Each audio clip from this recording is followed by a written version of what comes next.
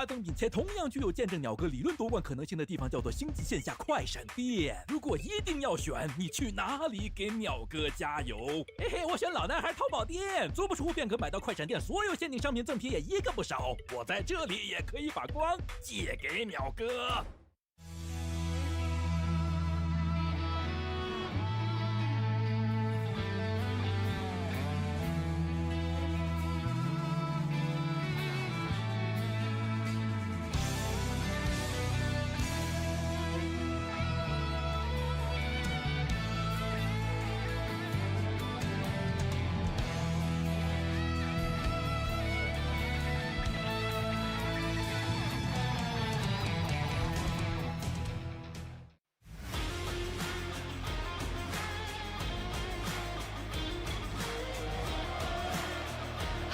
现场以及屏幕前的星际指挥官们，大家中午好，我是主持人臭兔，欢迎大家来到武汉斗鱼嘉年华，欢迎你们。那么这里是2026斗鱼嘉年华星际争霸2传奇邀请赛的比赛直播现场，我们和大家一起相约武汉，继续书写我们星际2的热血传奇。在前2天的比赛里面，我们已经决出了8强选手，他们分别是 Scarlett、Nib、解释、INoVation、TY、碳基以及我们的奥利维拉。那么在今天我们要开始的就是我们的8强淘汰赛，更加精彩激烈的比赛会在今天为大家上演。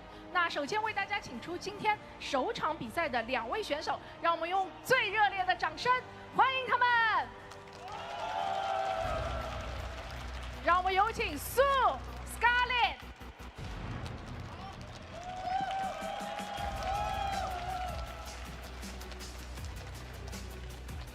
欢迎2位，先跟大家来打个招呼，自我介绍一下吧。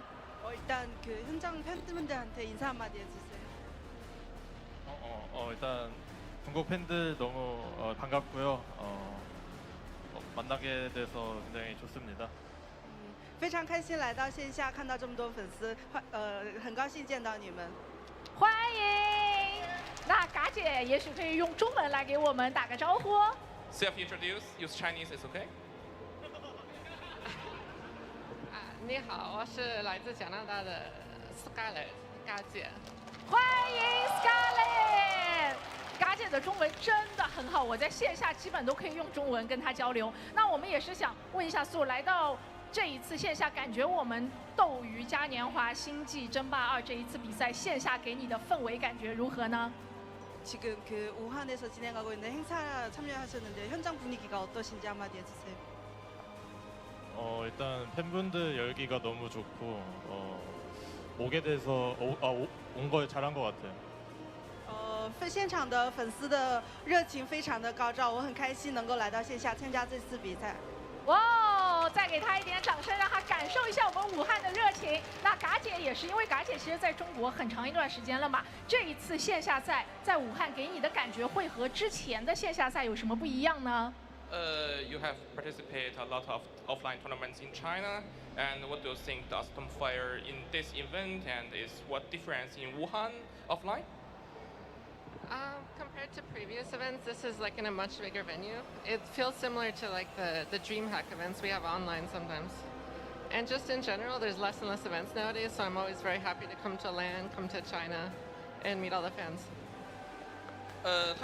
他说这次的线下赛有些不太一样，因为它是在展会里的，然后有些像之前的 DreamHacker， 各位如果看过的话，不管无论如何，他还是很高兴来到这片大陆，来到中国，然后来线下参加这次的赛事。对的。哇，我们把掌声再一次送给嘎姐，欢迎。那我们也是想问一下2位选手，这2天比赛打下来，感觉当前这个版本的平衡性怎么样呢？我们想要知道一下。 지금 대회 진행 전에 패치가 업데이트됐는데 이번 새로 나온 패치에 대해서 어떻게 생각하세요? 이제야 좀 블리자드가 똑바른 패치를 하는구나라고 생각합니다. 我觉得暴雪终于做对了他正确的补丁。哎呀，终于做对了一个选择。来，我问问看，嘎姐。You know, old question about the PTR, you know, the new patch of the StarCraft. What do you think of this, the balance and something else? Yeah. I think it still needs to be worked out a little bit. right now, especially against Protoss, it feels very easy, which is a new feeling. I haven't felt this way in a very, very long time. But today this is a ZVC match, so no one has an advantage. 他说这个补丁太好了呀，我靠，终于可以乱干神族了。然后，但是很可惜啊，今天是 CVZ 对吧？所以并没有那么开心啊。但是总体来说是很好，我等这一天等很久了。哇，都期待这天，期待很久了。那我们比赛也是马上要开始了，赛前来互相对你们对手来放点狠话吧。 경기 시작 전에 상대 선수한테 강력하게 한마디 해주세요. 솔직히 오기 전에 스칼렛 선수가 우승 후보라는 얘기를 많이 들었는데 어제 신영이랑 하는 거 보니까 별로 내용이 없더라고요. 제가 이기도록 하겠습니다. 其实看赛前的话，很多人对 Scarlett 选手的那个夺冠呼声还是很高的，但是昨天看到他跟卫星打比赛，感觉也没有什么。哦，嘎姐有什么想要回应的吗Su said he watched your match yesterday and you versus INoVation. He think it's nothing special, yeah, for you. So he think you may be the champion, but he think you are nothing special now. So what do you think or want to say to Su? Well, I think a lot of players thought I was like still active in the scene much more than I was compared to the other players. So I think a lot of players had very high expectations for me because all the other players are also kind of retired. Against INoVation, I made a few mistakes, but I still think I can take down Su today. 他说其实很多选手看着退役了，但是实际上感觉打起来并没有那种退役的感觉啊，还是很强。虽然说他们不活跃了，然后他说他昨天在对吕布的那个比赛中犯了很多错误，但是他今天不会再犯了，他今天应该可以拿下书本啊。哇哦，那我们把掌声再一次送给两位选手，期待他们在比赛里面能有好的表现。那接下来就要把画面交给我们最专业的解说席啦。 好的，各位观众，欢迎回来啊！刚刚 And welcome back, everyone. Welcome back to the Douyu Cup 2026 Day 3, the first day of the playoffs. I'm, of course, your host, VIP. With me, I'm joined by these amazing players, by the people in the chat as well, and, of course, by Bam, F91, and Xiaose, our casters as well. Welcome, welcome, one and all. Again, to day three of the Douyu Cup. Once again, a big shout out to Babylings. Thank you so much for providing some translations in the chat. We do appreciate it. And we did hear, of course, from both Su and Scarlett as they're going to be our first two players facing off in the first round. It is a shame that we have so many mirror matchups. It's a shame that Su and Scarlett have to knock each other out. I would have preferred if they were able to stay spread out throughout the course of the brackets, to spread out some of the Zerg and some of the Protoss and some of the Terran. But regardless, it was great to hear their thoughts, for sure. Su, with a bold statement, you could hear the reaction from the crowd where Su was like, oh, I think Blizzard made the first correct move in a long time. That's crazy. Oh my god. And of course, Scarlett expressing sentiments that like, oh, now it feels good playing against Protoss. It's crazy. It's crazy. If you remember, Rainer said something similar a couple of days ago on Twitter, where Rainer said that for the first time in a long time he was smiling when playing against Protoss. Like he was no, the first time he was actually feeling some positive emotion in ZVP. It was crazy. But regardless, we are getting ready for our series, of course, and again, this is being played on the live version of the game. I know that Maestros of the game, which is later on tonight, is being played on a mod that does revert the game to the previous patch, but for this tournament and for other events, there's no indication of that being the case when it comes to any kind of mod. I know that RSL is going to be on the live version of the game, Douyu, of course, on the live version of the game, and there's a very high chance that Home Story Cup is also going to be on the live version of the game as well. Again, a big reason for that is just because of practice. It's difficult to like host a big tournament and ask for players to practice on a mod instead of practice on the ladder. That's one of the other big factors as well that is being taken into consideration when thinking about maybe using a mod for a tournament or not. Just bear that in mind. But otherwise, we are getting into our fresh series. Again, vetoes are currently underway. Sue and Scarlett are getting ready on stage for a big night of StarCraft. And bearing in mind as well, because we're in the playoffs, best of fives. Best of fives, not best of threes. So longer matches, longer series, more games of StarCraft are ahead of us here. And also because playoffs, and we do have a bit of a leaner kind of setup here, it means that we can have interviews, like these pre-game interviews. So I look forward to hearing from all the players, and I'm hoping for some winners interviews as well. Like I'd hope we were able to get players on and hear their thoughts and have even some banter at times as well. That was missing from yesterday's broadcast when it comes to like having hearing from the players on stage, but it was also really long broadcast days, right? It was like 9-hour days. Like yeah, unironically, yesterday's broadcast was 9 hours long, and the day before that was 8 hours. So it's been a long couple of days, Pappy. It's been a long couple of days. We're making do, but we're making do. As we get ready for day three. 2 more days left. Yeah. The underdogs are all singing for liberation. True. Yeah. Just catching up. Yeah.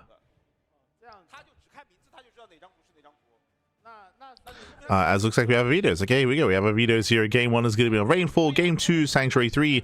Game 3 will be a Washout. And we do have our upcoming other games as well. As I very quickly set up our audio. Un momento. Do you need to very quickly set up?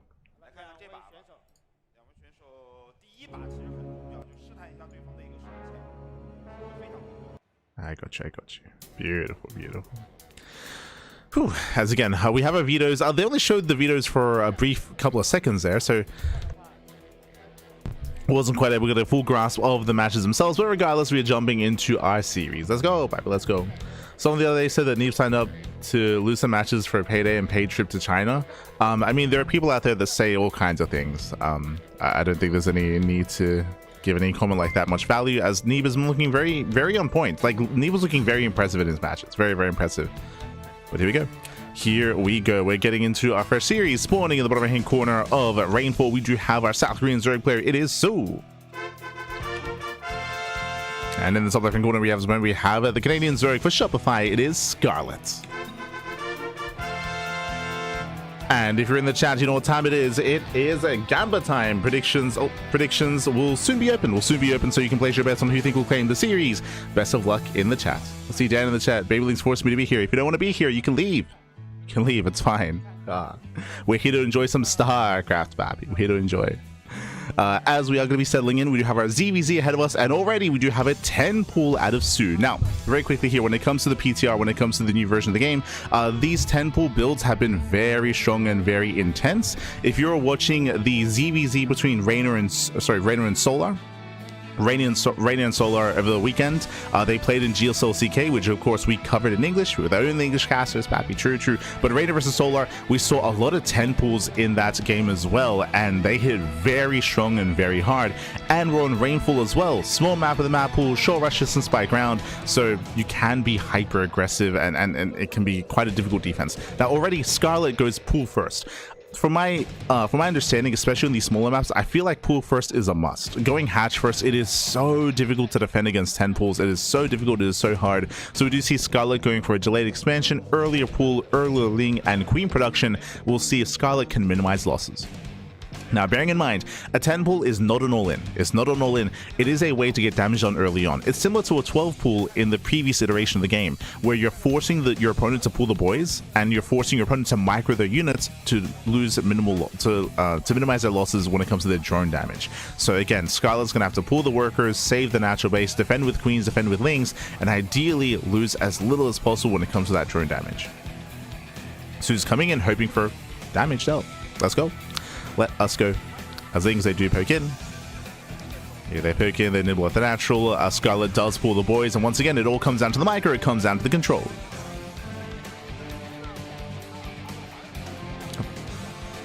Yeah, it comes down to the micro.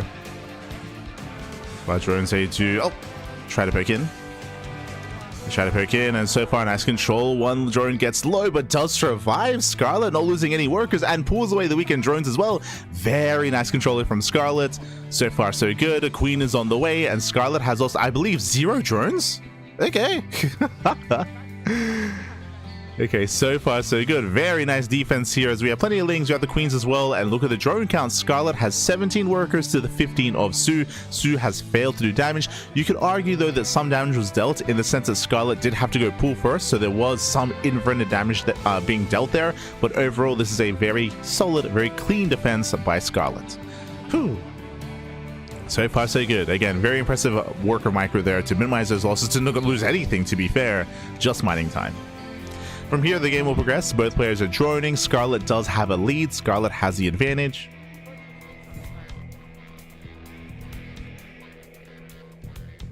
And from here, we can settle in towards our mid game. Now, because of the 10 pool build, it is very likely that Su skips link speed because gases are so late. So the idea of going into 2-base Roach and 2-base Lair is much, much higher for Su. Meanwhile, Scarlett, does invest into link speed. Interesting. It is very common in this kind of position for the opposing defending Zerg player to skip link speed as well, and to also try to race her opponent into lair tech and into 2-base play. So Scarlett getting into link speed does leave the door open here for potentially a link flood at some point, as Su should be walling off on 2 bases, getting a lair, getting his Roach Horn, and then we've yet to determine, is Su going 2-base Roach or 2-base Muta? What's it going to be? So we'll see where Su's going to spend his gas. Scarlett likewise. Yep, there it is, 12 links. So now link speed makes sense. If you remember, we spoke about this. There's no reason to get link speed for Scarlett unless we plan to be hyper aggressive. And you can see Scarlett's going for a massive link flood. And the goal here is to try to catch Su with his pants down, because remember, Su has no gas, so Su has no banelings. Su, he has no banelings. Su, he's going 2-base lair, and overlords are being denied. Su sees nothing here. This all in, this link flood can work. Yeah, it can work quite well. It's going to be on Su for it's on SimCity. It's going to be on his SimCity here. Can he fully wall off in time? As here comes Scarlett. Does get spotted. Now Su knows. Yeah, now Su knows. Now Su has a couple of seconds to react. Does fully wall off. So we get the full wall going off. We have 2 queens here in position. Oh, the tuber! The tuber delayed the wall. It's low. Yeah, the low on HP. Lings, they flood in. And the Eva chamber is going to go down. The chamber is going to go down. A massive pickup here. Both chambers even. Yeah, there's a kill. Kill, not a cancel. Can we get us around? Lings, they come in from behind. And we surround the queens. We surround the queens here. 1 queen gets picked off. No transfuse. There's not enough energy. And Scarlett will overwhelm. She'll so all out of control. GG gets called. And Scarlett takes game number 1. Whew. GG. GG, well played. A very impressive game 1 here. Winding it back, Su went for a 10 pull and Scarlett shut it down.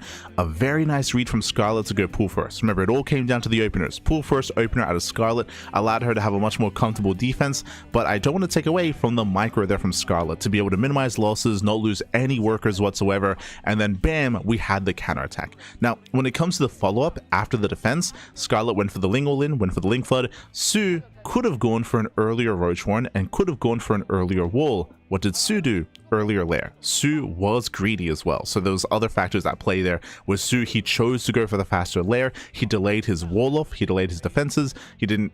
He of course failed to scout and confirm what was going on. It was a later recognition and later realization from Su. And it all fell apart. It all fell apart there in the end. Scarlett was able to overwhelm, and with that, Scarlett takes a lead in the series. Whew. GG. GG, well played. Now, what we just saw in Rainfall was very unique to Rainfall, right? For those that maybe are unfamiliar with the map pool, Rainfall is the aggressive map of the map pool. Like, you don't get more aggressive than Rainfall, except for maybe Rorschach, which I believe did not make it through the veto process. So moving forward, we do expect to see a different dynamic, but so far, this is a very strong start for Scarlett. Let's go. Let us go. And this also does open the door for Scarlett to go for a 10 pull herself later on in the series at some point. Ideally on smaller maps like Rainfall or Rorschach. Those are the 2 ideal maps to like 10 pull. But let's go. Let's go. Let's jump on in. Whew.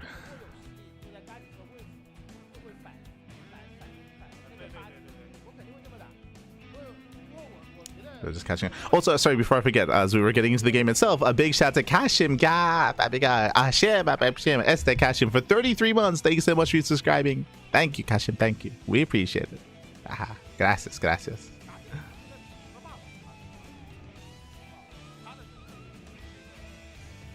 Gracias. Leave only gamba. True, true.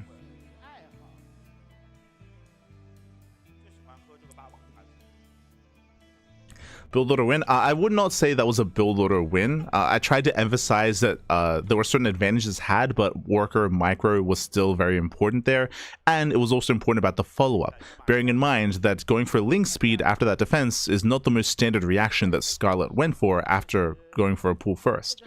So just try to bear that in mind if you're a little bit newer to StarCraft.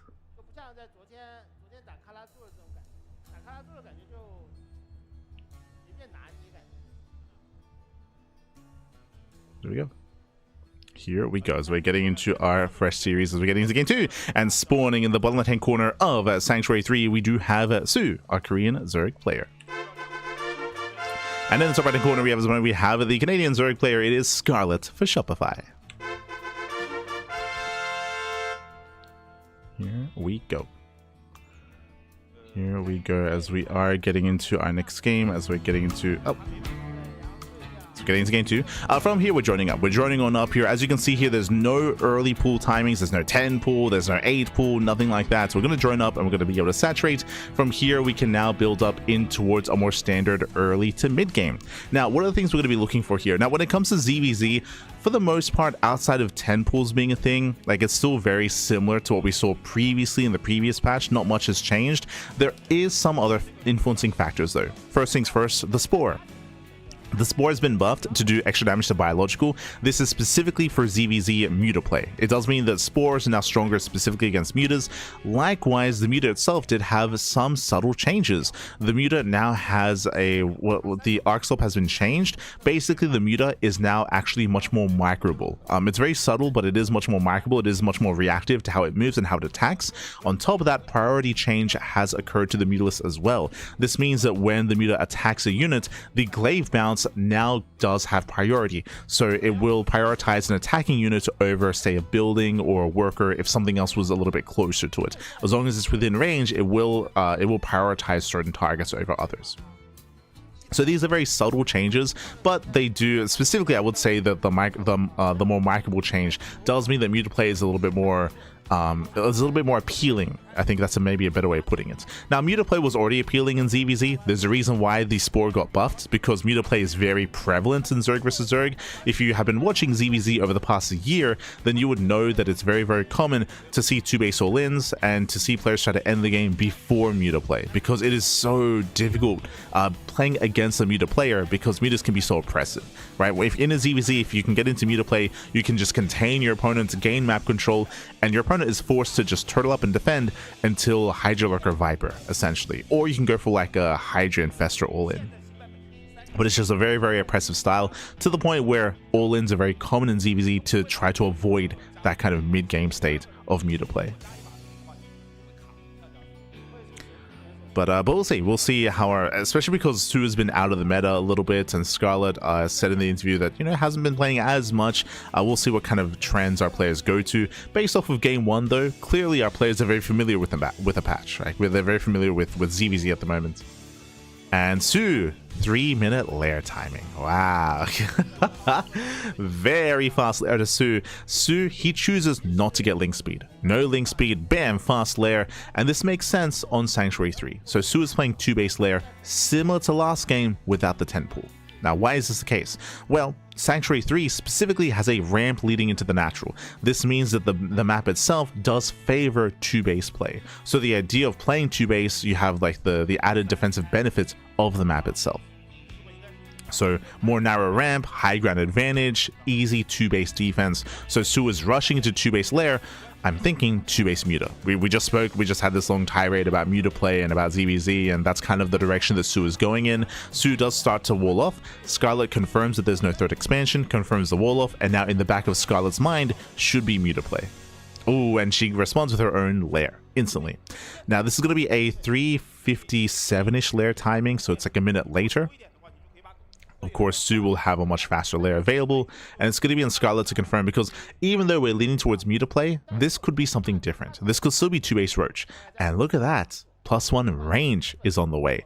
If it was Mutas, we'd be seeing +1 melee more often. So because of range, this is leaning more towards 2-base Roach, into Roach speed, into maybe even a Roach all-in. We can go all-in, or we can just go into just a standard like Roach opener into a third.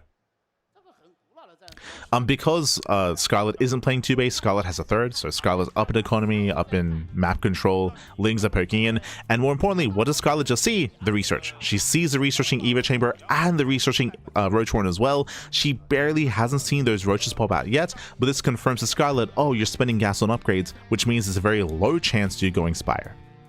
And Scarlett responds with her own Spire. Let's go! So it is going to be mutas, but not from Sue, from Scarlett instead. Now, this is risky. Remember, we just spoke about how Sue has potential for a 2-base all-in, and because of that, there's now a window in time where Scarlett is vulnerable. Sue could kill Scarlett pre-muta.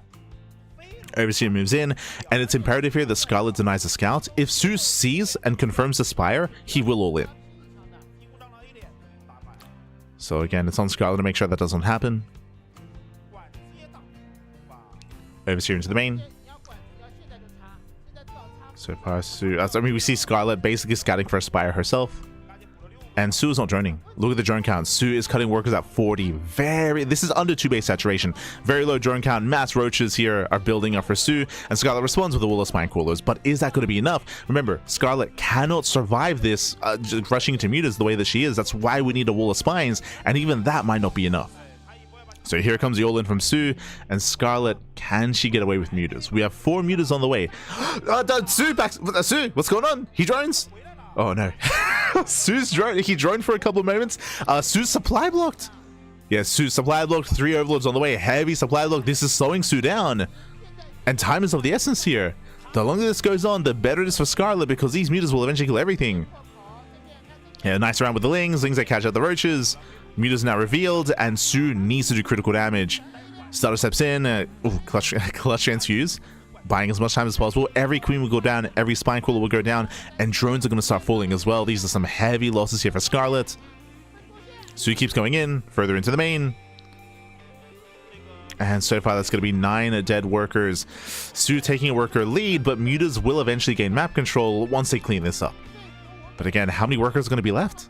How many workers? Might be 13. 13 drone kills. 14. Getting it to 15. We might even... we shouldn't get up to 20. We shouldn't. Yeah, Lings pop out, but they're a little bit out of position. Getting it to soon to be 16 drones. Yeah, 16 drone kills. That's an entire mineral line worth of workers. That's a lot of damage, but Scarlett survives. This didn't kill Scarlett. Did cripple Scarlett, but she does survive. Now it's time to counterattack. We do have a decent chunk of mutas. And back at home, what does Sue have to defend? What is his anti-air looking like? How many queens? How many spores? So far, I believe there's 4 queens. They're a little bit off camera. Mutas are trying to poke in. Behind the Scarlett is redroning, resaturating, cashing out overlords. And does catch a couple of overlords. It is 4 queens, okay. So 4 queens and 1 transfuse. The overlord still goes down. Oh, catching a queen. Very nice. It does catch one of the queens. 2 overlords. A couple of transferring workers as well. Nice damage. And again, what's important here is that not just the damage being done as a 3rd overlord goes down, but also Scarlett has been saturating, has been droning, and is now with a better economy, a stronger economy. We do see Sue a little bit of desperation here, moving out across map with his roaches. We'll see if he can find some damage in the mineral lines. Oh, does split off his army. Scarlett out of position. Nice damage here by Sue. Very nice. This was very necessary. Very, very necessary here. Otherwise, Sue would just fall behind. Roaches are deflected. 4 drone kills, not bad. Sue's keeping up. So very, very tense. Sue is keeping up. And behind this, Sue is now transitioning into Hydra tech. So it's going to be Roach, Hydra, and typically we want to be supporting this with some spellcasters. Infestors are now a better supportive unit than previously. The reasoning for this is because you no longer need, I should say, Microbial Shroud does arrive with the unit itself. You don't need an upgrade. You don't need anything like that. Just bam, you already have Microbial Shroud, and that will help support the mutas. Sorry, that will help support the Hydras against the mutas. As it's another 11 drone kills. Ay. Some brutal damage here. A lot of this could have been avoided as Scarlett was supposed to have map control. That's a lot of damage. And Sue is in this game. Sue is very much so in this game. But again, in my mind, I feel like Sue still needs to wait for either Infestors or Vipers. We'll see what the plan is. Because I don't see any further tech. Scarlett does find another queen. Another one, another two, another three queens. Two for now.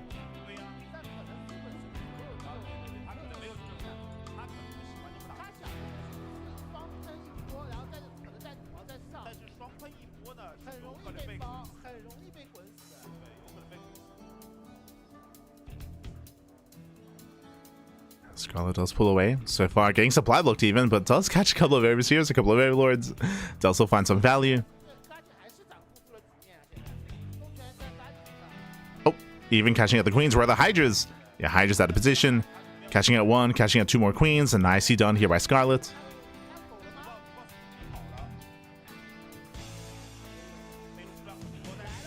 And here comes the main push. Okay, so we're moving out without any spell cashers.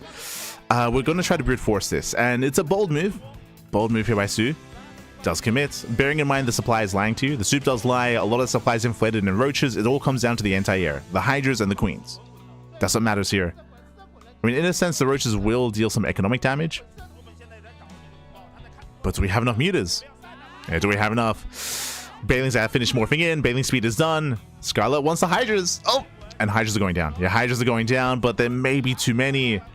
Yeah, a lot of Hydras left over, and it looks like Su might have enough. It's close.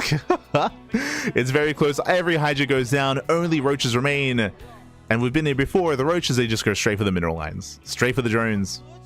They try to, at least. There they go. They break into the natural. Again, these mutas will eventually clean everything up, but that's still a lot of drones going down. 9 drone kills. Scarlett does have a safe 4th base, though. It's left alone. Yeah, the 4th base left alone. Now the queens arrive after the fight? Oh, yeah, the queens, they arrive after all the Hydras already went down. So a little bit lopsided here by Su. Messy, pappy. Yeah, we're getting messy. Every queen goes down. Hydras are trickling into their deaths. And with that, Scarlett will kill everything here. Again, the queens were too late. They were too late, pappy. Su was premature. And again, now Scarlett could more easily deal with a portion of the army at a time. First the Hydras, then the roaches, then the queens, instead of everything together. Oh, we gotta be careful there. Oh, as we do run into a wall of Hydras. Yeah, it's gonna be 1, 2, 3 mutas going down, a 4th muta as well. Nice target firing at a Su. Expensive losses for Scarlett. So a little bit messy. Still very tense. Yeah, still quite tense. Scarlett trying to achieve some counter damage, but the Hydra count is still looking quite healthy back at home. And the game will continue. Now, as it all settles here, Scarlett still maintains a higher drone count, but has been having some expensive losses here in terms of those mutas. Ideally, you want to build up like a mass amount, an apocalypse of mutas, right? A death ball of a muta army, or a muta cloud, if you will. But Scarlett has been bleeding out a lot of mutas, so that death ball isn't really there. Means that Su's Hydras can still hold their own, even despite not having infestors or vipers. The muta count is not high enough, and the ground army isn't high enough either. Not yet. Now, when it comes to the next wave, we once again do need a group of Lingbane. We need a good chunk of Lingbane here to collapse on those Hydras. In a head-on fight, Hydras will overwhelm the mutas, so we need that Baneling support. And Su's pushing again. Again, very little time to breathe here for Scarlett. Very little time. Oh, nice catch there. Gets 2 Hydras. Very nice. Once again, Su's army is split. Yeah, just free damage here on the roaches. Free damage. We have 20 Banelings on the way. And that's the win condition. Those Banelings, they need to connect. They need to connect, pappy. Oh, speaking of, yeah, Banelings, they collapse. They roll in. Oh, but we're off of creep. Yeah, we're off of creep. And the Hydras, they split well. They split very well here. Hydras, most of them do survive. That was all the Banelings. There's how many? There's what, 6 Hydras left? Yeah, a handful of Hydras remaining. This time, Su needs to fight with his queens, though. We gotta calm down, fight with the queens. Down to 3, down to 2, down to 1. Yeah, they'll snipe all the Hydras. Roaches, they push a little bit too far forward. We have roaches trickling in. The queens, now they can transfuse, though. That's a lot of queens. The queens, they transfuse. Oh my god. Yeah, the queens, they will not go down. Massive transfuses. The mutants, they try to focus him down. GG gets called. Too many queens, too much transfuse, and Su barely breaks through and does tie the series. GG.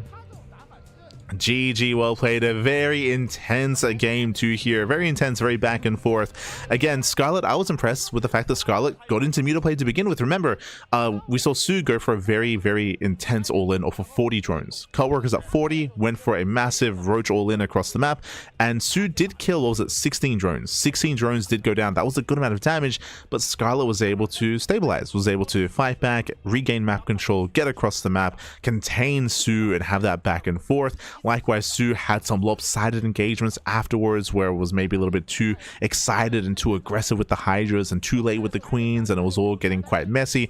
At the same time, though, Scarlett also was bleeding out a lot of mutas in that defense, and it was still very close, still very clutch, even towards the end there as well. I'm imagining a world where Scarlett just had a little bit more mutas, then Scarlett could have pounced on the Queens off of creep and then no transfuse, right? Then no transfuse, and then maybe Scarlett survives and maybe holds on. But again, the queen count was still quite low. It never quite got into that critical mass. Never quite got there. GG. GG, well played. And that's also because of Su's pace here in the game as well, right? Su, there was very little downtime. Even after Su was defended against, even after Su was forced back home, it'd only be a couple of moments before Su would push again. So Su was very, very active. GG. GG, well played. And with that, we have a tied series, and we're getting ready for game number 3. It's going to be on Washout. So looking at the vetoes here, it looks like we vetoed the larger 4-player swarm maps and from Scarlett. Meanwhile, Su vetoed Rorschach and Attorney's Edge, some of the more aggressive maps instead.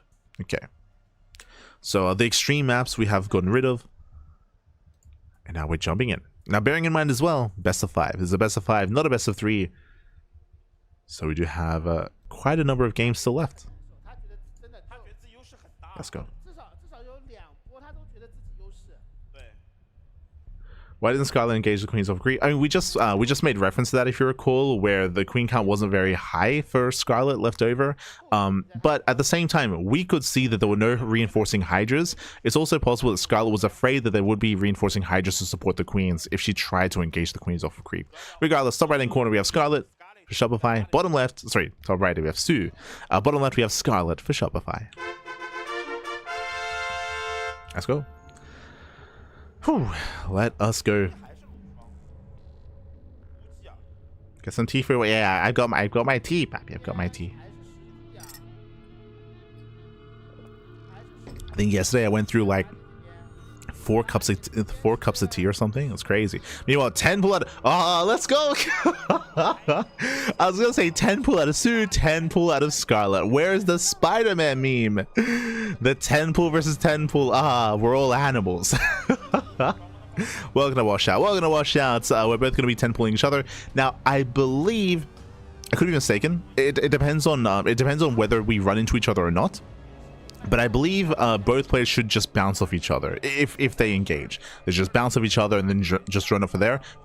There is a chance, especially if we do try to hug the edges of the map, that we miss each other and then things get real chaotic. But I believe all the lings should be engaging with each other, bouncing off each other, retreating, and then expanding. But we'll see how this dynamic plays out, because I believe this is the first time that we're seeing 10 pull versus 10 pull in this version of the game, including the Rainer series that we had previously in the solar matches. But let's go. So lings are amassing. Both players will expand. Remember, 10 pulls are not all ins. They're like 12 pulls previously. You expand with them. Except for there is a variation of 10 pull where you pull the boys, but outside of that, yeah, lings, they will engage. Scarlett did spot this with her overlords. So did Su. And Su still commits. A little bit risky. Yes, from here, we should just be backing off, and then we expand. Yeah. So as we mentioned, like 10 pull versus 10 pull, we just kind of bounce off each other, and then we just expand and drone up from here. I say that Scarlett does make an extra pair of lings. Interesting. We have an extra pair of lings from Scarlett. This is a bold move. Okay, now starts droning. Okay. So it looks like Scarlett was just being a little bit scared. Was just playing safe. Did make extra lings. You can see both lings just dance with each other. Both armies. And because of the extra pair of links, Scarlett will win this fight, and Su just retreats. Just retreats to the queens. And from here, the game will continue. Hers was 11 in pool, no? I don't know if it was 11 or 10, but I did notice that her pool was a little bit later. So it might have been 11 instead of 10.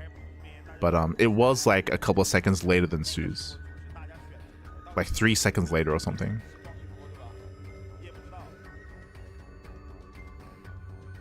So I don't know if it was an 11 pool or just a slightly later 10 pool. You can rewind to check, true.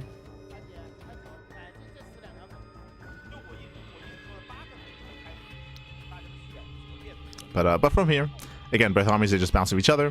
Both players are just going to be joining up.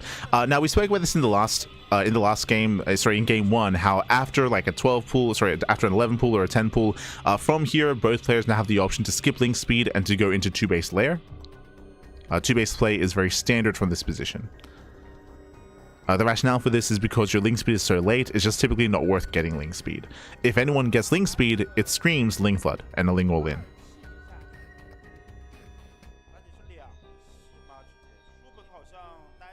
She was also up a turn. Oh, there you go, there you go. That explains why hers was a little bit later, but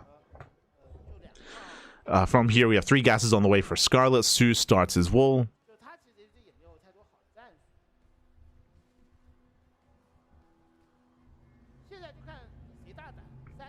And we'll see if anyone rushes into a lair and tries to rush into meter play, or if we just go into roaches. Oh, Su starts link speed. Okay, remember what we said earlier? You don't start link speed unless you intend to go for a flood. So Su is going to be the aggressor here. Link speed is on the way. Bearing in mind that Su is revealing the Roach Warren as a part of the wall and making it look like a standard build. Nice time for the Overlord. Supply blocking Su for a moment. For a good amount of time, actually. And as you can see, the observer's pointing out all these links. Again, link speed is abnormal. Link speed is very abnormal here, so there's a reason why Su is massing up links right now. It's for that link flood, it's for that link all in. It's almost like the roles have been reversed. If you were here for game 1, Scarlett did this very same thing, or very similar thing, link flooding Su after a failed 10 pool. Now, the reason why this works is because and in the aftermath of like early aggression like this, there's no Bailey Nest, right? There is no Bailey Nest, so it's going to be purely a Ling Queen defense at a Scarlet, and it's going to be a slow Ling Queen defense as well. So this is going to hit quite hard. And if Scarlet's not, I mean, Scarlet droned up quite heavily. 51 drones, 51 workers plus a lair plus +1 range. The numbers are not in her favor. Scarlet now starts roach production. Su does hide all those Zerglings until now. Yeah, now it's going to be go time. Scarlet will spot the link speed. Now she knows. Yeah, now she knows what's going on. Has to throw back at home. We need spines. We need a wall off. We need some city. Evacuates the third. And Su ignores it. Yeah, Su ignores the third base. Surrounds the queen. Surrounds the queen. Surrounds the roach. Nice damage so far. Nice pickoffs. Going for the third base, and roaches are coming. Yeah, the roaches are coming. As Su does get the third base for free, pappy. Snipes the third. Now, I assumed that Su was going to be reinforcing with his roaches, but no, Su stays home with his roaches and now starts to drone up. So Su is content doing this damage, caught a queen, caught a roach, killed the third base, now drones up. Behind this, Scarlet to recover, Spire. The Spire is a little bit late. It was never the initial plan for Scarlet to go into meter play, but now after falling behind, Spire is a way to recover. Scarlet has held on 2 bases at least. Su did not attempt to break the natural. Oh, gotta be careful. And we'll see if Su... I feel like he should be pushing soon. We have 8 roaches on the way. +1 carapace is done. There is very much so a window here where Scarlet is vulnerable. We spoke about this window previously. Last time she tried to go into meters. And Su is not droning. That's my concern here. Su, he's not droning. Oh, but he does start... No, never mind. Bit of a pause. Bit of a pause. Looks like some latency here. But Su, he just started roach speed and he just started droning as well. The lack of roach speed is what threw me off. I was like, oh, maybe he just wants to commit before roach speed. But it looks like Su was just being scared and playing safe. So when it comes to Su's reaction, it looks like, at least from my perception here, the Su was afraid that he forced an all-in out of Scarlett, so Su just made a bunch of roaches and cut his own worker production, and now has realized, oh, there is no all-in, I'm safe, and now has started droning, whereas Scarlett was going muted the entire time. So this is actually a really good moment here for Scarlett, as Su should have had a stronger economy and doesn't, just because he was playing scared, and we'll see what the mutas can get done.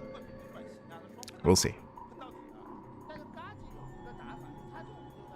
As there have been some latency issues throughout the course of the tournament, so hopefully everything's okay. Oh, there we go. As muted production has begun, Su only makes the one drone. Okay. Only makes the one worker. Does move out across the map. So for a moment there, I was like, oh, is Su gonna now start droning? The answer is no. The answer is no. Su does not start droning. He just made the one drone. Nice started stepping here by Scarlett. Just hasn't enough time for the mutas. That's a lot of roaches though. Su moves in. Mutas now revealed, but it might not be enough. Yeah, there might just be too many roaches here. Su is breaking through. He's got to send it. No, it's going to be close. Once again, trying to push into the mineral line. Roaches are buying time for Scarlett. 9 more roaches on the way. And again, the roach army here for Su, it's dwindling. Yeah, it is dwindling here. I'm liking the wall. Does re-wall. Yeah, re-walls in time. Roaches, they do slip into the mineral line. 1, 2, 3 drones going down so far. Getting it to 5. Yeah, 5 drone kills. Nice damage out of Su, but ideally he was hoping for more. Remember, all these roaches will eventually be cleaned up. And Su needs to get ready for that. So back at home, queen production. Queens are on the way. Finally, Su starts droning. Su does start droning up. And does Su kill the third again? Uh-oh. He may. Yeah, third base is going to go down. Su doesn't kill Scarlett, but this may be enough to cripple. This may be too much damage. As Su does kill the third for a second time. Touch this in. Denies for Su. I was almost done. And the massive roach just barrels its way through here. There just aren't enough mutas. There are not enough mutas in the sky. It's what, 2, 3 mutas? So Su has done at this point. Has broken the main army, pushing into the mineral line. Drone's going to be going down as well. Ay. Again, losses that Scarlett cannot afford. And even though Scarlett will clean this up, this time Su is ready with some more anti-air. Hydrogen is done. Hydrogen is complete. Bam! You can see there are 8 hydras on the way.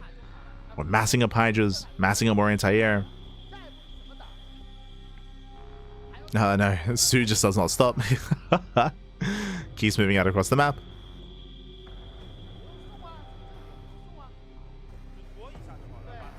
Again, the turns tabled.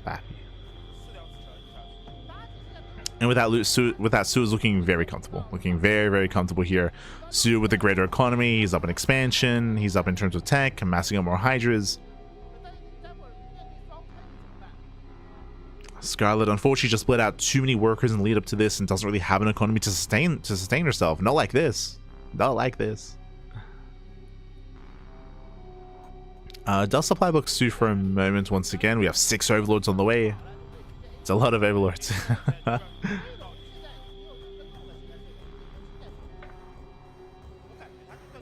And we're just waiting for the main push. Waiting for the move outs. Behind the Su hits the third base once again. Oh my god. Some Scarlett holds. Mutas into the third. The Hydras, you can see they're hiding at the third base a little bit further back. 12 more roaches on the way for Su. 12 more roaches.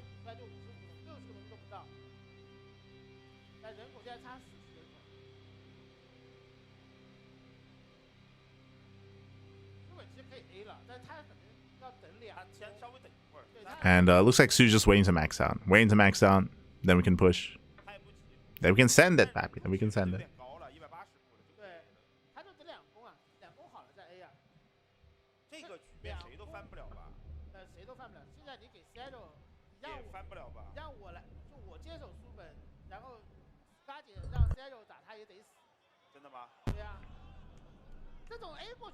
And Ducklings at least is doing what she can.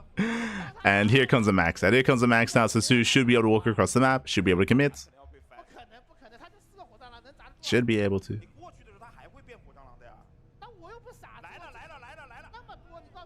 And has enough anti-air. Has plenty of anti-air.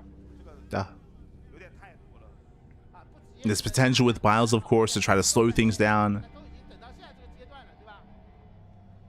Scarlett trying to catch up in set supply. I mean, Ravagers, they will buy time here, for sure. The Lings, they get into the main. Yeah, they slip into the main base. Roach Hydra does push forward. We'll tank some of the Biles. Ooh, Biles do connect.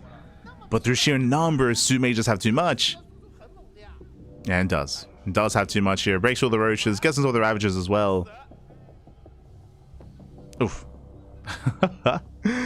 Again, does land some of the Biles, but the numbers just are not there. Lings that were distracting here in the main. Hatchery goes down for a third time. GG gets called, and Su takes a 2-1 lead in the series. GG. GG, well played. Again, just a really rough early to mid game there from Scarlett. We saw time and time again Su deals so much damage when it comes to the main Roach pushes, when it comes to the Ling Flood, if you recall. So if you remember, winding it back, when it came to the initial 10-11 pool early game aggression, Su did decide to go into Link Speed, into that Link Flood that we mentioned. With that, he didn't just commit with Lings, we had Roaches behind it as well, was able to catch out the Queen, catch out the Roaches, killed the third expansion, and from there went into another big committed move out with Roaches as the follow-up. Once again, we saw a lot of momentum in favor of Su, non-stop aggression, non-stop pushes. Meanwhile, Scarlett was trying to get away with 2-base Muta play after losing the third, and there was a chance that if given time, Scarlett could amass those Mutas. If you remember, we were looking at the production tab to see if Su was going to drone or not, and he made one worker, but just the one. That was around the moment that we had the lag spike. Just one drone. Su, he still committed anyway. He still committed, and with that, he was able to find success. He broke through the natural base, crippled the economy, and ensured that Scarlett could never quite build up a 3-base setup. Scarlett lost the third base 3 times that game. GG. GG, well played. With that, Su takes the lead, and now we're getting ready for game number 4. And we'll see if Scarlett can tie the series and force the ace match, or if we will close it out here and now. So far, it's been very intense games, which is what we expect out of mirror matchups. So very, very intense games here, whether it's early pools or not. We've just been seeing a lot of aggression from both players, a lot of attempted Muta play as well, and we'll see how our players will adjust coming into Lockdown. Lockdown is an interesting map in the map pool, does have some speed zones that do help aggressive rotations for sure, has a high ground natural if you recall, and once again, what we said about Sanctuary, what we said about some of these other maps, is that because that ramp leading to the natural, you can and you're incentivized to go 2-base. Like 2-base plays incentivized on these maps. And I'm just now realizing just how many maps we have with these ramps coming into the natural in this map pool. I think it's like 2 or 3. So Sanctuary 3, Lockdown. Let's go. Let us go. As we are getting into our 4th game, and in the bottom left-hand corner, we do have Su. And spawning the top right-hand corner, we have the Canadian Zerg player for Shopify. It is Scarlett. Let's go. Let us go as we're getting into game number 4 here. This time we're droning, we're saturating. Once again, as we mentioned, there is a ramp coming into the natural, so players are incentivized to go into 2-base play. Once again, whether it's 2-base Muta or 2-base Roach, 2-base Roach All-Ins, or 2-base Ling Flood, there are some options here, but that's kind of what we're expecting out of our 2 players. Oh boy. Now, of course, welcome to Lockdown. Outside of the high ground natural, I mean, there are, I think it's 4 or 5 planes of elevation. There's a lot of elevation, there's a lot of ramps here on Lockdown. As a result, there are some better areas to engage, but for the most part, your 2-base setup is very secure. The area in between your natural and your 3rd base is much more open, is much more exposed, and that is where you can be aggressive and try to engage ahead of time and outposition your opponent. To try to counteract that, there are these towers you can knock down. You can knock down the towers that are outside of the natural. You can knock them down, you can wall up, you can wall off, and try to delay a push or delay an all-in. We've had some back and forth so far on Lockdown. Back and forth. Let's go.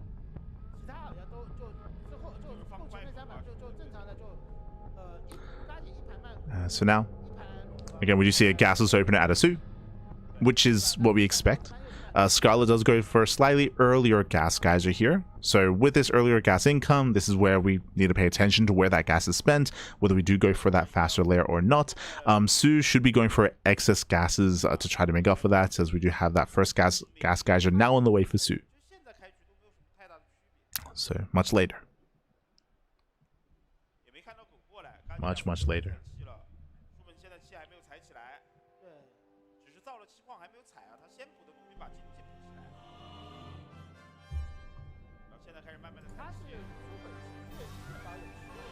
Oh, what's the the wing statue? There we go. Beautiful.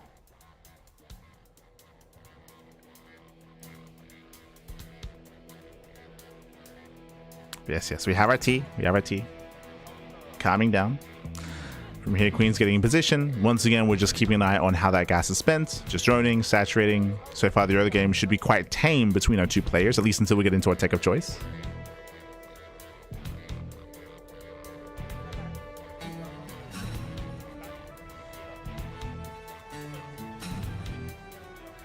Literally tanking all the wiles. Was tanking them. To the face. Didn't matter, though. Didn't matter.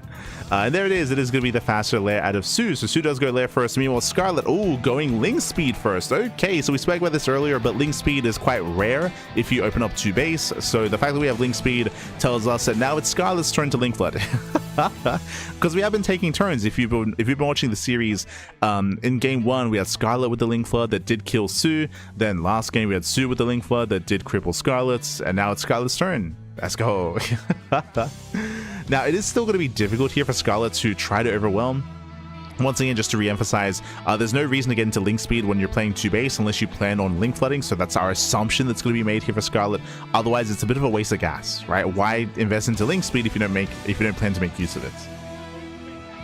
I say that, but Scarlett is droning up a little bit more. Huh. So Su is getting away with his lair, getting away with +1 range, Roach Warren, into Roach every style. 10 Lings are on the way. It looks like, yeah, we'll see what Scarlett can get done here. As the Lings are amassing. This isn't nicely timed, or lined up, I should say, but regardless, the Ling flood is still occurring. And we'll see what damage Scarlett can get done. We'll see. I want to say this did hit earlier in that first game.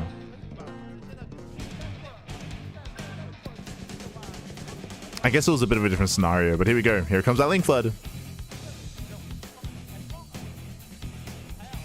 Lings, they poke in, they confirm the Roaches are queens, pulling them out of position. There is a hole in the wall. No, the hole! Okay, it doesn't go for it. Roaches, they pop out just in time. Settles for the third base. But nice setup in a Scarlett to try to force the queens out of position. And it worked.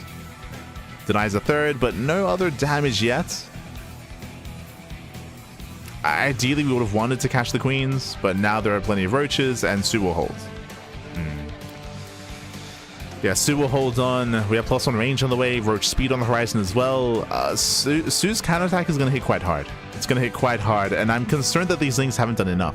Now, what I will say is that these Zerglings can at least buy time, right? They can buy time, they can always threaten a counterattack, and they should keep some supply busy for Su.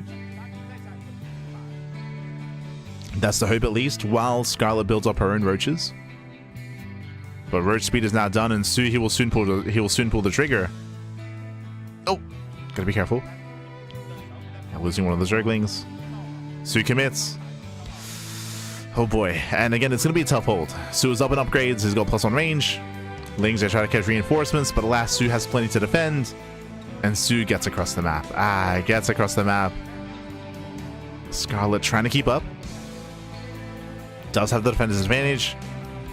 Still down by 6 roaches. Queens will help support. Lings, they likewise do buffer as well. I mean, they do tank. Yeah, they try to tank here, but Su may still have too much. Better concave, again, still better upgrades. Does move in. Queen has no more transfuse. And with reinforcements, Scarlett may barely hold on here. Yes, Queens have come down from the main base and does hold. Whew. Does hold, does survive. Bearing in mind, though, the Su still has a higher worker count, which is a little bit concerning. Su still has a better economy, but Scarlett does survive. does survive. Behind the Scarlett playing catch up. 11 drones in production. Trying to recover. Oh, the contamination. Este Su, calm down. Calm down, papi. Does contaminates. As Su isn't being too greedy, cut works at 55. Building a research army and getting ready for +2. There's going to be that +2 timing now available here for Su. And Su does plan to hit it.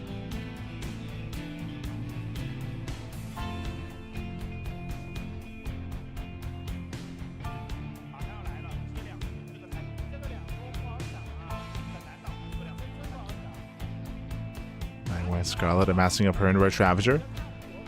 Does cut workers a little bit higher, of course, so over time Scarlett will be able to build up a greater economy, but that's over time. The issue here is that Su's going to hit with +2, ideally before Scarlett can make use of this better economy. It's going to be a tough hold. Ravagers, of course, they will help.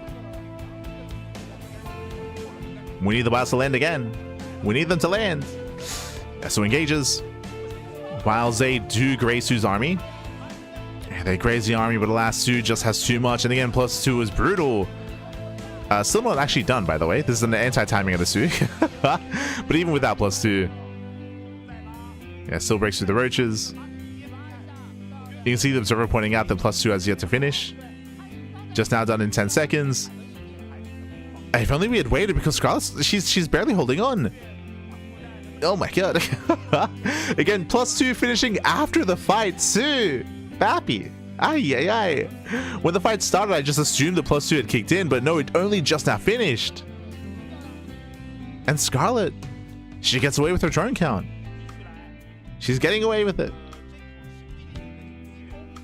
I mean, it's still quite tense. It's still quite tense. Su trying to move in. Nice splits. Very nice splits. Likewise, Su dodging the piles as well. Queens are coming to reinforce. And Su, again, now with +2, may just have too much. It breaks through the roaches, trying to get on top of the queens. Bar does land.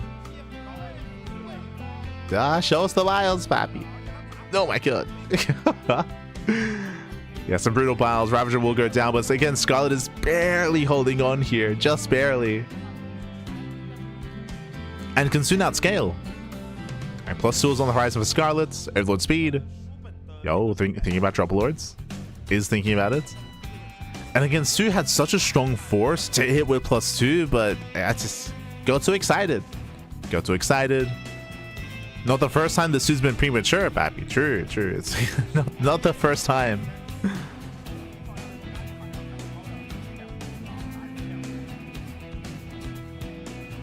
So does Su just rotate?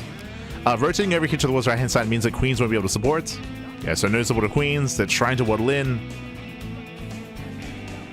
Step up Biles once again. They try to buy some time. They allow for some extra DPS from Scarlett. Yeah, some extra damage.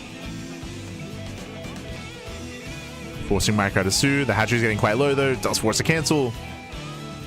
Denies the 4th base. But Scarlett should be able to break through here. The Queens have arrived. Yeah, the Queens, they move in. Does avoid the piles. More Ravages, of course, out of Scarlett. And Scarlett will clean this up. Hi. Did lose the 4th, though. Has lost the expansion. Scarlett, does she have enough momentum to keep pushing to try to punish the 4th base of Su, though? As Scarlett has been stuck defending the entire time. We gotta try to break out.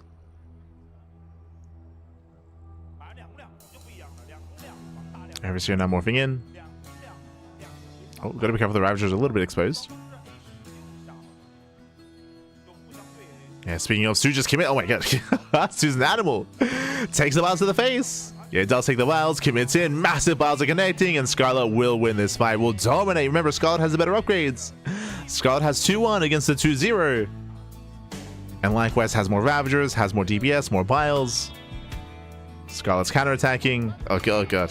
Some brutal Biles to the face. And again, Su, the window is closed. The window has closed. That upgrade advantage that Su once had, not anymore. Not anymore, Pac.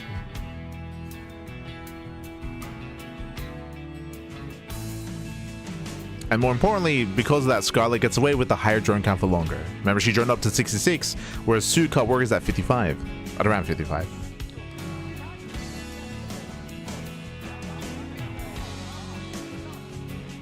The dodges. Scarlett's about to max out. Bearing in mind, of course, Scarlett doesn't realize how far ahead she is when it comes to supply or the upgrade position either. Getting into burrow and tunneling claws. Scarlett getting fancy. Again, we don't need to. Like, we can, at this point, we can just we can just aim move across the map. But Scarlett is going to be going for harassing force.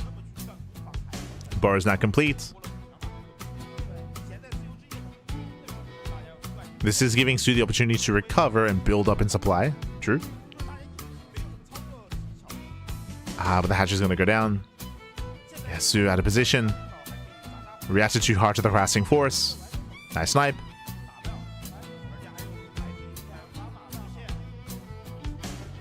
Nice snipe on the base. Scarlett working on 2-2 and Hydra tech as well, just in cases. Jeez. Does have that tech. Nice run by Su. Gets across the map, buys more time. And can Su claw his way back into this? Can he claw his way back in? Through sheer harass, may be able to position. As 1, 2, 3 queens going down. Nice damage here by Su.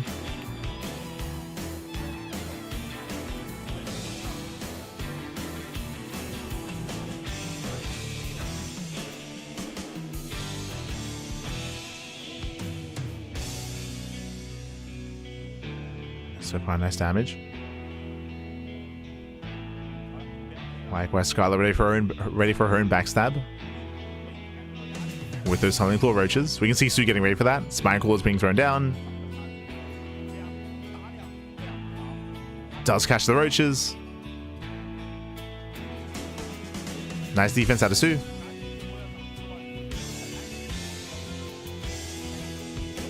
Again, in a head-on fight, Scarlett still has that advantage, that +2 carapace advantage. But can't find a way in. Even here, bleeding out more roaches. Yeah, more roaches bleeding out. Better positioning by Su, coming from behind. Massive pickups. That's what, 5, 6, 7, 8 roaches going down. Yeah, an awkward defense here from Scarlett. Oh, Scarlett caught out once again. Yeah, an awkward defense. We do see more battles connecting. Su making the best out of a bad situation. But now we have some Hydras. Yeah, we have some Hydras in the mix. Running out of roaches, though. Yeah, we're running out of roaches, running out of buffer. Su moves in, takes a better fight. Yeah, it takes a much better fight. And things looking a little bit shaky here for Scarlett. Looking shaky. It's almost pure Hydra. Oh my god. Yeah, we're making that Hydra switch, which is a little bit concerning. Hydras are much more fragile. They do have a lot of DPS output, that is true, but ideally you do want that buffering force of roaches to protect them. So we have to build up those roaches. Lurker Den is on the way. Scarlett attempted to take up. Trying to take up into lurkers.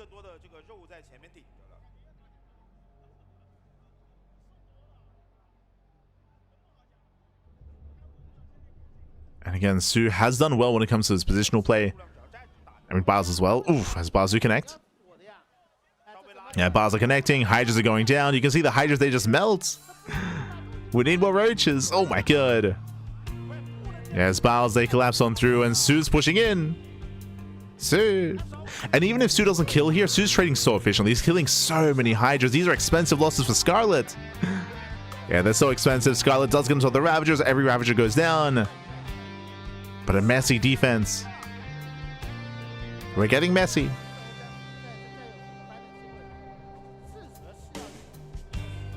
Su's still committing with pure Roach Ravager. Trying to brute force his way through. I believe the Lurker Den is now completing for Scarlett, and we could try to see some Lurkers, but they would be Lair Tech Lurkers. There we go, 4 Lurkers on the way. Bearing in mind there's no Hive, so we're lacking Lurker range and Lurker Burrow, or Adaptive Talons. Yeah, Hive just now starting.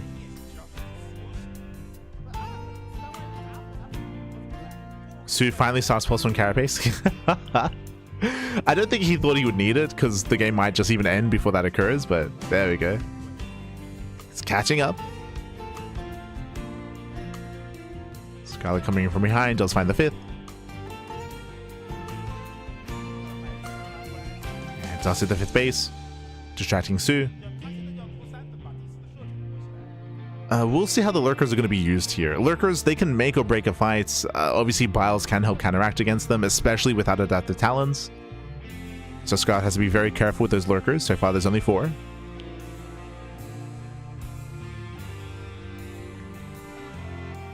Su being slightly more efficient.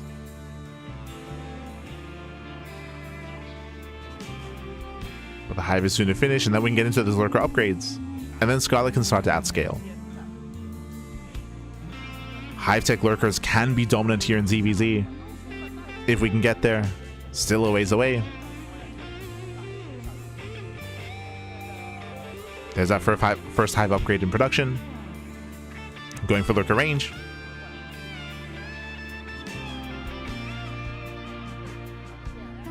Oh.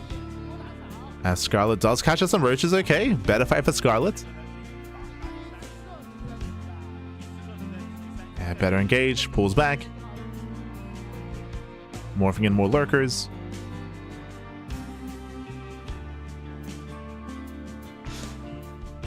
Oh, this is going to be a bit of a clutch engage. Yes, he responds. And lurker range is finishing. I think we're up to 6. We'll say 6 lurkers, soon to be 7. The lurkers are coming back.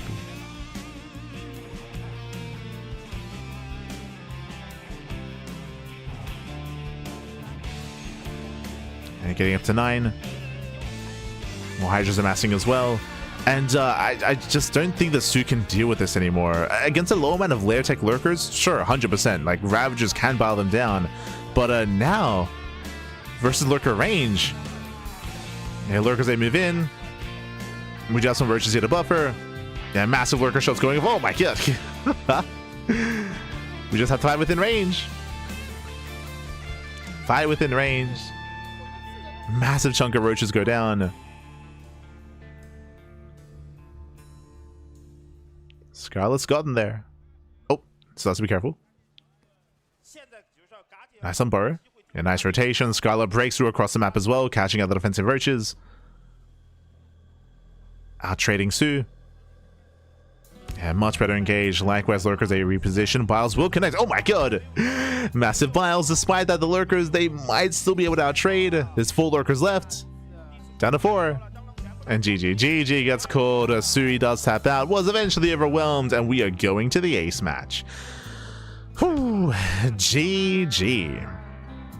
GG, well played. We're going to the ace match here again. A very intense game. Scarlett did have a very clutch hold earlier on, if you recall. So winding it back a little bit here, Su had some really crisp timings, and they were brutal. Like, Scarlett was barely holding on. I'm referring to +1 and +2, specifically that +2 timing as well. Like, it felt like Su was going to end the game.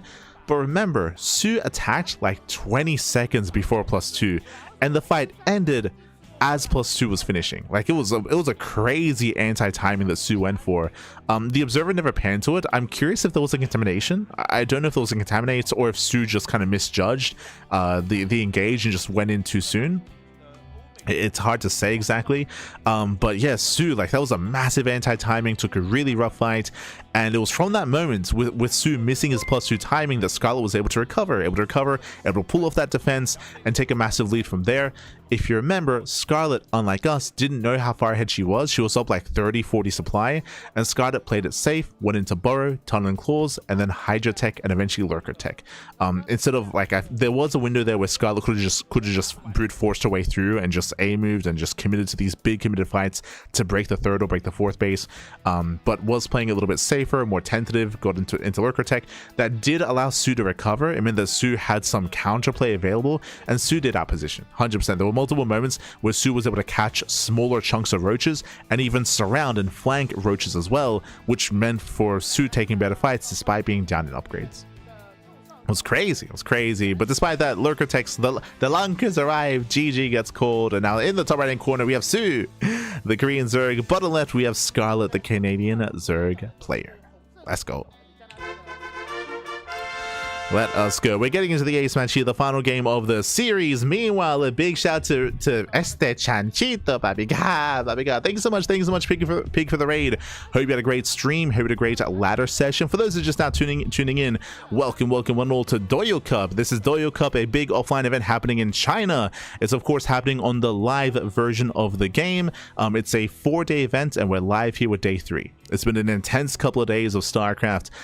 Day 1 and day 2 was the group stage, and if you look at the brackets, then the playoff bracket is now live. There's a command !B in the chat. You can have a look at the bracket yourselves. Be wary, of course, spoilers if you maybe haven't tuned into day 1 or day 2. Oh, as we do have a pool first build here by Scarlett. Does go pool first. Su hatch first. But today is the first day of the playoffs, and this is the first series of the broadcast, best of 5, and we've made our way all the way to the ace match. Now, coming into this, it's been very intense, very back and forth. We've been seeing a lot of 10 pools mixed in by Su, so this is why we see Scarlett going pool first. To play it safe, just in case, to maybe even hard counter hyper aggression out of Su. Meanwhile, Su goes hatch first instead. So a bit of a slightly more economic opener out of Su, a safer build out of Scarlett. Let's go. Let us go.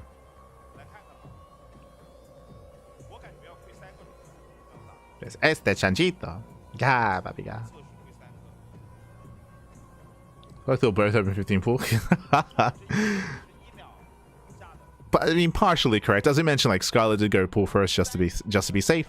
Outside of that, we're going to be settling into our games, and we'll keep an eye on our follow-ups here. Again, we've been seeing a lot of 2-base play out of our players this entire series, but a big part of that has been because of the openers and because of the maps themselves, right? Sanctuary 3, Lockdown, they favor 2-base play, and also 2-base play is very common after failed at 10 pools, or just 10 pools in general. So we've just been seeing so much 2-base play. This might be the first time that we can open up into a 3rd base quite comfortably for both players, but we'll see.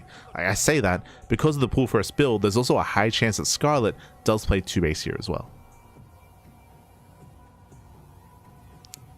We shall see. So now we're going to be opening up. Going to be saturating.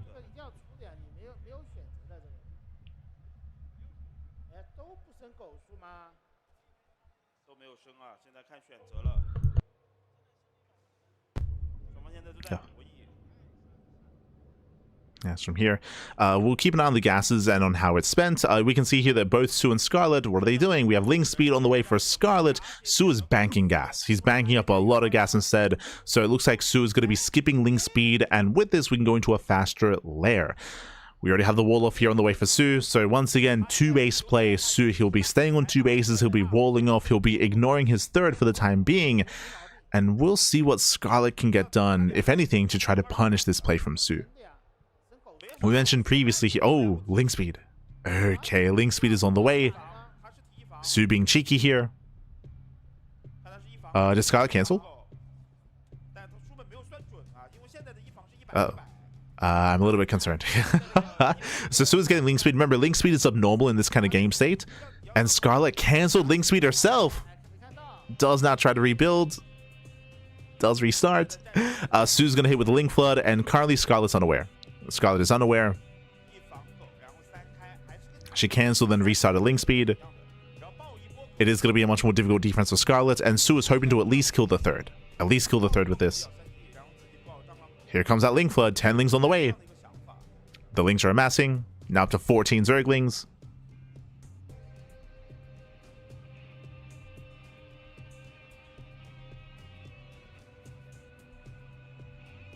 And soon Su, he will pull the trigger. And again, Scarlett currently is playing blind. So with that, it's going to be a very delayed reaction here from Scarlett. May be able to defend on 2 bases at least, but that 3rd base should go down.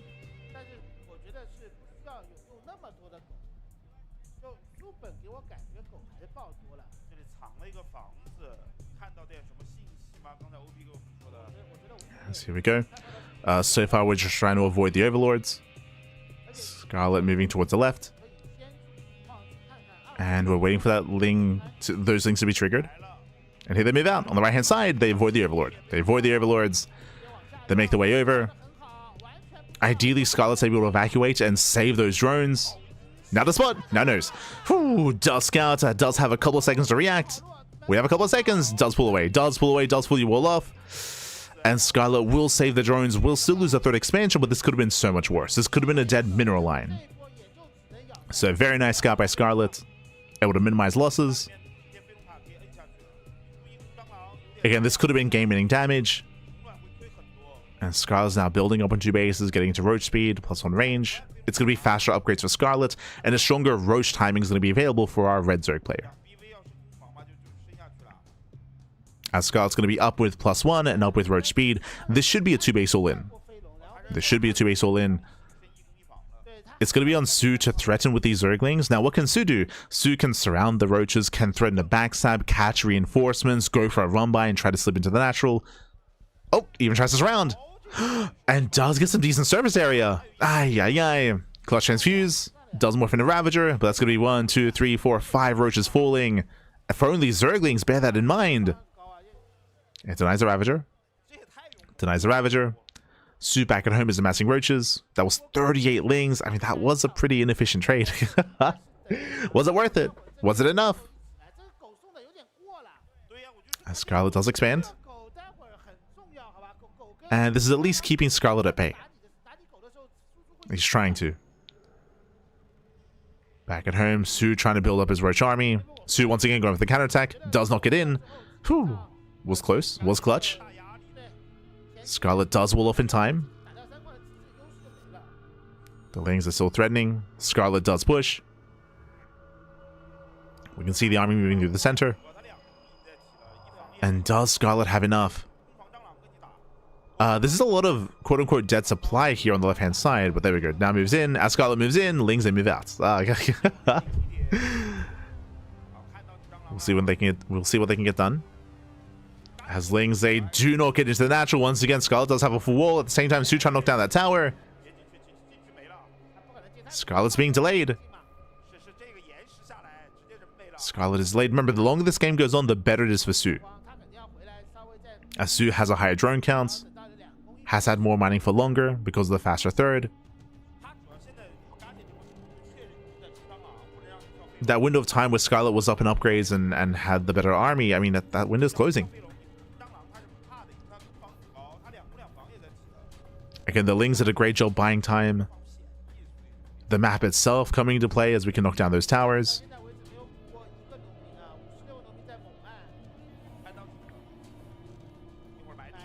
And with that, Su is stabilized. Whew, okay. So Su has stabilized. We can see Scarlett going into tunneling claws. I don't think we've researched Burrow. I could be mistaken. Interesting. Some melee on the way. Was this just to show the changeling? I'm curious. Su's trying to break out. Likewise, we can also knock down these towers. Knock down the rocks.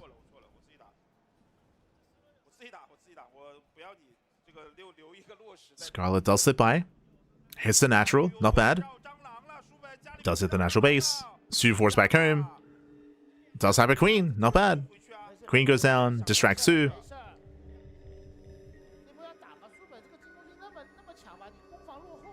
Does cause distraction. Does pick off 4 or 5 drones. Nice target firing. Slowing Su down. Su's still trying to force his way into the third. Again, the concave here is still quite awkward. Oh, the biles. Yeah, biles are connecting. Oh, on both sides. Scarlett does break through on the right-hand side, and it looks like Scarlett should barely hold on here. Still quite messy, though. Yeah, more reinforcements arrive. Su's breaking through. Su does collapse on those roaches.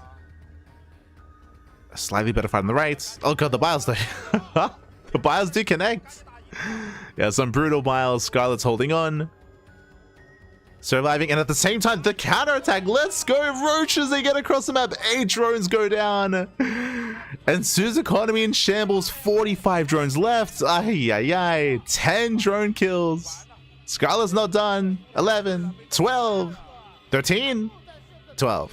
12 drone kills. Ay. Yeah, Su, the economy non-existent, forced back home. Scarlett's now just starting at she's now outscaling. Outscaling Su. Snowballing out of control. Just calm down, Pappy, calm down. Su's trying to re-drone. And Scarlett's going to be the first to max. She's going to be the first to max out.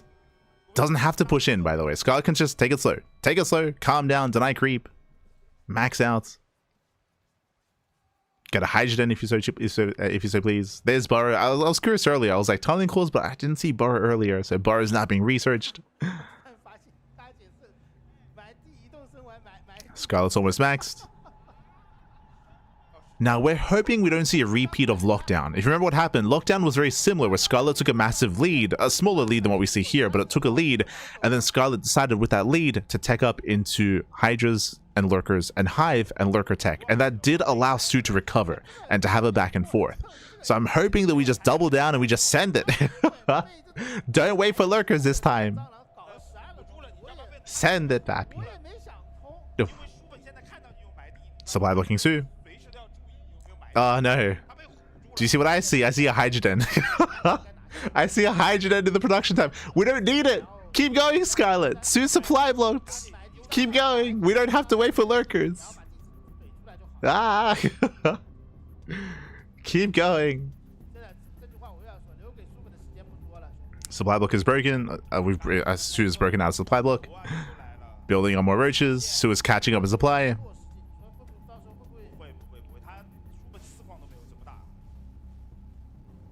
Oh, and has amassed an army. Yeah, enough time has passed. At the same time, once again, the backstab. Once again, Scarlett coming in from behind. 4 more drones going down. Nice damage. Sue will be able to defend, though. Still, there 7, 8 drones going down. Oh my god, the target firing. 9 drone kills. That's crazy. That's crazy. 10 more drones falling.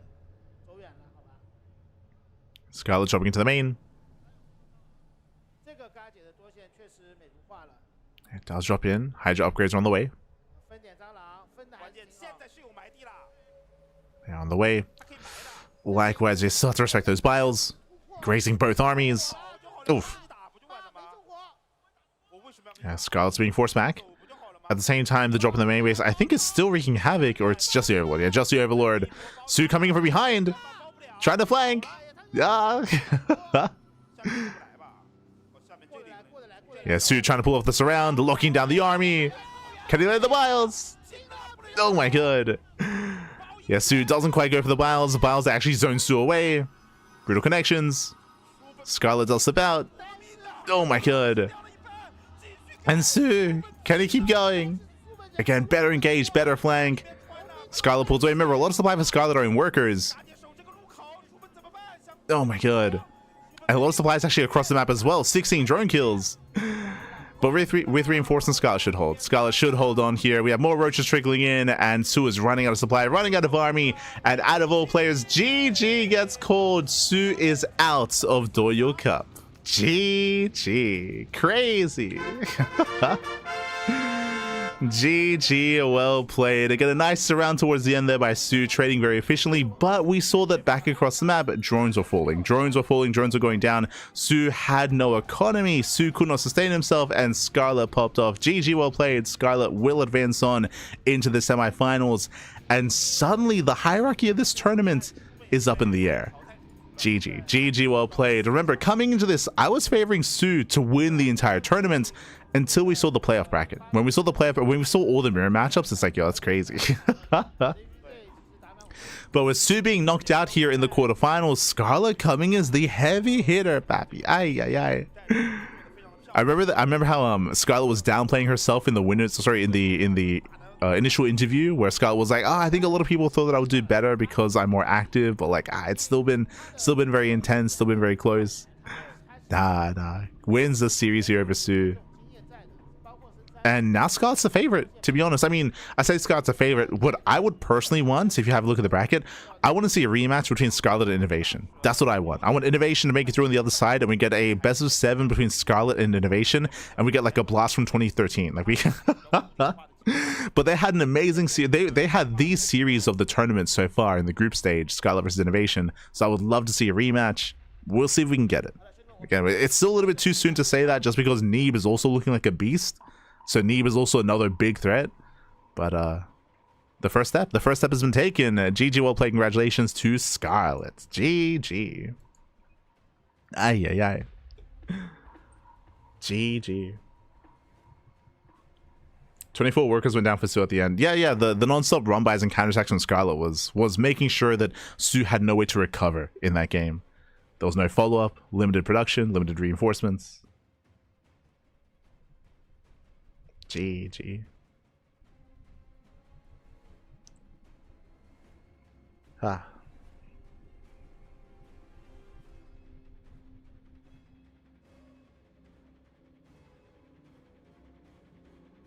Big comeback. The comeback, man. Now I get to brush my teeth. GG, well played. With that, we're going to be coming to a break here. Before we do, we should actually just catch up on the bracket itself here. We'll see if we can zoom in a little bit. Oh, we have a winner's interview. Oh, let's go. We have the interview.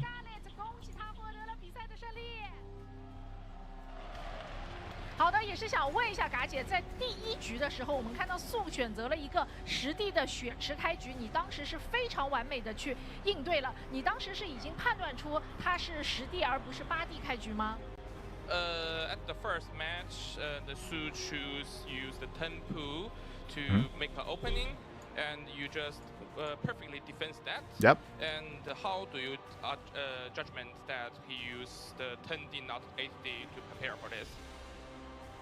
Well, in the new patch, I think the early pool builds are way harder to defend with hatch first. So they are. You kind of have to mix and pool first some games. And I thought he might have a bit less confidence, so he might start with a early pool, especially on the shorter map. So I decided to try pool first and see how it went. 他说他觉得那个书本是有点没有自信。 然后那个而且呢，这是一张比较短的地图，这是一张比较就是不大的地图，所以书本可能会采取一些激进的策略去，跟他进行开局。于是他就用了全防，然后也就防住了。哦，料事如神啊！那我们也是想问一下嘎姐，现在这个新版本的 ZBZ 跟之前的开局会有点不一样，你会觉得这个版本的这个8地会比较难防吗？OK。 and do you think the opening of the 8 workers is different than 12 workers? And the rush may be more hard to defense or just normally? Yeah, it's definitely much harder to defend in the early game, especially if you go hatch first. That's why pool first is so much more common than before. I think me and Sue both opened pool first a few times, and we opened early pool a few times, hatch first a few times. There's a lot more mind games than before. Back pardon for the last part. There's a lot more mind games than before. Not for mind game. Mind games. Oh, okay. 就是说他们他觉得 Yeah, these are like sentiments that have been quite prevalent when it comes to ZVZ at the moment. Because of the low worker count, specifically in ZVZ, like 10 pools, they hit real strong and real hard, and there's a bigger risk going hatch first for sure. I feel like it's map dependent, but sure. 说够够火锅，我们都很想知道有没有去跟克拉祖吃火锅。 Yesterday you just beat Kalazur and you said go to hotpot for the Yan match, and do you go with Kalazur with hotpot? We wanted to eat with Neeb as well, and since it was so late finishing last night, we didn't go. But I think tonight or tomorrow, when we finish earlier, we're definitely gonna go. 他们觉得有点累，所以就没有去。但是今天晚上结束以后，他们应该会去的。今天晚上勾勾火锅。好的，那我们再一次把掌声送给 Scarlett， 恭喜她获得了比赛的胜利。那我们的赛后采访到这边告一段落，稍后会有我们的抽奖环节，大家一定要锁定在座位上，说不定下一个幸运儿就是你。那我们稍事休息一下，一会儿回来。 GG, well played. Shout out to Scarlett for again claiming the series, taking down Sue, and again, suddenly the whole tournament opens up. Like, I'll be honest, coming into this, I was pinning Sue as the heavy favorite to win the whole thing, but no, suddenly Scarlett takes down Sue. Now Scarlett looking like a beast, looking to claim the event instead. Meanwhile, though, I was very quickly setting up the brackets. Here we go! Exclamation mark B in the chat to have a look at the bracket yourselves. Bam. So for those that maybe have not been tuning in, for those who maybe have not been tuning in, the bracket is upon us here. We are in the playoffs. The group stage was very intense, and I mentioned earlier that Scarlett versus INoVation, they were a crazy part of that group. Actually, can I show it off here? Bam, you can see they were in the same group. You can see INoVation came in first place, Scarlett in second, but they went all the way to the ace match. Like, they had a crazy series, a very intense one. And I'll be honest, Scarlett could have won that. Scarlett, I could see her winning 2-1 instead of INoVation. Like, Scarlett found herself with a lead, was ahead, and got a little bit too excited in that final game on Washouts. Like, I'm still like, Washout is still living rent-free in my mind. Like, it's for those that missed it, INoVation went for an 8-racks on Washouts, and Scarlett was a little bit too greedy, and not even just too greedy, but even did misstep a little bit when it comes to like counterattacking and harassing and losing a little bit too much as the 8-racks was hitting. But it was a very intense game regardless, and could have gone either way, and that's why I'm looking forward to the potential rematch. But at the same time, who else is here? We have Neeb. We have Neeb versus Jeshi. They're facing off in the quarterfinals. You can see them here. They're going to be the next series. Meanwhile, INoVation versus TY. In a TVT, anything can happen. I'll be honest, like when it comes to TY specifically, I would say his best matchup historically has been TVT. So that's another match where TY could bring down INoVation. To be honest, like that's gonna be. I'm curious to see like what level of play TY is currently at. Then we have Oliveira versus Cyan. Likewise, Oliveira, world-class player. Cyan has been more active as of late. I do favor Oliveira in that series, but I have to of course give respect to Cyan for being active during Oliveira's retirement. So it's hard to say. It's hard to say here. Neeb isn't looking very strong. If you watched Neeb yesterday, Neeb isn't looking very, very in form. So I'm favoring Neeb over Jeshi there. And then we could have an old school NA semis. Scarlett and Neeb, they played so often in the Americas regionals in EPT. And we might potentially see a rematch there as well. True, true. So just a very nostalgic tournament, very old school, seeing all these older players facing off. Crazy, crazy. Meanwhile, looks like Vita's on the way. Bam. You can see Neeb and Jeshi there conducting their vetoes as we speak. Doing their vetoes. Before I get ahead of myself though, a big shout out to Esther Warehug. Thank you so much. Thank you so much for subscribing for 21 months. Crazy, Papi. Thank you. Thank you so much for the support. Likewise, a big shout out to iStan as well for also the 42 months subscription. Crazy, baby, crazy. Thank you so much, the both of you. Warehog and iStan. Gracias, gracias. Appreciate the support, as always.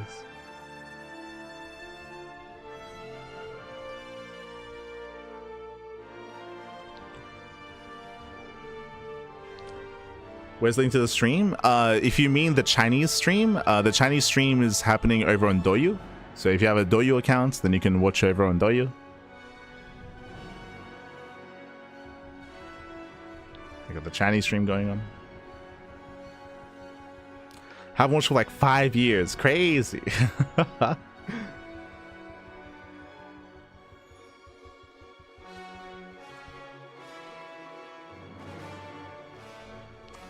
But for now, though, we're going to be going on a break. Going to be going on a short break. When we come back, we'll have the next series. We'll have Neeb versus Jeshi. See you soon. See you soon after the break. See you soon. Bye.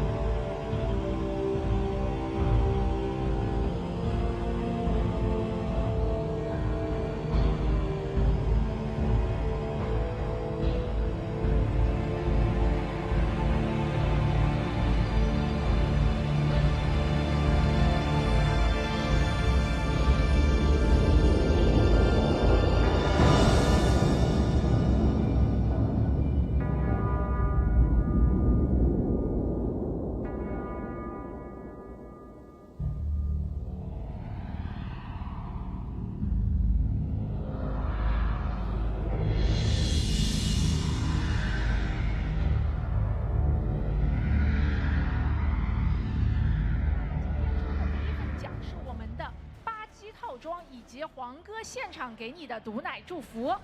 OK， 大家看清楚自己的号码牌，我来为你们抽一个 A192。A192，这位观众在不在？我们要喊3次，如果3次不在，他就不要了。A192一次 ，A192 2次 ，A192他说他不要了，换一批。好，我们把这个 A192拿走，再为大家来抽一个 B47。B47在吗？B47哦，有了，千里迢迢奔袭过来。OK， 可以来到我们的舞台上，恭喜会获得我们的8击套装一份。来到我们的舞台上，欢迎，小心。好，我们先展示一下。好的 ，B47，你好，刚刚是在那边排队吗？在我们那个快闪店吗？对，在排您的签收。我稍后就去。来，这是我们的一个这个8击的套装送给你。那也是想问一下，是从什么地方来我们线下看比赛的？长沙。长沙过来那很近哦。那最喜欢的选手是哪个呢？那肯定是李佩兰啊。要为奥利维拉，那为他加油吧。希望他能夺冠吧，再一次。好的。我已经很久没有听到0.37%的故事了。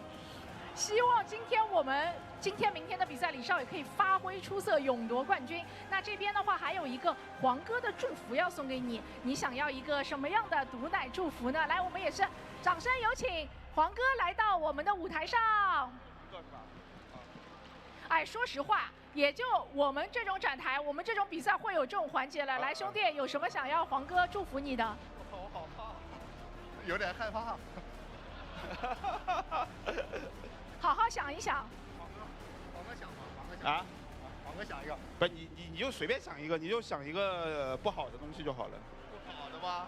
比如什么永远找不到老婆呀，什么就这个，好吧。不是，这兄弟就是，你能不能想点其他的？不要你每天就想女人，好不好？发不了财啊，这个兄弟，他这个还是比较实在的。我觉得你这辈子都发不了财了，好不好？谢谢黄哥。好的，那也是可以到我们的台下稍事休息一下，然后黄哥也可以准备一下我们后面的比赛解说。那我们这边的话，接下来要登场的2位选手也是准备就绪了，让我们有请他们到台上来，简单的赛前采访一下，来，掌声有请。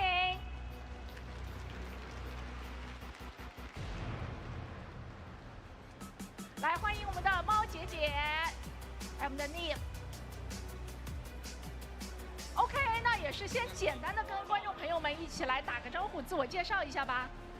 Self-introduce to every. Hello, I'm a Protoss player, Nip. I was really good in 2016 and 2017, and yeah, I hope to show some good games today as well.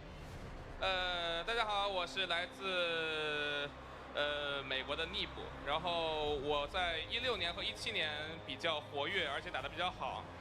今天希望给大家带来精彩的比赛。哦，谢谢 Nip。来，我们的解释。大家好，我是解释。解释是应该经常来这个我们线下的嘛？之前其实有很多比赛是过来做解说的，这一次自己又重返赛场，作为选手在线下，感觉有什么不同的？其实已经有很多年没有打过线下赛了。这次过来之后，发现大家都很热情，然后体验很好，也很激动啊。哦，我们再给猫姐姐一点掌声，让她感受一下我们星际粉丝们的热情。来，是想问一下 Nip 之前来中国打过比赛吗？打过几次？这一次来中国线下感觉如何呢 Okay. Have you been to China to play any offline tournaments, and how many do you remember that? And do you think this time offline of Douyu Cup, I mean, which difference to the other offlines in China? Yeah, I've played a lot of Chinese cups in the past. They're all really fun. Some in Chongqing, some other places as well. Xi'an comes to mind, Hainan. Yeah, so I always have a lot of fun at the Chinese tournaments. This one is more of a laid-back vibe. It's fun. We just want to show good games and have a good time doing so. So that's the difference that I feel with this one. So about why different? It's just a more laid-back vibe, and it's more just for having fun. Okay. 就是说，他说那个他来过很多次中国参加比赛，比如重庆、西安、海南，并且在这里留下过很多美好的回忆。然后这次呢，他觉得这次的比赛呢是他就是已经不活跃以后重新回来的感觉，所以他非常开心，而且希望给大家带来这种精彩的比赛，然后感觉很有趣，粉丝们也很棒啊，所以说希望对吧，给大家一些好的表现。哇，我们中国的粉丝们再给他一点吧，谢谢。好，那我们接下来的这个比赛其实是一个 PVP 啊，你对于这个内战怎么看呢？新版本打法都还不固定，就是都有机会吧。然后他昨天是战胜了我的好兄弟鸡哥，看我今天干不干他就完了。哦，好，来，我们同样也问一下 Nave。Yeah.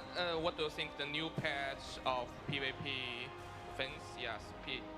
PvP only? Yeah, PvP only of the new patch opinion. I think it's a lot of fun. PvP has always been very coin flippy. You kind of just do something and you hope your opponent does something that you counter. And this patch is really shaking it up, so we don't really know what's going on at all. We're just going to have fun games, I think. 他目前还不知道有什么变化，因为 PVP 一直都是很军事的对抗啊，两边互相打来打去啊，并没有说一切皆有可能啊，所以说他说让我们来看一看后面会发生什么吧。那让我们一起来期待一下这场精彩的比赛吧！把画面交给我们最专业的解说席。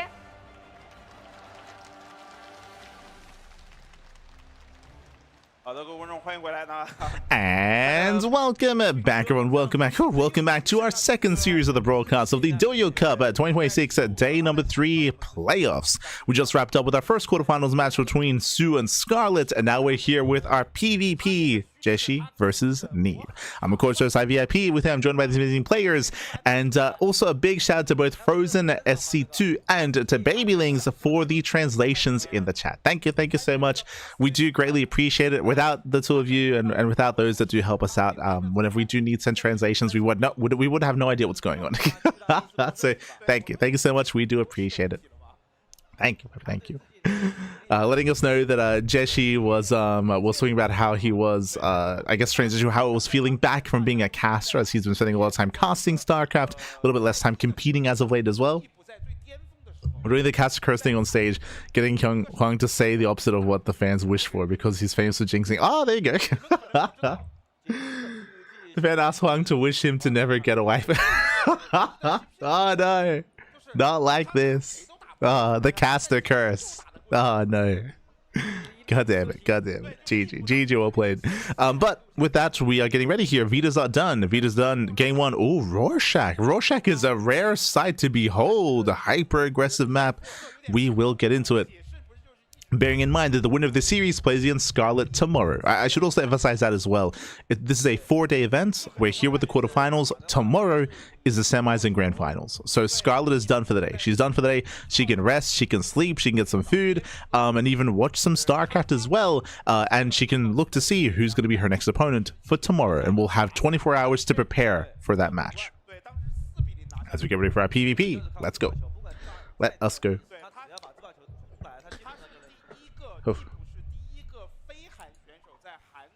As we were just hearing from their thoughts about said PTR as well, as we're about to jump on in. Also, Neeb's comment was quite funny. He's like, "Oh, I'm Neeb. I used to be good in 2016." I mean, he was good even in more recent years, to be fair, right? When he was the best in the Americas, and was able to compete abroad as well. But that was, of course, his peak era back when he won Casper Cup. For those that maybe weren't around at the time, Neeb, he was one of the foreign hopes. He was one of the foreign hopes, especially when he went over to Korea to train, to practice, and eventually won Casper Cup, which was a big momentous occasion for Neeb and for his career. For sure. It was one of the best outside of Korea, even amongst the Koreans. That was, of course, way before the rise of like Clem and Cyril and Raynor, back when it was a little bit rarer to see competitive players from outside of Korea able to compete amongst the best of the best. But let's go. Spawning in the left-hand corner, we do have Neeb, the American Protoss, for onside. And in the bottom right-hand corner, we have the Chinese Protoss player, the red Protoss. It is Jeshi.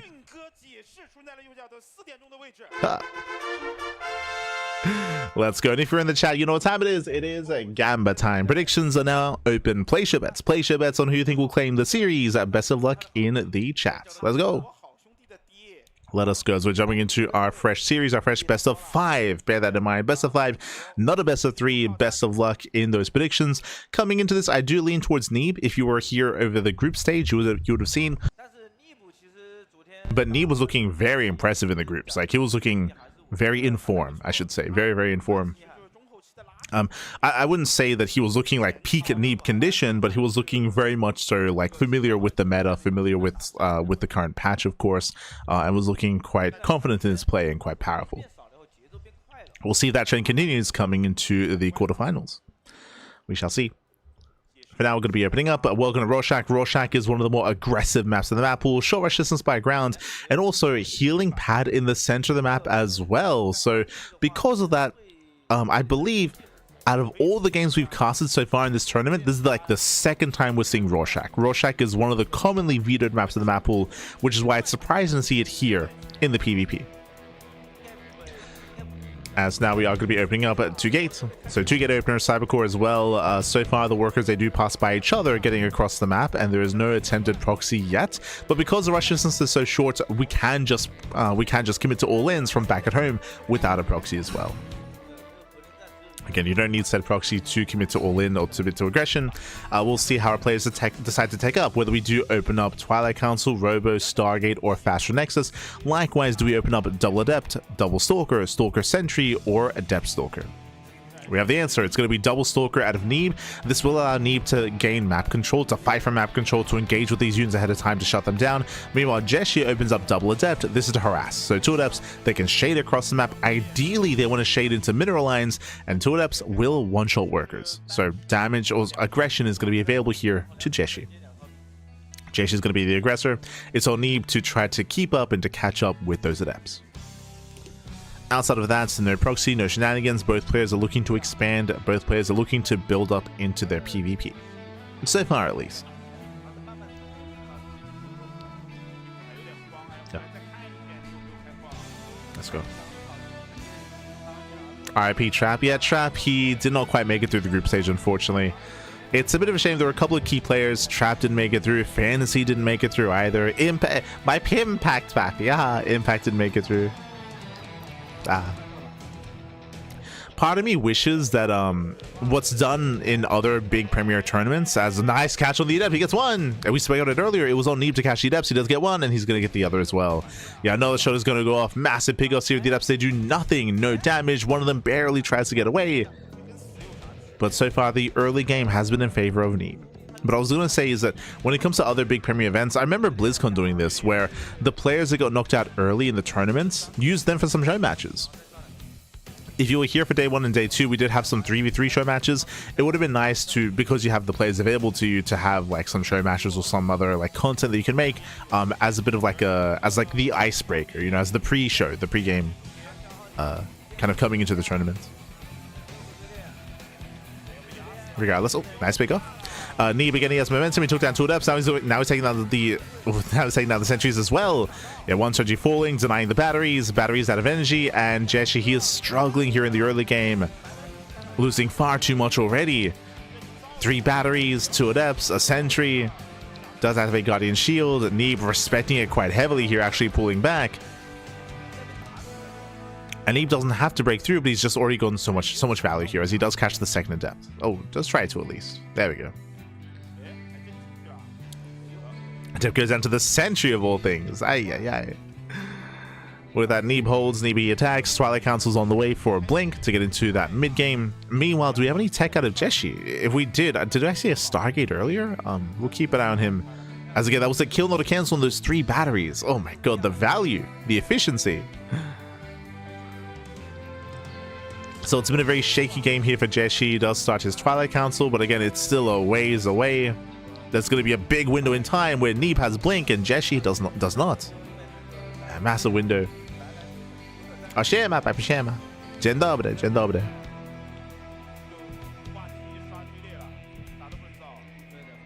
So cool to see all those OGs, for sure. Great to catch up with all these players from years gone by. I was gonna mention it yesterday when we saw Neeb on stage, but Neeb, he still looks like he did before. Like he hasn't aged a day, papi. Ay. Este Neeb. He hasn't played in like 4 or 5 years.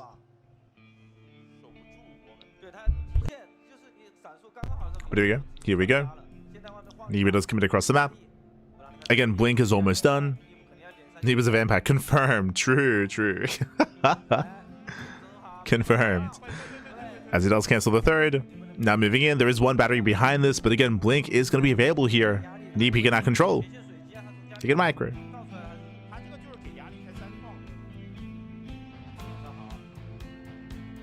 Once again, Blink is 5 seconds away. Jeshi to make up for this is making Immortals, with the first Immortal still in production. Oh. And Neeb does lay the third base once again, claiming his own. It's just playing it safe. Okay, so Neeb is just playing it safe. Pokes in, denies the expansion, pulls away, rotates towards the main base. Does he have high ground vision? He does. Oh, he gets in. Yeah, he's gonna get in as well. Going for the pylons, gets one, gets two, depowers the gateways.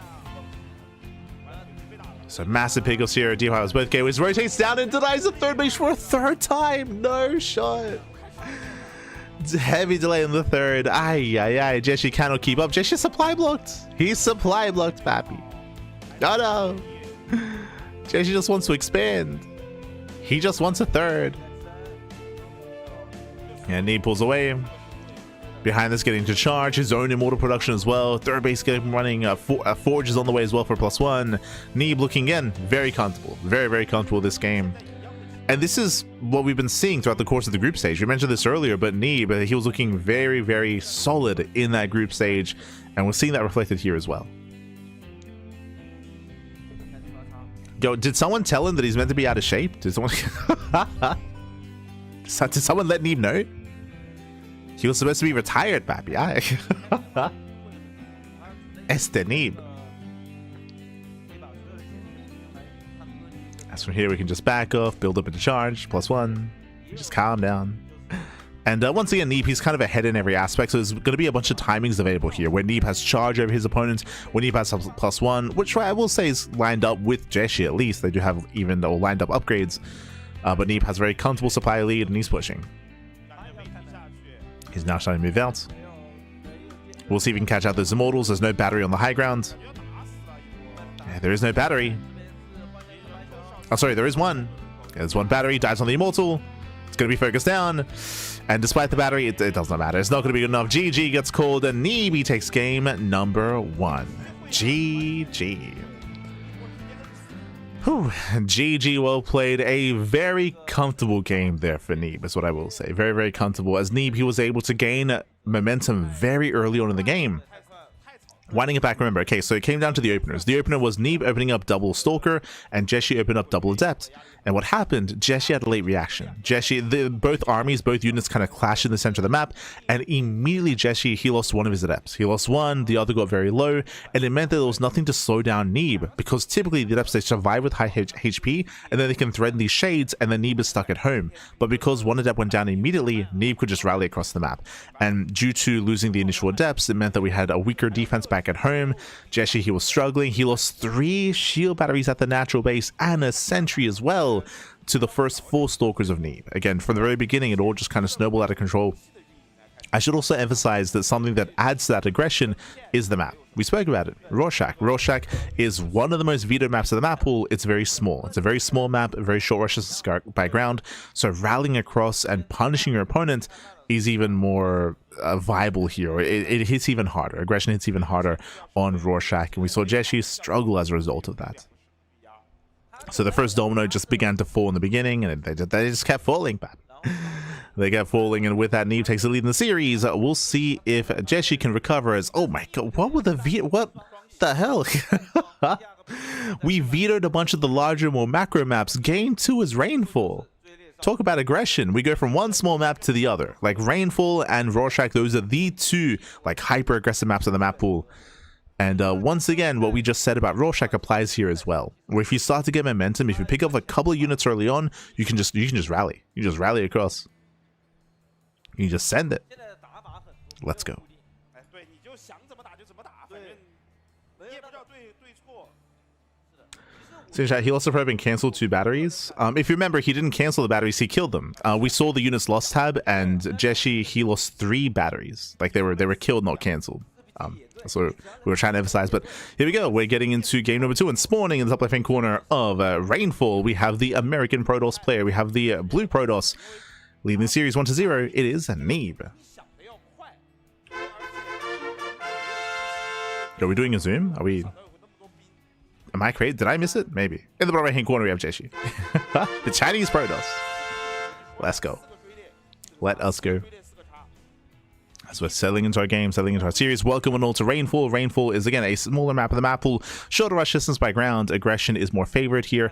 And we'll see how aggressive our players plan on being. We'll see if Jeshi tries to play a little bit more defensive instead. Eyes are mainly going to be on Jeshi to see how he adjusts the Neeb. How does he adjust? Neeb said he was here to have fun, so it makes sense he wants to play all the smaller maps. True, true. Let's go.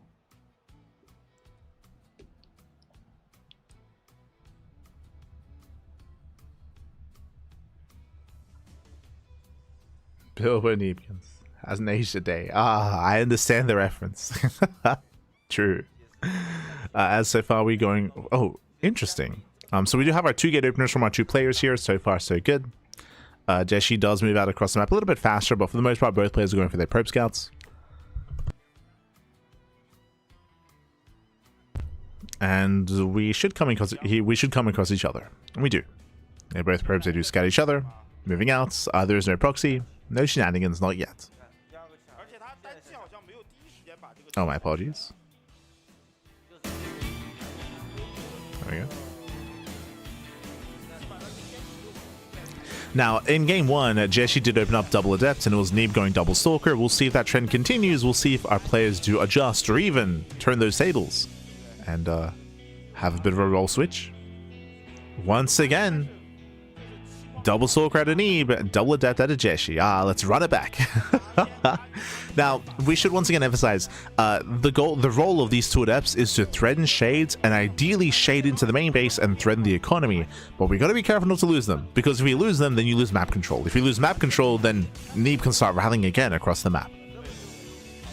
Nice block, as it looks like Jeshi does lock the probe into the main. We'll force a recall. Too late, the probe is going to be killed. Nice catch out of Jeshi. But with this probe, at least Neeb does scout 1 Adept. And here come those Stalkers. Ideally, Neeb wants to catch the Adepts in the center of the map. Do we run into each other? We do not. As we can see, Jeshi does skirt around the edge. Neeb will miss the Adepts. But he will poke in towards the natural. Yeah, it does poke. We'll force a cancel. This time it's cancelled. Last time they were killed. Meanwhile, we have 2 more Stalkers back at home. Likewise, Neeb is getting ready with this probe to pylon block. Oh, that 1 Stalker taking a lot of hits. Adepts actually come back home to surround. Okay. Yeah, Adepts they turn back around. They collapse on the Stalker. Nice hold damage. At the same time, Neeb will reinforce. Catching out the Adept in the end. Better trade for Neeb. Better trades, Pappy. Catching out the Sentry. Yeah, Sentry and the 2nd Adept as well. 2 Adepts and a Sentry for 1 Stalker. Once again, Neeb is out trading.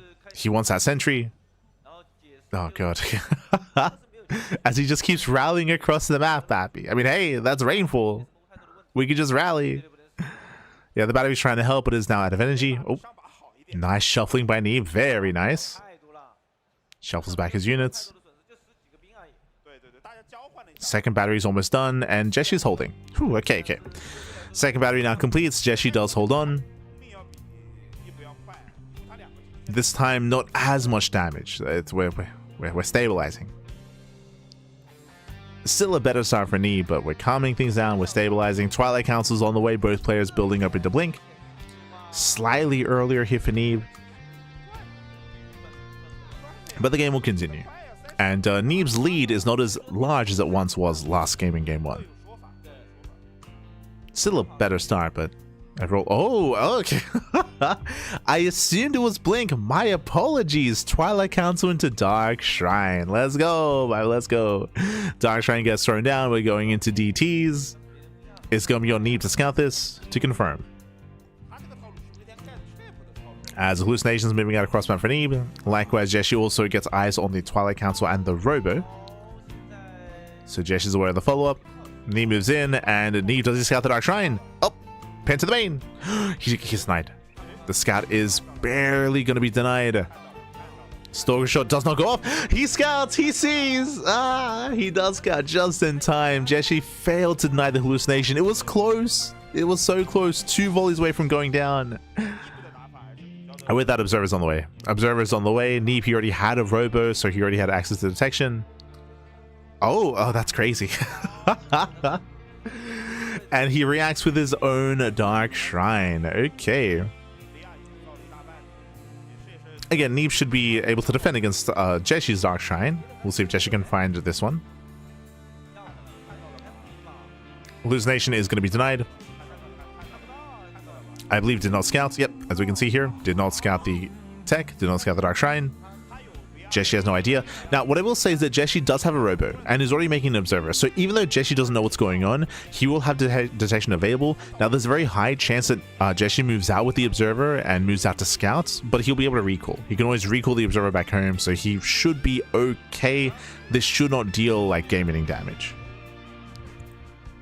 Should.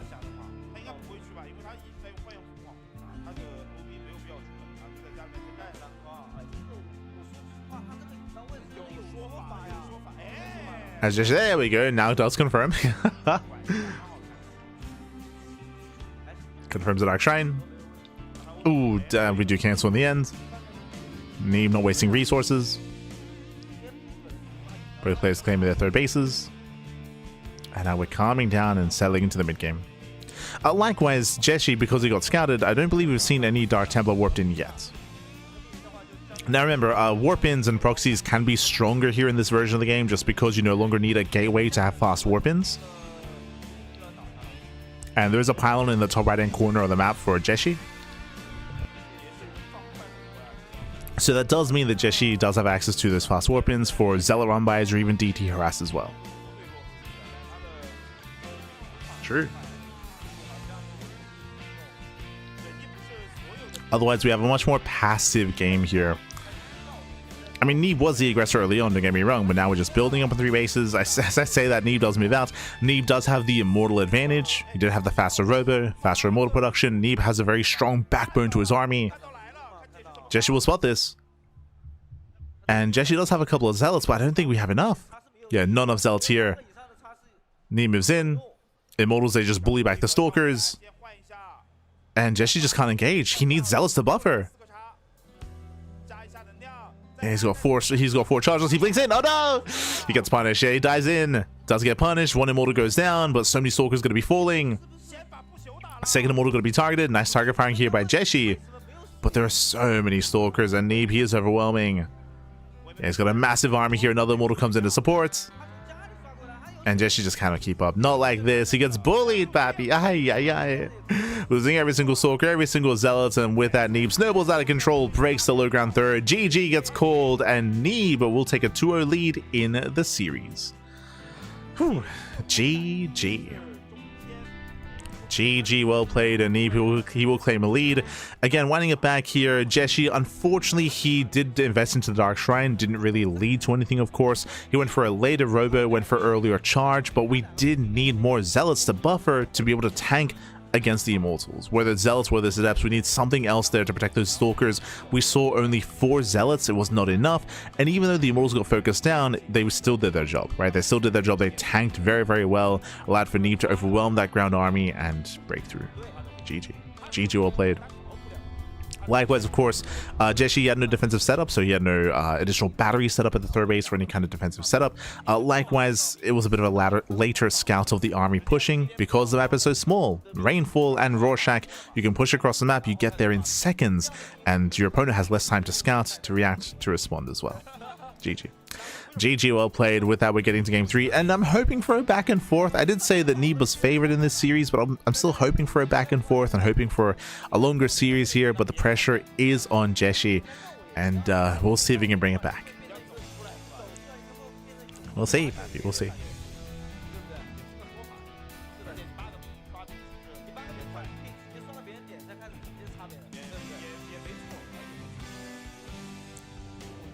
Yeah.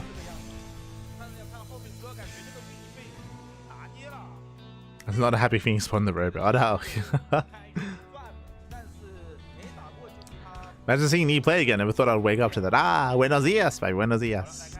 Buenos dias. And as in the top right hand corner, we do have our American Protoss player representing onside. It is Neeb.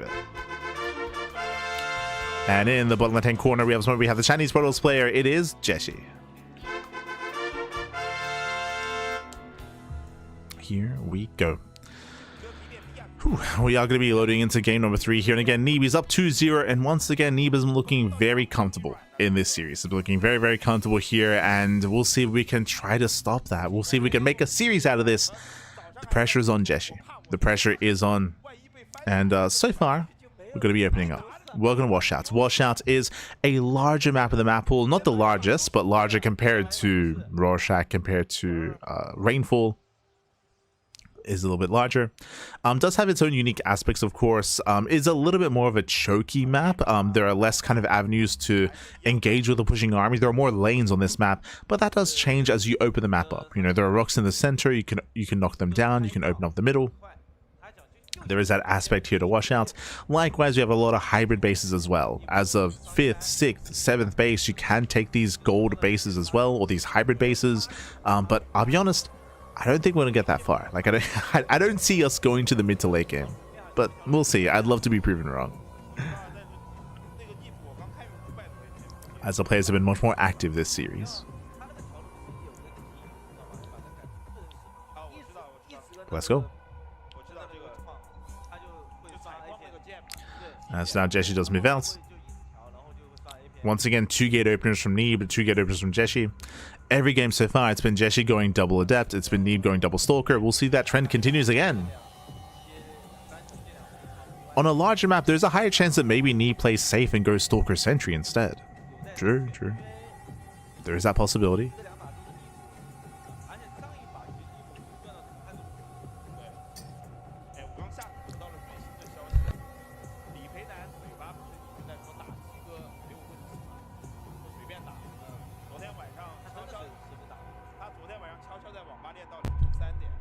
Speaking of, there it is. So double Stalker out of Neeb, singular Stalker out of Jeshi. Did you notice he made a Zealot as a fake out to cancel it?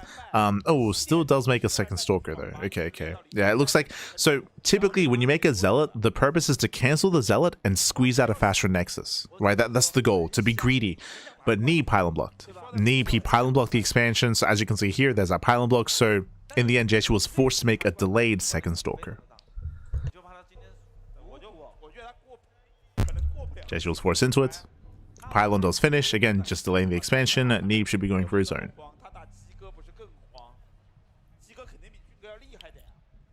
So Pylon is going to go down.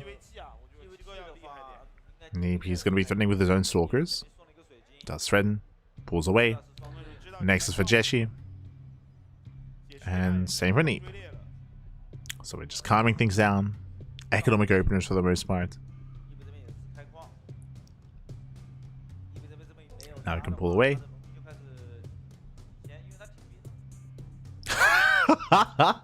I noticed that. So like if you saw on the feed there on the cameras, like maybe at this point like 8 seconds ago, Neeb, he did like a double take and he chuckled. And I was curious. I was like, what did he do? What happened? This is what happened. So this was a mistake. Hallucinated disruptor, let's go, Papi, let's go. But you saw the reaction. You saw the reactions on cam. It was a couple of seconds before the observer saw this, when he was like, "Wait, what?"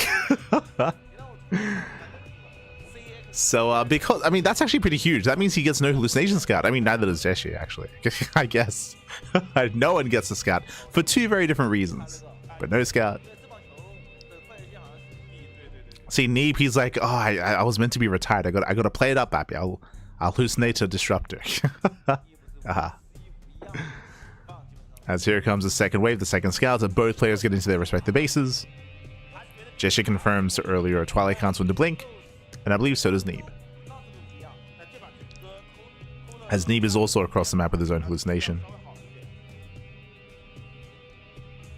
It's all an elaborate mind game. True, true. Kappa.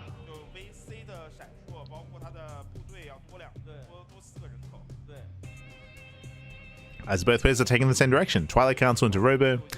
Blink alongside Detection. A faster third out of Neeb. Okay.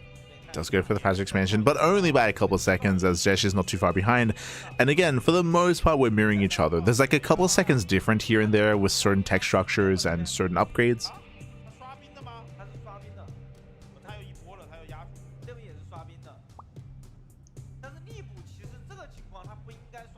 But otherwise, we are calming down.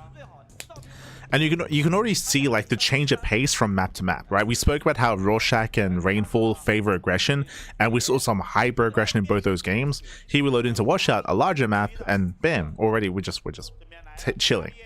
For the most part, as Jeshi does move in. Oh, nice catch. Jeshi does move out across the map, does catch one of the Stalkers, does get himself the pylon as well. Very nice pick here by Jeshi. Oh, Neeb comes in for a flank. Wants that sentry, gets one. Does he get two? Oh my god, 2 sentries go down. Okay, there's a bit of a punish.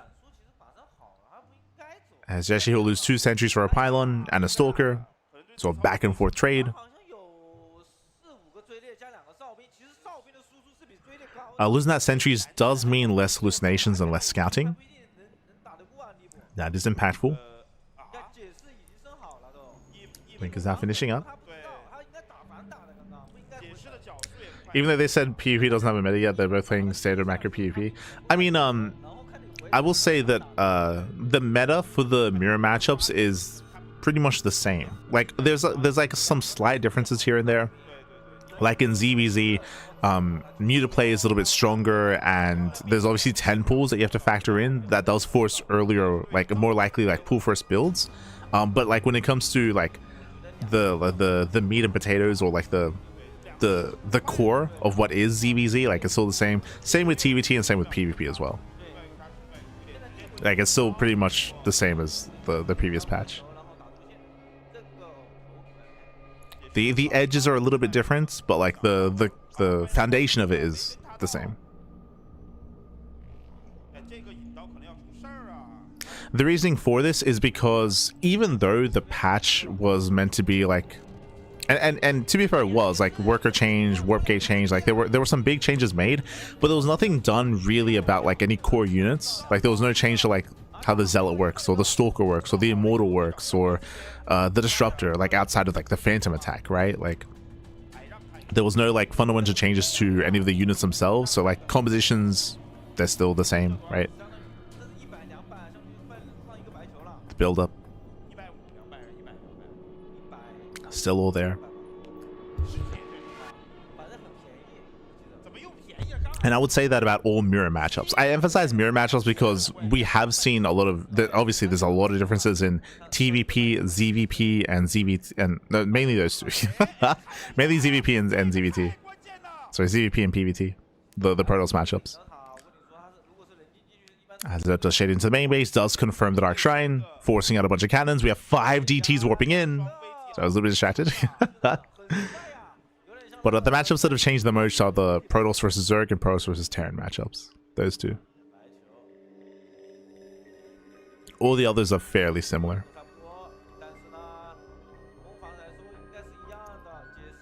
As Neeb does move out, he commits across the map. At the same time, where are those 5 Dark Templar? As Jeshi's out of position, you can see Jeshi's outside of his natural. This 4th base is exposed. Yeah, you can see the camera pan over. This 4th base should go down. Neeb, he does collapse in. I say that actually goes to the economy here. 6 probe kills. Yeah, 6 probes go down. Very nice force field, zoning away all the Zealots. Yeah, the majority of the Zealots, they do not engage. Better fight here for Neeb. Zealots, they try to move in. Archons, they move well. Down to 2 though. Yeah, down to 2. Down to soon to be 1 Archon. We have more Zealot reinforcements. It's still going to be quite close, quite clutch. Breaks through the Zealots. And with reinforcements, Jeshi, I believe, should have enough to hold on here, but he will almost lose the Immortal. Yeah, there's the warp in. There's the defensive warp in. Whew. And Jeshi should survive, but he will lose 16 probes in the process. Ay, ay, ay. Like, this was not an efficient fight for Jeshi. And here come the reinforcements. Yeah, here come the Zealot warp-ins from across the map. It took them a while to get here. There was no reinforcing pylon. There was no reinforcing pylon, but they have arrived. They've won the Zealots. They break through the expansion. The base will go down. 20 probe kills. Down goes the Nexus. There's Rico back home, saving the Immortals. Insane save, by the way. And here come the mass ETs. They're coming. With flair, Bappy, in style. Neep, he walks in. He can hold position micro. He can hold the cannon. The cannon will go down. The surround does nothing, Bappy does nothing. And we just keep going. Okay, the Observer comes in. The Observer does come in. That's still going to be 7 probe kills. Jeshi may have survived, but he lost so much in the process. He lost his 4th base. He lost the mineral line. He lost the core units of his army. The Archons, the Immortals.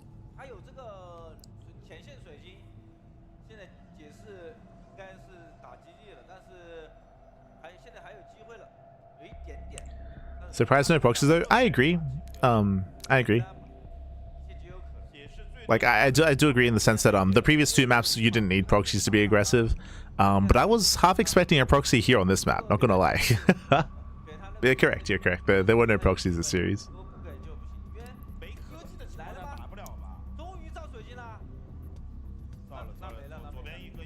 What's the rationale behind the invites to Douyu Cup? Retired players only?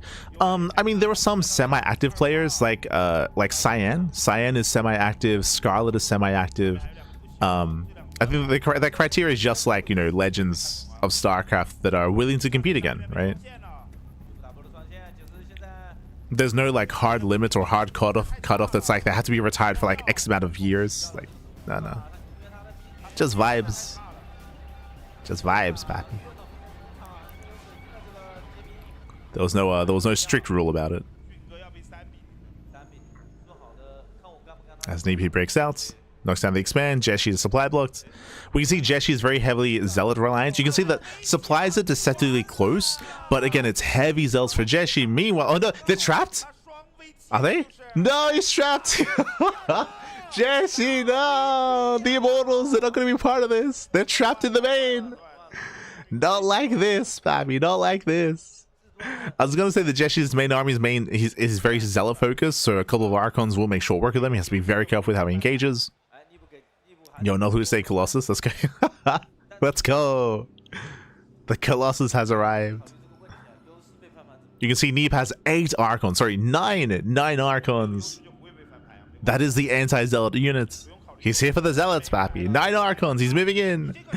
And you can see him overwhelmed. The Immortals are exposed. Zealots are trying to collapse in, but here come the Archons. Yeah, they mow through the Zealots. And with that, every Zealot goes down. The Archons, they reign supreme, and Neeb will break through. GG gets called, and Neeb will claim the series 3-0, advancing on to the semi-finals. GG. Whew. GG, well played. Neeb will claim the series 3-0 again. We saw some more aggressive tendencies in the first 2 games. Here in game 3, we slowed things down. We got up to 4 bases. We got up to, you know, the mid game. To be fair, we got into the mid game. But regardless, we did see that Jeshi was caught out of position, winding it back. We had comparable army sizes, but remember, Jeshi was parked at his natural, whereas Neeb snuck up on the 4th base. You could argue that that was on Jeshi for failing to see the move out and failing to see the army rotation. So we saw that Jeshi was caught with his pants down. He was caught with his pants down, and it was in that fight where Neeb was able to get into the mineral line, cripple the economy, and take a better fight. And to be fair, it also came down to the army control. Neeb had some crazy force fields. Do you remember when Neeb attacked at that 4th location, he force fielded the army, and I want to say like 70% of the Zealots were doing nothing. We're doing nothing for Jeshi. They were just stuck like derping out like behind the wall of force fields, and they just could not engage. So as a result of that, Neeb was being hyper efficient with his fight, and he achieved more damage than he otherwise should have.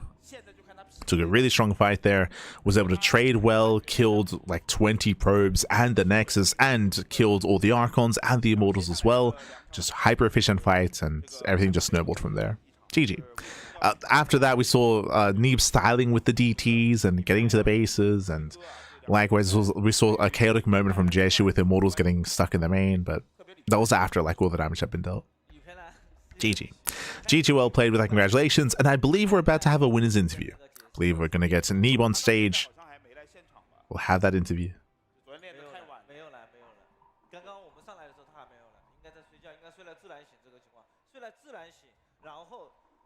Just catching up with the chat. So I see in the chat, will Kelzer play as well? Diego, Baby Diego. He did play yesterday. So if you missed it, I do recommend the VOD. If you look at the title of the stream, this is day 3. We're live at day 3 of the tournament. So you missed out on Diego. He played yesterday. He played in day 2. And he had some really fun games. I will say that Diego, he was a really good showman. Like he had a lot of fun with the crowd. He was having a lot of fun with the crowd, like hyping them up, you know, and playing with them. It was he had a good time. Kelzer. He had a good time. Oh.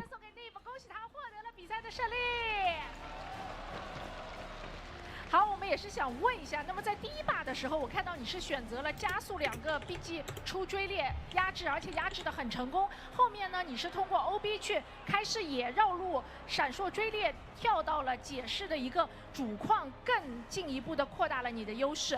那么你的追猎跳到主矿的这个位置，跟当时的这张地图的地形有关，所以是因为这张地图你特别准备了这个战术吗？ So about the first question is, at the first map you choose the blink, stalkers and speed the BG, the warp gate, and use the observers to make the map's version to Jesh's main base, and you just blink, drop out into and just make it be the win. Is this technique? It's only for this map. Yeah, I mean the terrain is different for the other map. Is that typically is a different prepared for this map? Yeah, I actually didn't prepare that at all. I just played a faster blink than him. I think he was a bit scared from the early game, so he played very defensively and had a very late blink. And me having the earlier blink opens me up to being able to do these kinds of plays, like if you blink in the main with an observer, because my tech was just way faster than his. So it wasn't prepared or anything. It was just a response to how he was playing. OK， 他的回答是，其实他并没有针对这张地图做过多的准备，他只是想速闪追。至于为什么呢？因为他觉得解释比他弱，解释比他弱，他就会全防。全防的话呢，他的 blink 就会比他慢。然后呢，所以呢，他就直接用一波闪追给他带走得了，就这样。然后，于是他就选择这个战术，但是效果很不错。 确实啊，那我们其实发现你的一个兵营开门都蛮早的，这样是为了让你的运营更加的顺畅吗？We just found your warp gate is open very early, and is that make your macro more smoothly? Just like the warp gate is different at now, yeah. Yes, in PvP, I still think you want to morph the warp gates fast because it just allows you to have maximum flexibility in what you're choosing to make and when you're choosing to make it. In other matchups like PvZ and PvT, I delay the warp gate further, but in PvP, I think just morphing them right away is what you have to do. 他觉得 PVP 那个对阵里面开门还是很重要的。然后，因为开门可以为他的进攻带来最大化的效益，或者说最大化的进行，就是优化于他的运营和进攻。如果你不开门的话，可能就没有办法。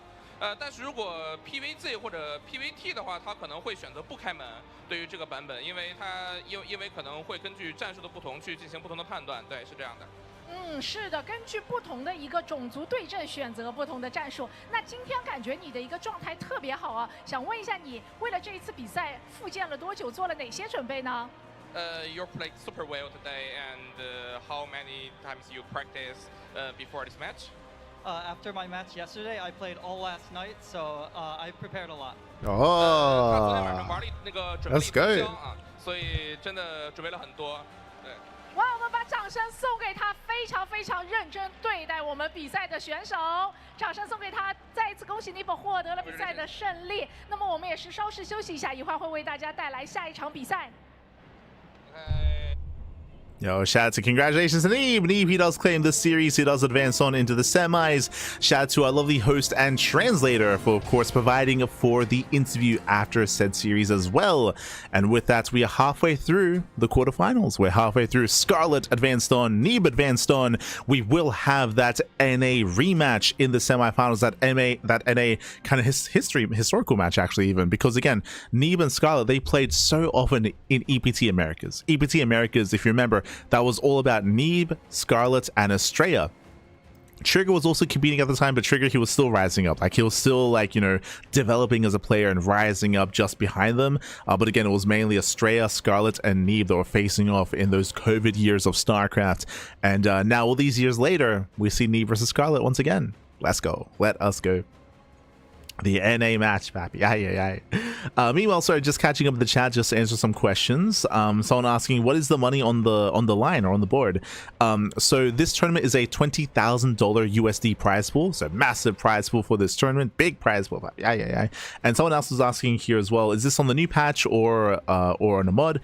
This is on the new patch. It's on the new patch. From my understanding, the only tournament right now that's going to be played on the previous patch via mod is Maestros of the Game. MOG, so Masters of the Game, the event happening in France, that's going to be in the previous version of the game, but that's the only one. From my understanding, RSL is going to be in the live patch. Douyu Cup is in the live patch. Home Street Cup, from my understanding, is also going to be in the live patch as well. So there's a lot of most of the tournaments are going to be happening in live patch, but there is going to be a mod available for MOG or Masters of the Game. Some other questions here. Surprise no proxies. I guess Warp Gate change makes proxies worse. If you watched GSL CK, there was still proxies there. Even with the Warp Gate change, we still saw proxies in PvP. So I wouldn't take this series to be like, oh, we're never going to see like one base all-ins anymore in PvP. I think we will. I think we will. I think it was just specific to this series, so don't rule that out.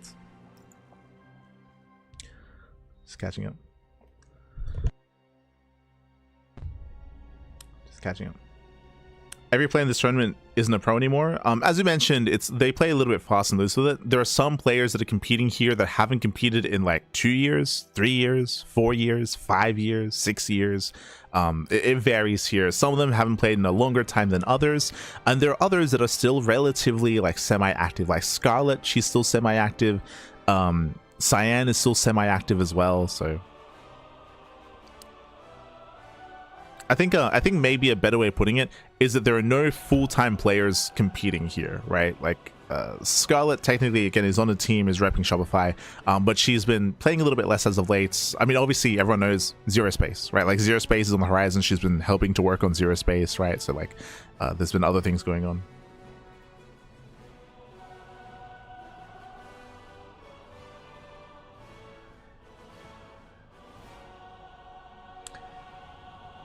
Was that Maxed in the white shirt? Yes. It's very common for the SC Boy casting team to bring on Maxed, Coffee, XY, Oliveira, Jeshi as well. Like, if you look at the Chinese casters, they often rotate. It's not just like F91 and Xiaose. They rotate like the pro players to cast.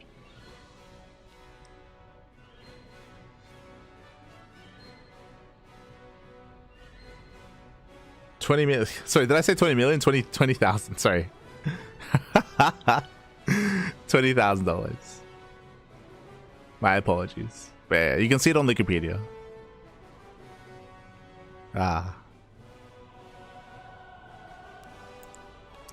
But yeah, with that, we're going to be going on a short break. As you can see here, INoVation and TY are doing videos. They're doing videos, so we're going to be going on a short break. When we come back, we will have our next series. We'll have INoVation and TY ready for you for the TVT. See you soon. See you soon.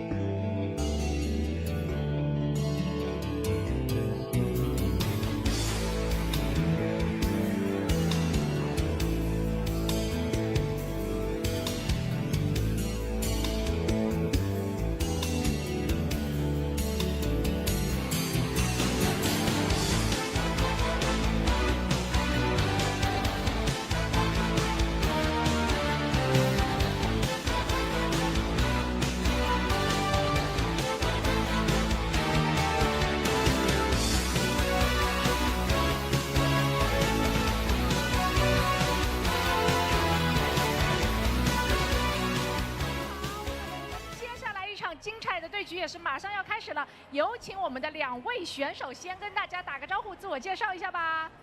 일단 먼저 자기소개 한번 팬들한테 인사말 한마디 해주세요. 안녕하세요. 저는 이노베이션이라는 아이디를 쓰고 있는 이신영이라고 합니다. 大家好，我是 INoVation. 欢迎 INoVation. 네, 안녕하세요. 저도 TY 아이디 쓰고 있는 테란 프로게이머 전태양입니다. 大家好，我是 TY 全太阳选手。欢迎 TY。 那2位选手现在的话也是接下来要进行一个对战，然后是我们新版本的一个 TVT 的一个对抗。想问一下2位选手对于新版本的这个对抗有什么自己的理解跟看法，跟我们分享一下呢？ 이제 곧 시작하게 될 경기가 테란 대 테란 태태전인데 이번 새로 업데이트된 배치가 태태전에 대해서 어떤 영향이나 그런 이번 새로운 패치에 대한 생각이 어떤지 한번 얘기해 주세요. 사실 저그가 가장 강력하다고 얘기를 많이 들어가지고 저그인 스칼리 선수보다는 그래도 좀 동일한 조건에서 할 수 있는 태태전이 더 나은 것 같아서 상대가 강력하긴 하지만 저는 좋은 것 같습니다. 都说这次补丁对虫族选手非常有优势，但是我的对手不是 Scarlett 选手，而是同族的人族选手，所以对比 Scarlett 选手的话，虽然对手 INoVation 的实力很强，但还是比起打虫族要好一点。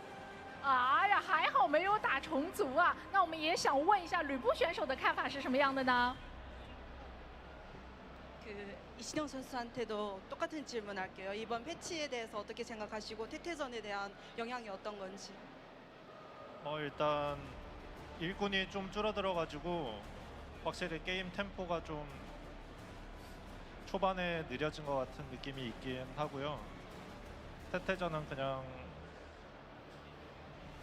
운 싸움인 것 같습니다. 这次补丁的话，其实因为前期的节奏比之前的版本要放慢了一些，然后如果是同族的人族内战的话，还是看运气成分。哦，那其实我查了一下，你们2个也是老对手了。之前几年的一个对战，到最后2年的时候，其实是 TY 选手战胜吕布选手，战胜的这个次数更多一点。那今天2个人又要再一次面对到对手了，哎，有什么话想对 TY 选手说的呢？ 지금 그 상대 정적 전태양 선수랑 상대 정적이 전태양 선수가 승률이 좀 높게 찍게 되고 있는데 지금 다시 무대에 서서 전태양 선수랑 경기를 하고 있는데 어떻게 그 전태양 선수한테 한마디 그 시작 전에 한마디 한번 해주세요.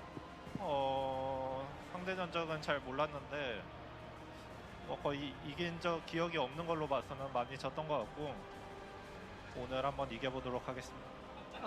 我没有统计过我们俩的对阵，但是好像我的记忆里我没有赢过他，希望今天可以拿下比赛。是的，因为我查了一下，他们最后2年的时候，确实是 TY 选手赢 INoVation 选手赢的很多。那今天又要打到 INoVation了，我们想知道 TY 有没有信心再次战胜他？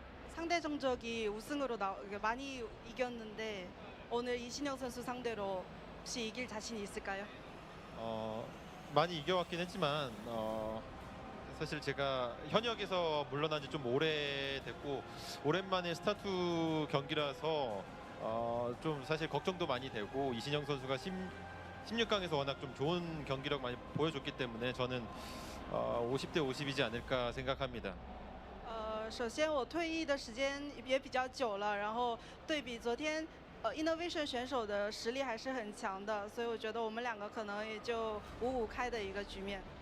英雄惜英雄，妈妈传惜妈妈传。那现场有很多你的中国粉丝们也都很喜欢你哦，一直以来有什么话想对他们说吗？ 현장에 많은 팬분들이 오셨는데 팬들한테 한마디 해주세요. 그래도 또 중국에서 좋은 기억도 있고 우승했던 기억도 있고 팬분들이 저를 응원해 주시는 분들도 계시니까 멀리서 와주신 만큼 꼭 이기겠습니다. 我知道，我之前在中国也拿过冠军，也知道中国的粉丝非常的支持我，而且我也感受到了粉丝的热情，希望今天我可以拿下这场比赛。哇，我们再送一点掌声给他，谢谢。好，那INoVation 选手在我们中国也是非常有人气、超高人气的，有什么话想对来现场给你加油的观众朋友们说呢？ 이신영 선수도 중국에서 인기가 굉장히 높은 선수인데 현장에 오신 팬분들한테 한마디 해주세요. 제가 게임에서 손을 뗀 지가 좀 오래돼가지고 경기력에 대한 걱정이 조금 있긴 한데 최대한 잘해보도록 하겠습니다. 我也是没有打游戏很久了，所以对我的实力还是有点不太有把握，但我也会尽全力给大家呈现更精彩的比赛。 我们把掌声送给2位选手，谢谢。那接下来把画面交给我们最专业的解说席，我们的精彩比赛马上开始。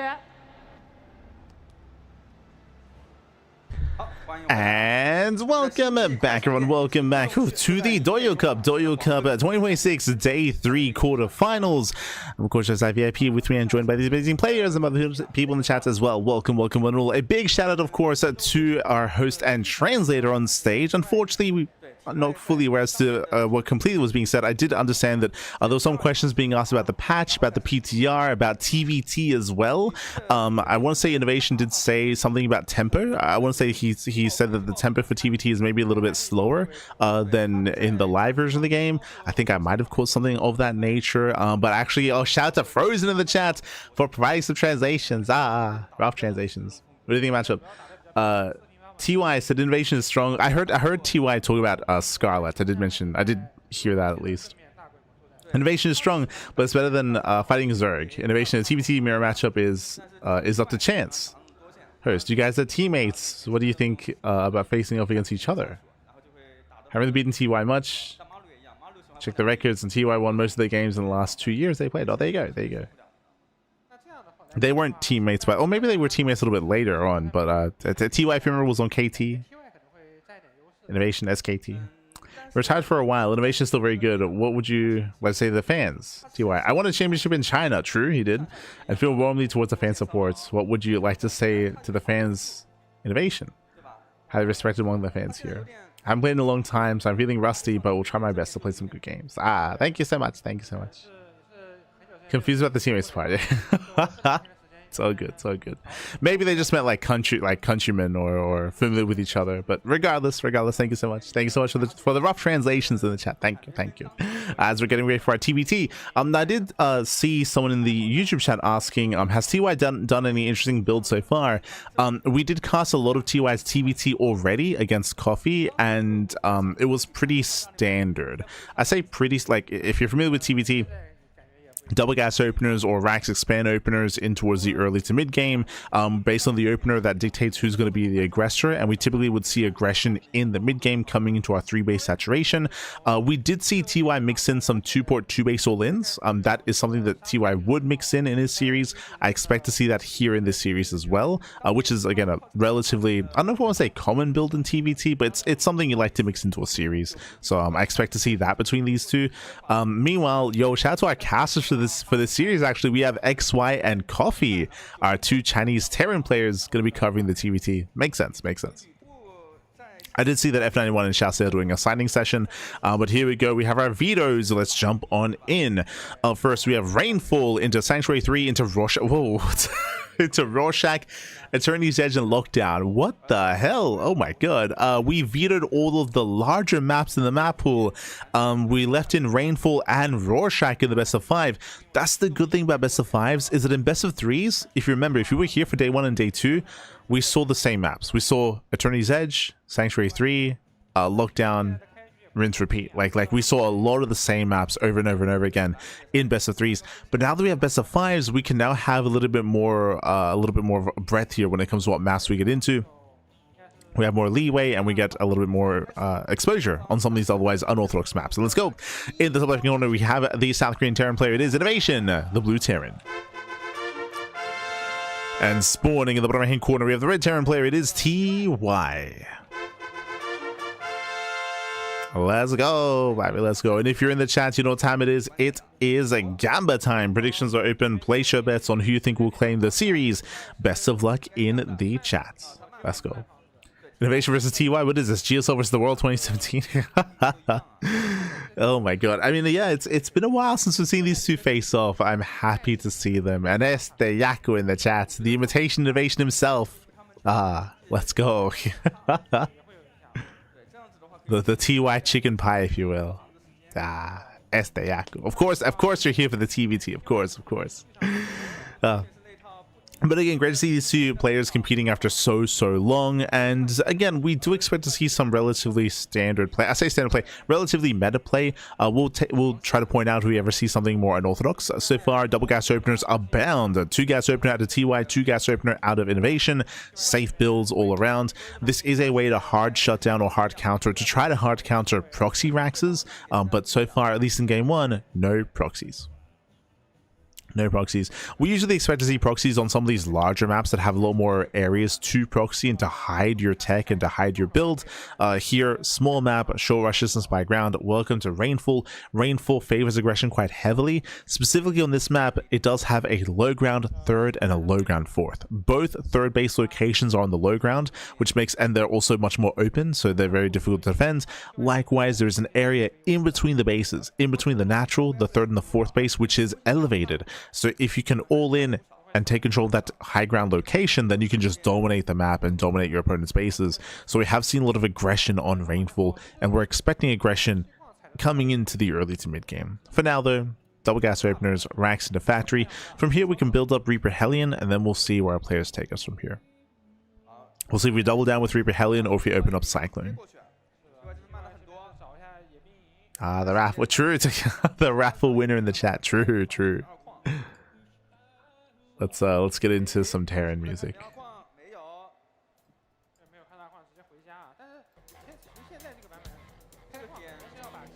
Beautiful. In theme, Pappy, in theme. For now, Reaper Hellion is massing for both players. We have to be very careful with our first couple of Reapers to not move out too quickly across the map, otherwise you can be punished. So we're going to be careful. As both players will expand on the low ground, and so far mirrored builds from both INoVation and TY. So far so good.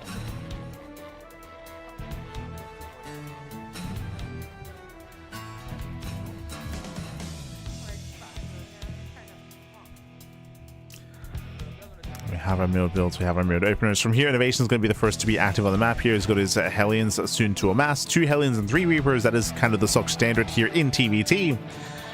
We do have TY going for the faster starport. INoVation not too far behind him in said starport as well. So we have our 1-1-1s. Likewise, again, INoVation's first move out. As he moves out, TY, likewise, he moves out as well. Ooh, and TY caught with his pants down. SCV goes down. CC is delayed, and more workers going to be falling. There's nothing at home to defend. There's nothing. Oh, base trade. We go for the base trade. There's nothing back at. There's nothing back at home. SCVs are going down. They're going to be lining up. At the same time, TY also gets into main, but he is late. He is much, much later here to get in. God, the workers are lining up. Everything's on fire. And how many workers will go down? So far, though, INoVation's on a move. He's leaving his Hellions idle. He's leaving his Hellions idle. Cyclone pops out. INoVation, he defends back at home and across the map. Zero mining. Zero economy for TY. He's being chased down. No. Yeah, he's being chased down here. This is critical damage. As we line up more SCVs. More workers falling. TY down to 12 SCVs. 12 SCVs versus 15. And again, INoVation, he was mining more for longer. He was mining more for longer here. Very chaotic. But INoVation comes out on top. Again, both players just happen to be moving out and they miss each other. So we just ended up in a weird base trade. INoVation has the faster CC, has more workers, faster orbital, faster second mule. INoVation is pretty far ahead, to be honest. Now, the one chance that TY has in this game is that if this happens again, INoVation moves out, TY moves in, and then cripples the economy while INoVation is stuck in the middle of the map. Like something like that. Like something crazy has to happen here for TY to recover. Otherwise, INoVation is just going to cruise his way to a win. The pants were down, Papi. The pants were down. And here comes Inno. Moving out with his two Cyclones. INoVation does have some Hellions to tank the lock-on. Again, INoVation has a larger army. TY has two Cyclones himself, and we even have the medevac as well to likewise break that lock-on. Can we kill the CC? Uh-oh. Can we kill the command center? Lock-on on the medevac. Medevac does break the lock-on, pulls away. Mine shot here on the high ground. Ooh, connects with a Hellion. And INoVation does not push into the main base, but he doesn't need to. All he does is control the low ground. Just control the low ground.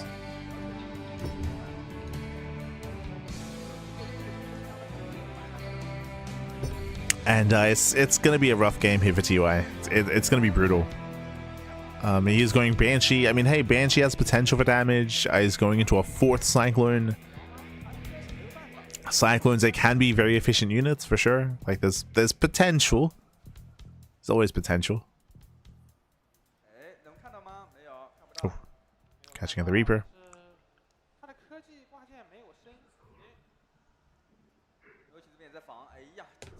Reaper does get caught.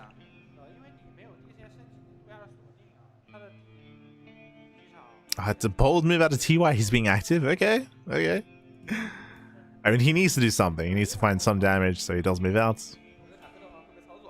We'll see what he can find.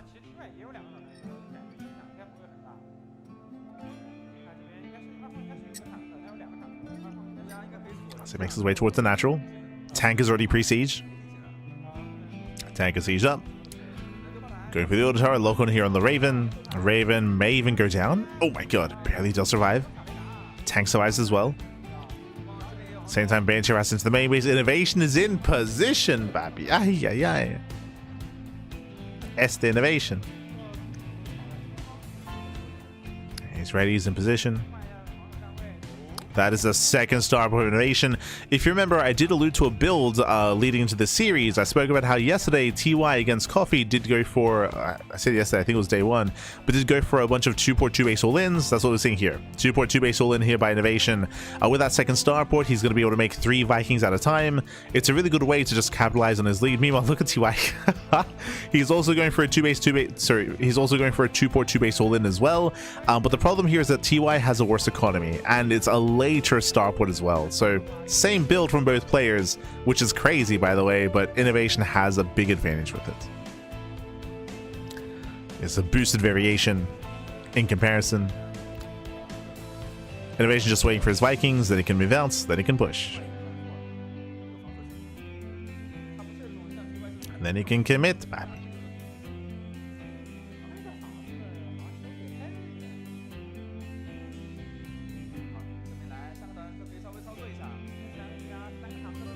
INoVation does push through the center.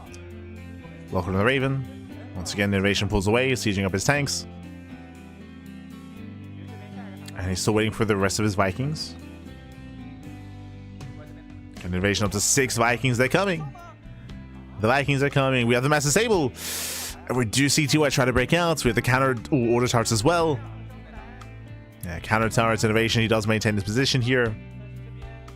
He holds the line. All 4 tanks survive for INoVation. And he can keep pushing. He can keep pushing. Now we can see that TY's Ravens are depleted. They're depleted, Bappy. Vikings, they move in. They get focused down. INoVation just pulling those sky units. Takes control of the air. Oh. Bleeds out one of his own Vikings though, so a little bit messy. Yeah, but still does dominate. Behind this INoVation, getting his 3rd on location, being greedy. And once again, he's moving in. Yeah, the boys are being pulled. Desperation out of TY. He's trying to hold on desperately, but GG gets called. The writing's been on the wall, and INoVation takes game number 1. GG. GG, well played. INoVation does take lead in the series. Winning it back here again, it was just a very chaotic start. It was very, very chaotic. Both players did open up double gas. Both players opened up double heli and triple reaper. Same builds, but they miss each other. They miss each other. TY moved out. When TY moved out, INoVation moved in. Then we had a base trade. INoVation was able to cripple the economy. TY was late to get across the map, so he did less damage. And as the dust settled in the aftermath, INoVation, he had a very healthy lead. He was up in workers, up in economy. Unlike his opponent, INoVation he had already finished up his natural base, and he could already morph in his orbital, so he was up in mules, up in bases, up in workers, up in everything. And in the end, TY felt the need to go for a 2-base all-in to make up for that, but INoVation was also going for a 2-base all-in as well with that better economy. GG. GG, well played. With that, INoVation does take game number 1, and we'll see how things diverge in game 2. Now, I will say that we couldn't really learn anything from game 1. Like, game 1 was over the moment that TY moved out. So, game 1 didn't really tell us anything. Like, I mean, there's nothing you could do, right? He had 0 units to defend. There were 0 units back at home, so just a really unfortunate position there for TY. I don't think game 1 was really reflective of what this series can hold, so let's go. INoVation starts off with the lead, and we'll see if TY can bounce back or if INoVation will extend his lead here. Let's go. As game 2 is going to be on Sanctuary 3, larger map. Then we have Rorschach as game 3, which is crazy, by the way. But let's go. We're seeing a lot more Rorschach today in the best of 5s.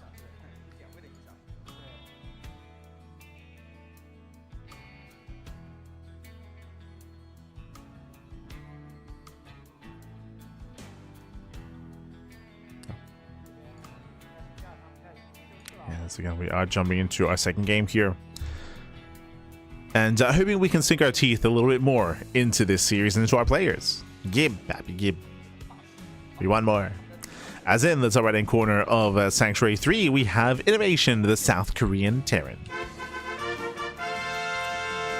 And in the bottom right-hand corner, we have the South Korean Terran play. The other South Korean Terran play. The red Terran, it is TY.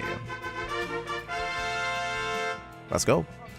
Let us go. We have our TBT, and we are calming things down and building up into game number 2. Once again, game 1, we had double gas openers. Because Sanctuary 3 is so defensive, though, we should be seeing greedier builds this time. I'm leaning more towards Rax Expand. I would not go as far as CC first. Like, that'd be a little bit crazy, but at least a Rax Expand single gas opener is what we're expecting.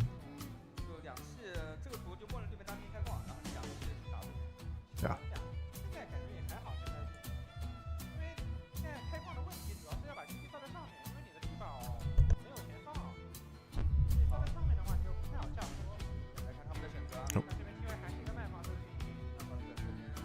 Let's call the winner the person that suffers the least. I feel like there's examples of the opposite, unfortunately. This no. But now though, again, we're going to be claiming our initial openers here, and as you can see, single gas by both INoVation and TY.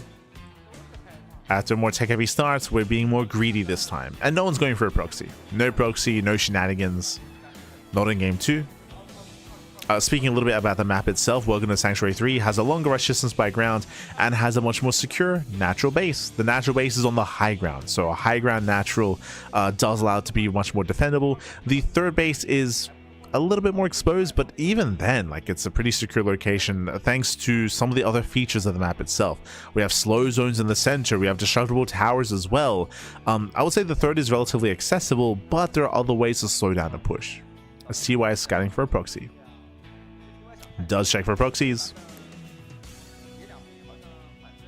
Technically, this means that INoVation has a slightly better economy because INoVation is not scouting. So this one worker that TY has is otherwise mining for INoVation. As both players expand, INoVation checking for proxies as well. As we all know, Terran is all about suffering. It's all about smurging, papi, smurging. You missed it yesterday, Yaku. Yesterday, when INoVation was playing in the group stage, he was smiling. And we did comment on that, of course, saying that it took 6 years from being away from StarCraft, but INoVation, he found his smile, papi. He found his smile. The smurging has ended. Crazy.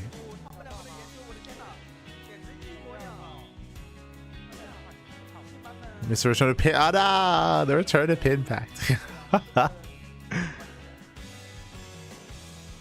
Yes, INoVation, he found his smile. No longer purely a machine, now a cyborg.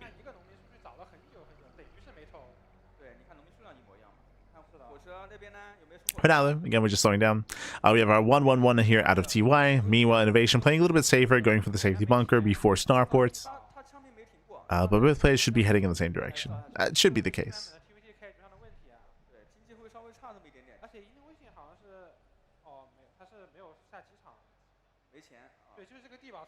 Protect that smile. Protect, papi, protect. As again, both players just calming things down. And again, because of the map itself, we expect something more passive this game. Like, the last game ended very quickly, very abruptly in a sense. This time, we're just slowing things down. And we don't really expect any aggression this game until the third base. Once our players start to work towards the third bases, then we can try to punish the opposing third or build up on 3 bases. But now we have our Raven production. Still the bread and butter of TVT. Those disables, they're pretty good.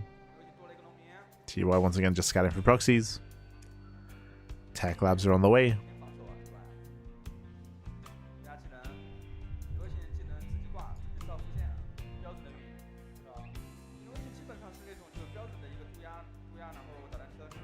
Going to be on the way. From here, we're going to be waiting here for either a third CC or 2 more Vaxes. This will tell us whether we commit into something more aggressive or more greedy. No shot anyone plays mech here. No shot. No. I mean, TY did play mech before he retired for a bit. That is true. No, yeah, that's true. I remember him playing mech against Maru. That would have been like pre-retirement, like 2023 maybe. Just before he retired. I know he I remember that TY, he helped kind of inspire the not battle mech, but the Banshee battle mech style that we saw like in that era. And we still see every now and then where you go Hellion Cyclone into Banshee. Into Mass Banshee. Oh, and we're just going for the same build. Second starport, 2 base all in. We saw this out of INoVation and TY last game. We're seeing it here. We're seeing it again. So INoVation is going to be the aggressor with the fast second starport. Meanwhile, TY is going to be the defender as he's going for the fast third CC. I say fast, standard third CC timing.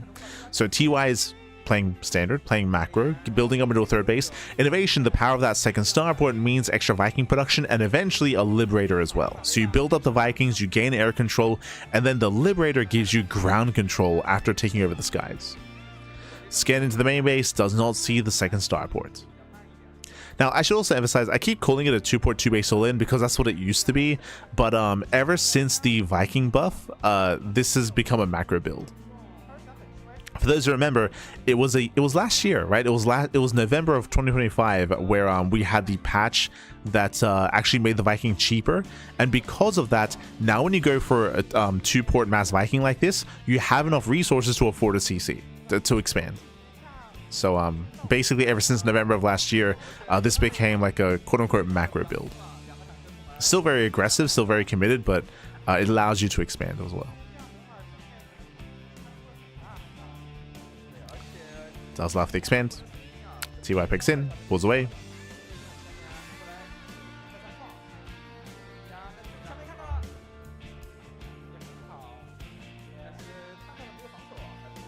Raven coming to harass. Does actually confirm. Yeah, does scout the second starport. Massive scout for TY. And TY backs off. You can see on the minimap, he just completely turns around. As TY is not fully aware, and he gets 9 SCV. Oh, 10 SCVs. 11. 12. 11 SCV kills, massive damage in the main.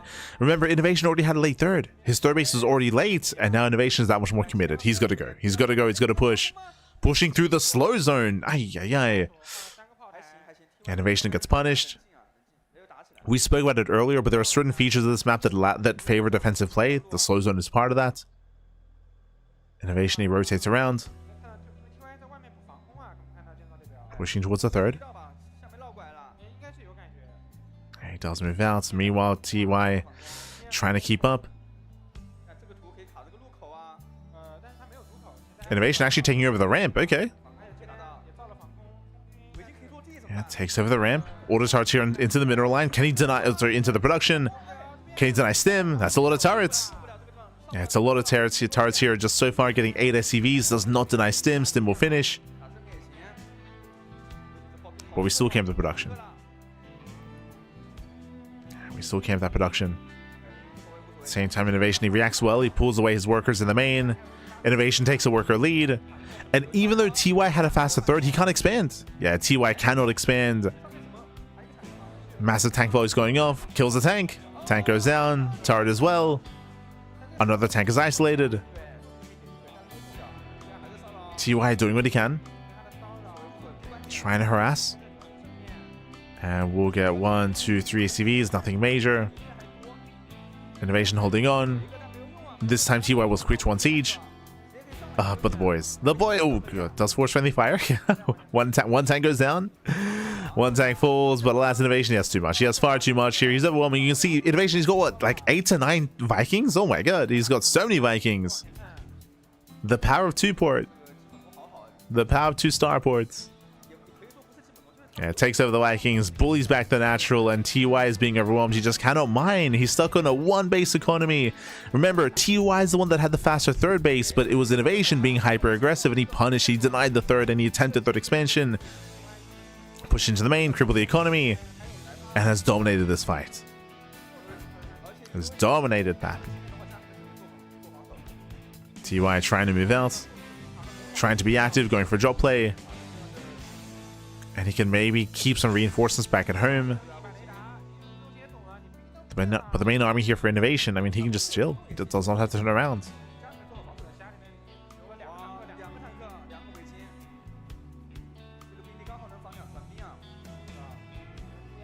Yeah, does not have to. Zoning back the Raven. Oh, Raven taking a lot of hits. At the same time, double drop towards the third base of INoVation. Stim is done. Oh, is the CC being hunted down? Yeah, hunts down the CC. TY sims into the middle line. That's going to be a lot of dead CVs. Oh my god. 14 in the blink of an eye. 19, 20, 21. 21 SCV kills and the command center as well. Massive snipe here from TY. Kills the middle line and the command center. Like, this would be amazing if TY was on 2 bases. The problem is he's on 1. So this was really good damage. This was a surprising amount of damage, but it's not good enough. Nice catch on the Raven. Does catch the Raven. Oh. The tanks are exposed. Lands on the tanks. Yes, even the boys. The boys dropping on the tanks. They force friendly fire. TY is crazy. It's not enough though. It's still not enough. Tanks, they on siege. They move in. The boys were helping. But INoVation still cannot be stopped. I appreciate that TY, he found some damage towards the end, but not good enough. 27 SCV kills. TY cleans up all the tanks. But this is still just too many losses. Too many, Pap. Oh my god, we have a second army. Despite the disables, again, there's just too much here for INoVation. He's got 3 tanks left over. GG gets called, and INoVation, he will take a 2-0 lead in the series. Ooh, GG. GG, well played. INoVation, he does extend his lead here, winding it back. Again, both players took different approaches. We had the same opener, that is true, but we had TY go for the faster third TC, we had INoVation go for the second starport, massing up mass Vikings, building up into an army and pushing across the map. We saw that TY did scout the second starport, and usually the correct reaction, the standard reaction, maybe that's a better way of putting it, the standard reaction to scouting a second starport is, as a Terran player, you get your own. You get your own second starport, and sure, like, you're going to be behind in Vikings, but you're going to be able to eventually ideally catch up with some ground support as well to fight for air control. You can't just relinquish and sacrifice air control. Otherwise, I mean, you saw what happens. INoVation, he just bullied the Ravens, bullied everything in the sky, and then was able to dominate the ground thereafter. GG. GG, well played with that. Congratulations. Still very chaotic. You know, TY had some nice moments, like killing 21 SCVs with the drop. Like, that was crazy damage, but not good enough. Not good enough. GG, well played. With that, we're getting ready for game number 3. And I'm hoping that we get a series. I'm hoping we get it back and forth. But INoVation so far has had a very strong showing here. And he might just close it out. Let's go. Let's go, baby. Let's go.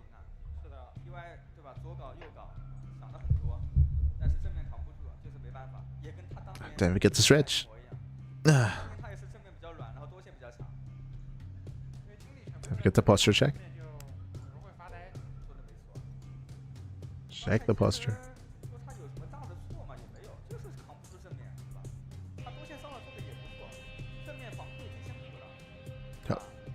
As the players are just getting ready for us here. And again, when it comes to, I don't feel like we've really gleaned too much of our players yet.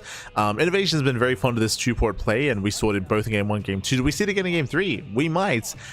If that's the case, and if TY believes that will happen, then it might be wise for TY to try to beat INoVation there and also go for said same build. Otherwise, we could see some early aggression instead. Game 3, speaking of early aggression, welcome to Rorschach. Let's go. Small map of the map pool, short rush distance by ground, aggression is favored here, and we even have a healing pad in the center of the map as well. So I'm ready, I'm excited. Let's go. Let's jump into Rorschach. Who is going to be the aggressor, and does anyone proxy?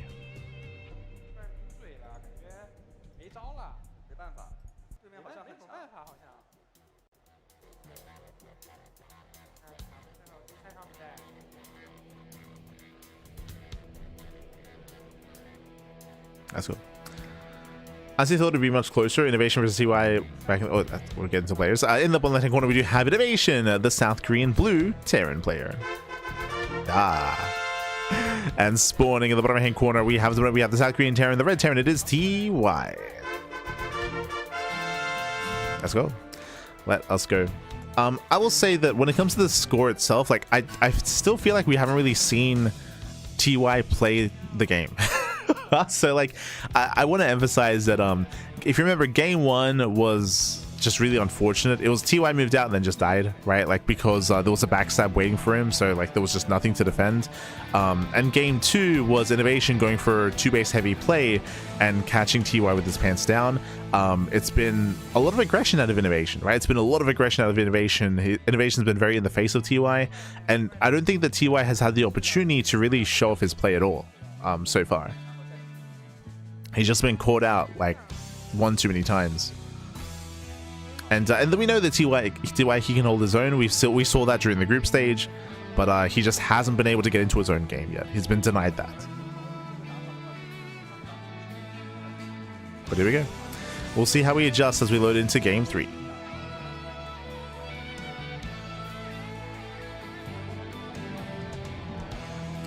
At INoVation's peak in 2017, he considers TY to be the hardest money to face. I mean, if you remember, like, I would have argued that TY back then had maybe the best TVT in the world. Like specifically, like, I remember TY having really strong TVT, like better than Maru, like comparable to INoVation, better than Bjorn, right? Like, Like TVT, like I feel like if my memory serves me correctly, like TVT was like TY's like that was his wheelhouse for a time. But we're going reactor first. We're double gas opener reactor first out of TY. I'll let him cook, baby. Let him cook. You have my attention. Are we tempted to add-on swap reactor to Hellion, go for starport? Or are we going reactor to Reaper Hellion? Eyes on the reactor. It should be reactor to Reaper Hellion just because of the timing. Yeah. Okay. All right, here we go. So TY is going to be the aggressor this time. Once again, it's been INoVation that's kind of been dictating the pace of the momentum so far in this series. He's been dictating the pace. INoVation breaks in, pulls away. Confirms that it is not going to be a faster CC. But TY should be able to overwhelm. Meanwhile, INoVation's going for a 1-1-1. Oh my god. One base all in at a minute. I mean, welcome to Rorschach. Like, we're just clowning. Everyone's clowning at this point. Everyone's clowning. 1-1-1 by INoVation. One base all in. Going for his own delayed reactor Reaper Hellion. So both players just doubling down on aggression. And we'll see who hits first. We'll see who catches who first. It's going to be a very intense game. The game may just end in one fight. Just one fight.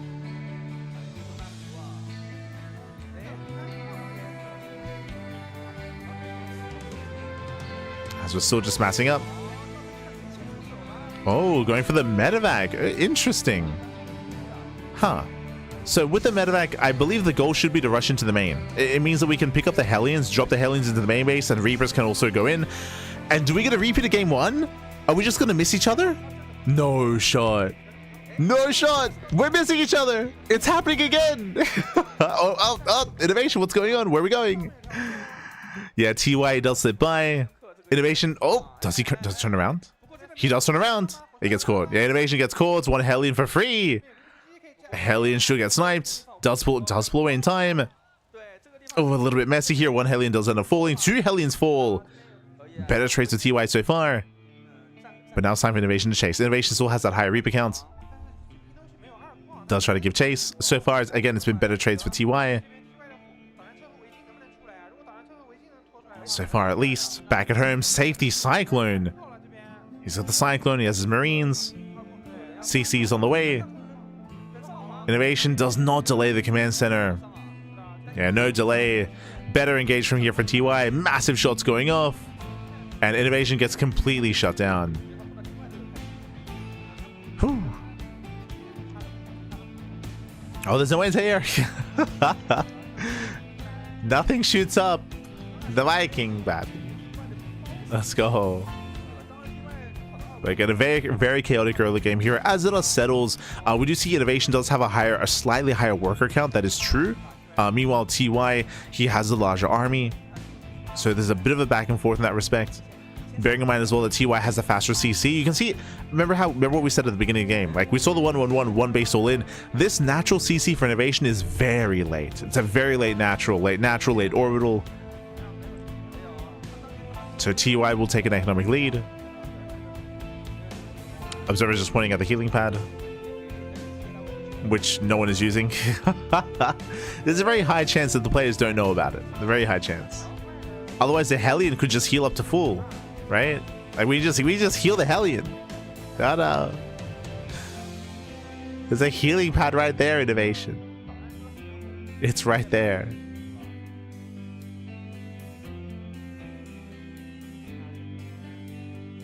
It takes a while for players to get used to maps. It takes a while.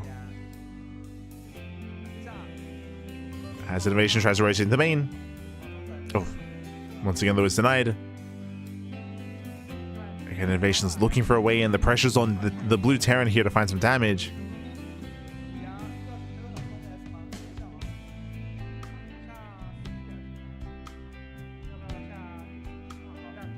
Usually they see the coffee build or some variant in every game. So, really, that's the secret, Yaku. Every build is the coffee build. True, true.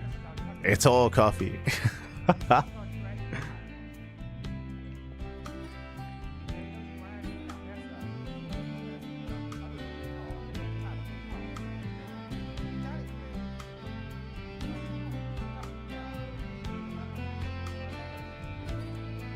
And from here, we're slowing things down. Do you see what I see? INoVation, he's in love with the 2-port play. Look at that. Second star port out of INoVation. But I will wind this back a little bit. I would say this makes more sense because INoVation is behind, right? INoVation is behind. So the idea of Inno going for a 2-base all-in makes sense. TY goes for a 3rd TC. Meanwhile, INoVation, he has no intention for that yet, as he's fixated on mass Viking production once again. Every game so far this series, INoVation has gone 2-port. Every game. You can see he's making 3 Vikings at a time. All roads lead to 2-port 2-base back. Let's go. TY slips into the main base and does find some damage. This Raven will scout the initial 1-1-1, will scout the Viking production, does not scout the 2nd starport though. Oh, and the Raven goes down. Yeah, the Raven does go down. INoVation's building up for his push. Here comes a move out. TY will spot this. But can he survive? Oh. The Viking gets caught. Massive pickoff. TY losing a Viking. Remember, every Viking counts. It's all about that air control. It's about that air control. INoVation out to 4 Vikings. Soon to be 7. Sorry, did I say 4? He's up to 5 Vikings. Damn. You're moving in. INoVation does siege. Making his way towards the 3rd base. He's almost there. Remember, behind this, INoVation has no 3rd. There is no 3rd TC. So INoVation, he has to get down. He has to break through. He has to break through. He has to end the game with his push. He's down 10 workers. The longer this goes on, the better it is for TY. Disabling the Raven. Likewise, disabling the tank. Vikings, they should overwhelm. Nice disables though. Despite that, INoVation still takes over the sky.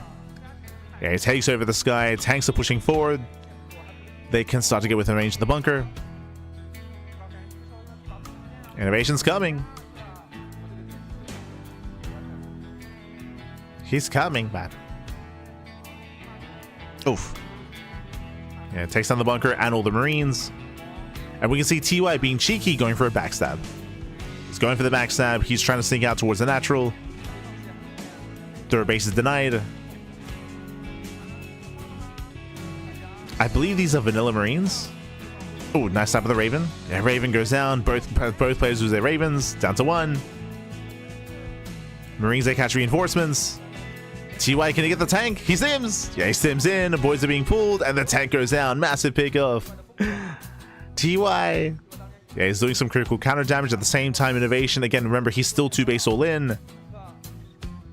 He's still all in, Bappy. And he'll bleed out 13 SCVs. Oh my god. 13 workers falling. Oh. He's within range. Disables one of the tanks. So INoVation does kill 1. Does catch 1 tank. There's still 4 left. I think TY can buy enough time. It's going to be close. Oof. Yeah, it's going to be close. Tank boys, they connect. Another tank falls. TY down to 3 tanks. 3 tanks left.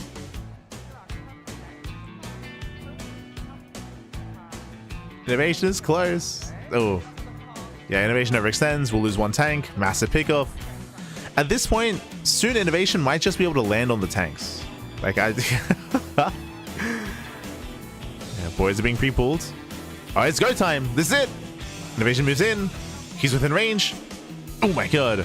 Yeah, tank boy is going to be going off. And INoVation, he will get 1, maybe 2 tanks. Oh, he unsieges though. Messy here. INoVation bleeds out a lot of tanks. Another tank goes down, and TY jumps in the vein. He does it. TY defends. GG gets called. TY, he holds back at home. Counterattacks across the map. But we have a series. We have a back and forth. We have a game 4. GG. Whew. GG, well played. Again, a very messy early game here from INoVation. If you remember, INoVation, it all began with the 1-base all-in. Oh, hold on. INoVation went for a 1-1-1, one base all in, and remember, INoVation failed to get damage done. That's why INoVation's natural was so late. It was so late, and his economy was struggling as a result of that. So INoVation made the decision to go for a 2-base all in. 2-port, 2-base all in. He committed this time, but TY did a great job at buying time. It took so long for INoVation to push into the natural. It took so long to gain any ground. And because it was taking so long, TY had the wherewithal to go for a backstab, to come in from behind, to hit the natural base, get into the economy, and cripple INoVation. What's important isn't just that the economy was crippled, but also that INoVation's reinforcements were delayed, because they were stuck at home to defend, losing tanks, losing marines. So they slowed down INoVation enough for TY to defend. GG. GG, well played, and with that, we're getting to game number 4 at Attorney's Edge. Let's go. Let us go. Now, every game so far, INoVation has gone 2-port. He's gone double starport, mass Viking production on 2 bases every game. There have been some more aggressive variations than others. There have been some more economic variations than others, but that has been the bread and butter so far of this series. Does that trend continue? How does TY adjust? Let's go. Let us go. So getting into game 4, and can TY force the ace match? Can we bring us to game 5? The sun goes up. True. The sun, pappy. As in the top left-hand corner, we do have INoVation, the blue Terran. And in the bottom right-hand corner, we have as opponent, we have the red Terran player. It is TY.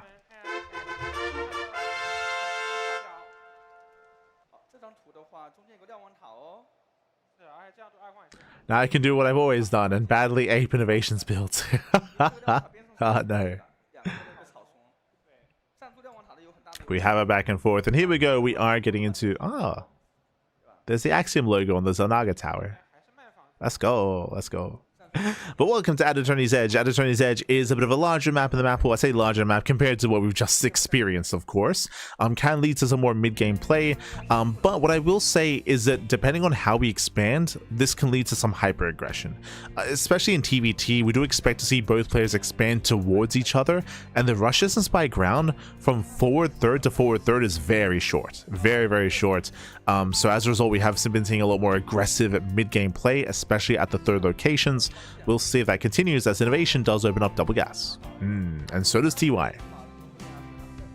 So welcome to game 4. Both players go double gas. Both players opening up very safely. This means faster factory. Last game, INoVation turned this into a 1-base all-in and went for a 1-1-1. But we don't expect that this time. Like, no shot. Just max into factory, into Reaper Hellion, into a natural base. Those are our expectations.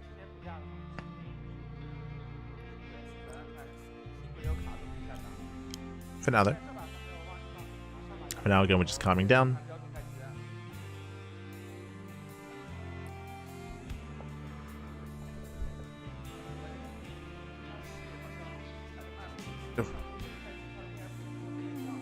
And don't forget to stretch.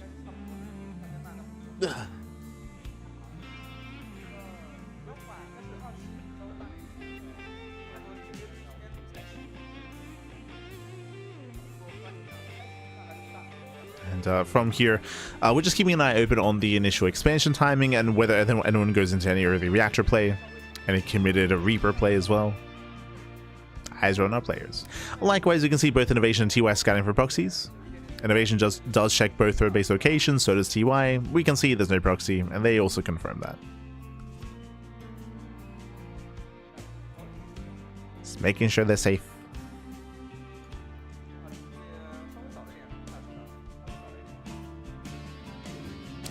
Alright, so I missed this earlier. Is it viable to be greedy and expand twice behind this? Whoa, twice? But you're crazy. I would say it's never viable to do that, but there's always like a risk and always a chance, right? So if you're in a position when you fall behind and aggression fails and things are looking dire, the idea of being greedy to recover is always an option. It's difficult to get away with because at this level of play, you expect players to punish your attempted greed, but there's always a chance that you can get away with it, and it works from time to time, even against the best players in the world. Like, you can try to take advantage of maybe their passivity and be able to be greedy to recover.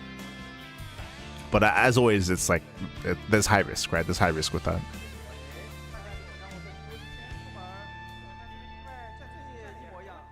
Here we go. Here we go. As INoVation does move out. Again, we do have equal armies. So far, better heli volleys here by TY. Yeah, TY picking up a Reaper. We'll clean up all three. Yeah, 3 Reapers go down, and with that, TY does have the better trade, the slightly better trade here. So better fight from TY. INoVation has to get the hell out of there. Yeah, it does pull away. INoVation losing 1 extra Reaper. Not the biggest of deals, but you know, a nice little win here for TY. With this, we can follow up. Oh, TY being hyper aggressive, actually going for the medevac into factory production into tank, not Cyclone. Hyper aggression when moving out across the map. This will delay the Raven. This will delay the early safety Cyclone production, of course, in favor of early tank drop. The goal here is to rush across the map and potentially even outposition the army and even threaten the production. Threaten the production. Here comes the tank. Here comes TY. We'll see if we can get into the main.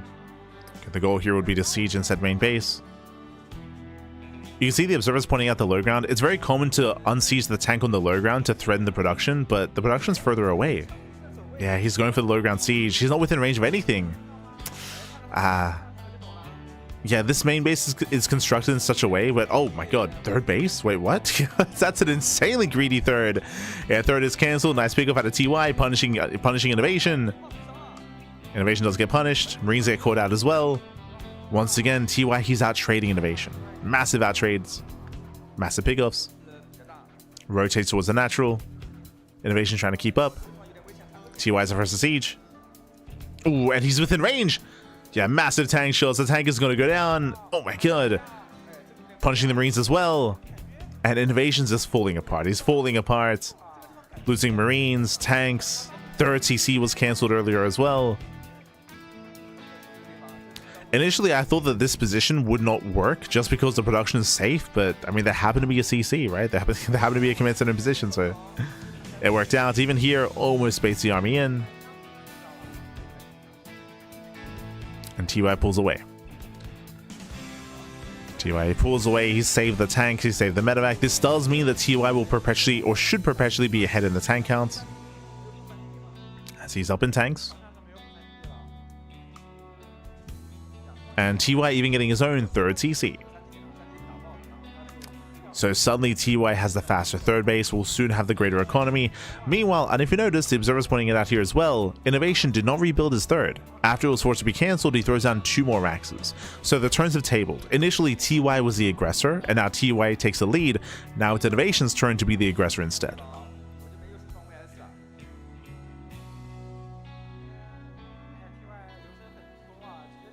As INoVation just waiting for Stim. Getting into interference matrix. Getting those upgrades ready. Based on the SCV positioning, it looks like INoVation is expanding. Yep, third CC is on the way, but a delayed third base from INoVation. Now, what does this mean? You might be looking at this and be thinking, but INoVation's third base is late, that means he's just perpetually behind. Because INoVation had focused on his army production, it means that what INoVation can do is fight for map control and contain TY and delay the third base landing. TY does have the third, but if he can't land it, then INoVation with map control can take his third instead. And that should be the goal here for INoVation, is to fight for map control and fight for the third location. Yep, here comes the move out. And the purpose here isn't to kill TY, it's to deny the third. Typically. Meanwhile, TY scouts does get eyes on the third base timing. Turn around for a moment. Nice scan. TY does spot the main army. And TY so far is keeping up. He's keeping up with his army movement. Now, if INoVation fails to delay the third base and threaten this position, then TY should take a lead. Sure, TY is down in workers, but again, he's got extra mules, extra worker production. INoVation is going to be able to take his own expansion there. Still delayed, but TY can take this time to recover. I didn't recognize just how many SCVs INoVation had in comparison. Was TY missing macro cycles? Was he? Because he didn't lose many SCVs. So I'm thinking there was a period in time here where he wasn't making workers. I mean, this is an example of that. Where TY is not making SCVs. I supply blocked. Oh, okay. Now we see why. TY is still supply blocked, by the way.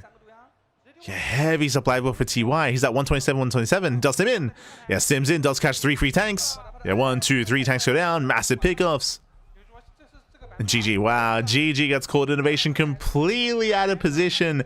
TY just rocks up to the third, finds a couple of free tanks. GG. GG, well played. With that, we're going to the ace match. GG. GG, well played. Again, a very abrupt end to the game. There is INoVation. He was rotating to the south side at the time, and one wrong move, one wrong step, and you can just die. You just die then and there. TVT is very cutthroat as a result, or it can be very cutthroat, as can be seen here. Just rocks up to the third base, finds some naked tanks. GG. GG. And with that, we're getting into game number 5. We found ourselves in the ace match. Getting to the ace match here. As of for a moment there, I thought we were going to slow down and just embrace a macro game, but no, not yet. not in this series, not yet. We've yet to get into the mid game. And what is game 5? Where are we dropping?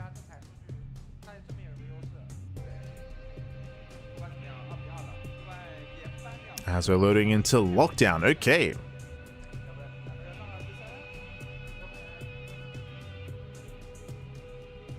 Go.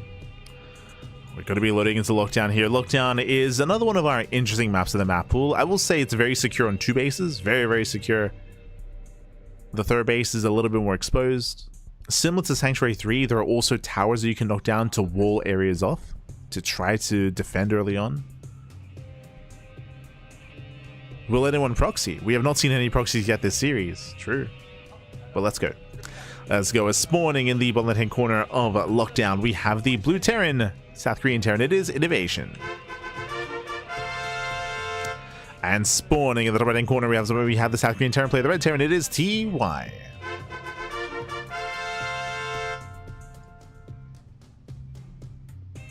Let's go. Let's go. We've made it here. We made it to the ace match, the final game of the series. Again, it's been very intense. It's been very aggressive, is what I will say, between these two players. As I mentioned before, I'll say it again. We have not experienced the mid game yet. We have not gotten up to like proper 3-base saturation into a proper economy. Just hasn't happened in this series, and we don't expect it to happen in this series. That's TVT. We brought this up all the time when it comes to the previous patch and the previous version of the game, but people that would say like TVT is known for like hour-long games or things of that nature are that's a perception from like many years ago. I mean, for good reason, right? That kind of that stereotype stuck. But in modern StarCraft for the past like what 4 or 5 years, like that has not been the case. Since around like the EPT era of StarCraft. Like proxies, aggression, 3-base aggression especially is very common. Not saying we never get like these longer macro games, but they're a lot more rarer. Since like 2021.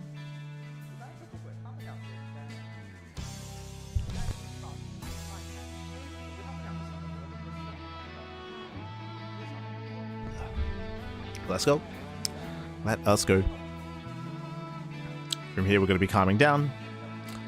We do have single gas opener out of INoVation, single gas opener out of TY, both players opening up economically.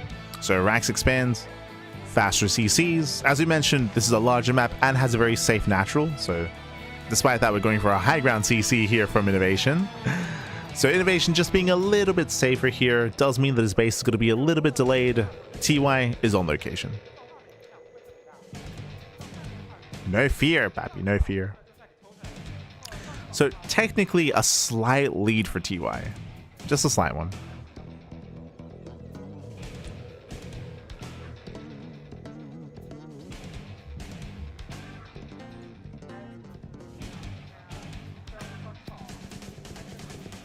Yeah. So we got a series. We do, Pat, we do. We have a series.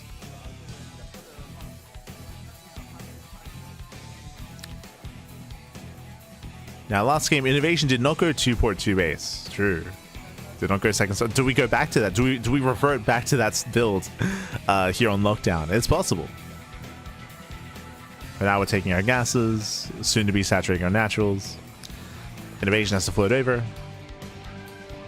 And from there, we just build into initial Reaper Hellion, then in towards the towards the early to mid game, into our safety Cyclone potential or just Raven. You can go Banshee. Like, it is not uncommon to mix in Banshee play instead of Raven to try to be cheeky and find damage across the map.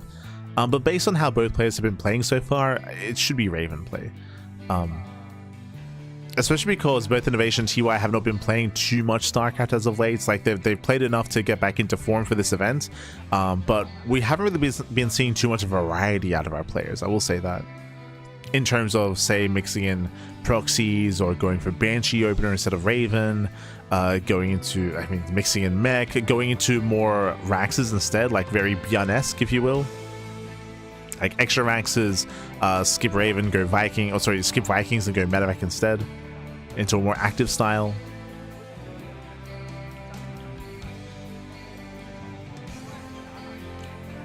I was about to say we haven't seen early Cyclone drop, but we're getting that now. Okay.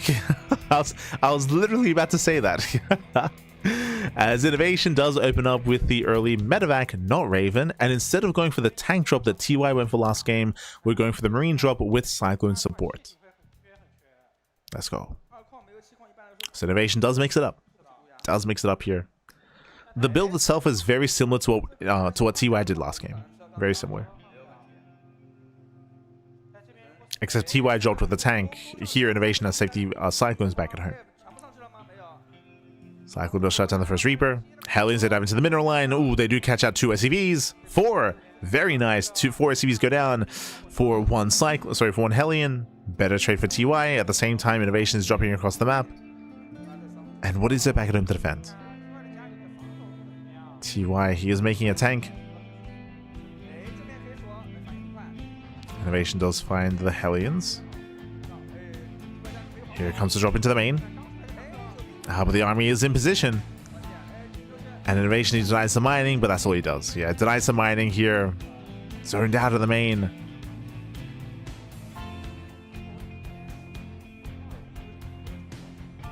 Gonna be forced away. TY throws down a 3rd CC. So does INoVation. Yo.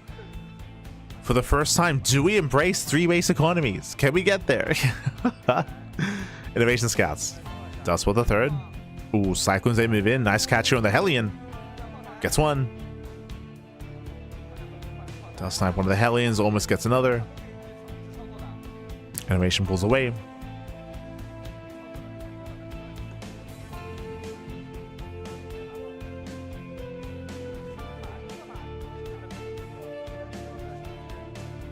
INoVation, he backs off. He rotates towards the main. But TY is ready. And TY is ready for him.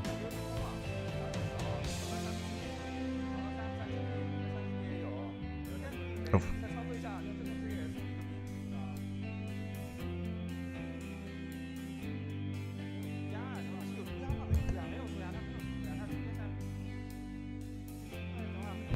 And INoVation doing a great job here, just chipping away at the army. Oh my god.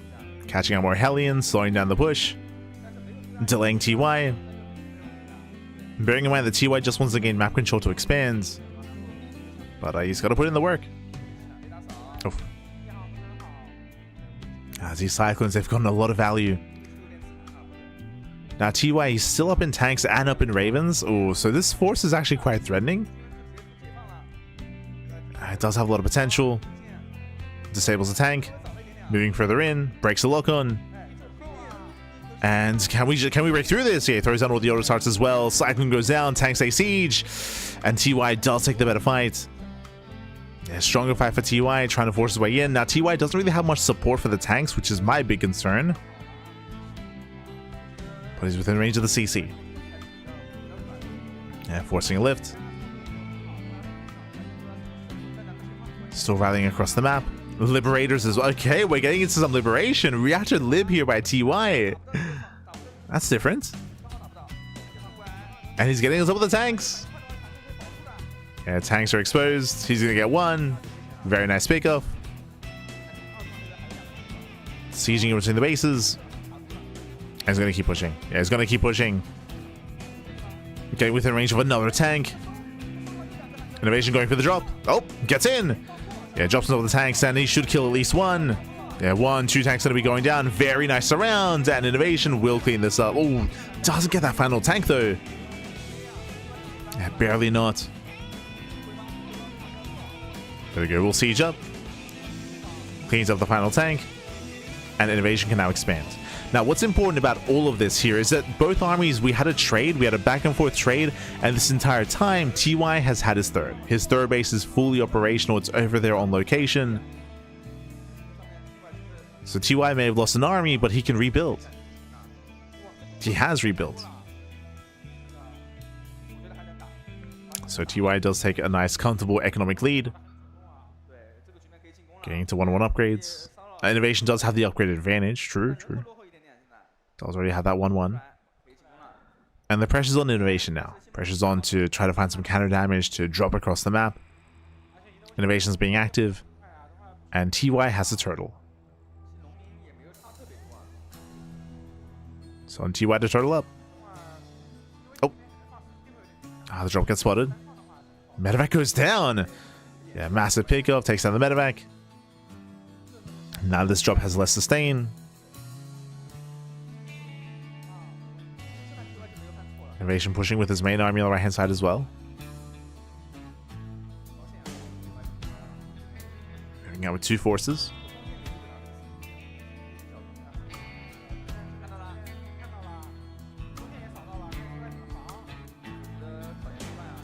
Moves out with 2. Tanks they get spotted. TY is aware. And INoVation so far just cannot find a way in. TY is about to catch up with upgrades. So far setting up its 10 towers. I mean, in the end, we are finally getting into a macro game. True, it took us the entire series, but we're getting there. But alas, INoVation's still in a bit of a rough position. He still needs to find some more damage or find some more value. TY pulls back. Oh. Gotta be careful. TY has to stem the hell out of here. TY pulls away. INoVation in position to deny the fourth. Rotating to the high ground. And these gas guys should fall. I believe INoVation's within range. Yep, he's within range of the tank. The tank goes down. Nice pickup. At the same time, here come the Liberators. And they likewise punish. Oh my god, the Autotarts as well. Gets 1, 2, almost 3 tanks. Nice pickups by TY. Catching out 2 of the tanks. Going for a counterattack at the same time. INoVation, what does he have at home to defend? It looks like he does have Marines. Yeah, he does have some bio. Upgrades are even. But I believe TY has more. Yeah, TY, no question. TY here overwhelms. He stims on in. Tanks to do siege.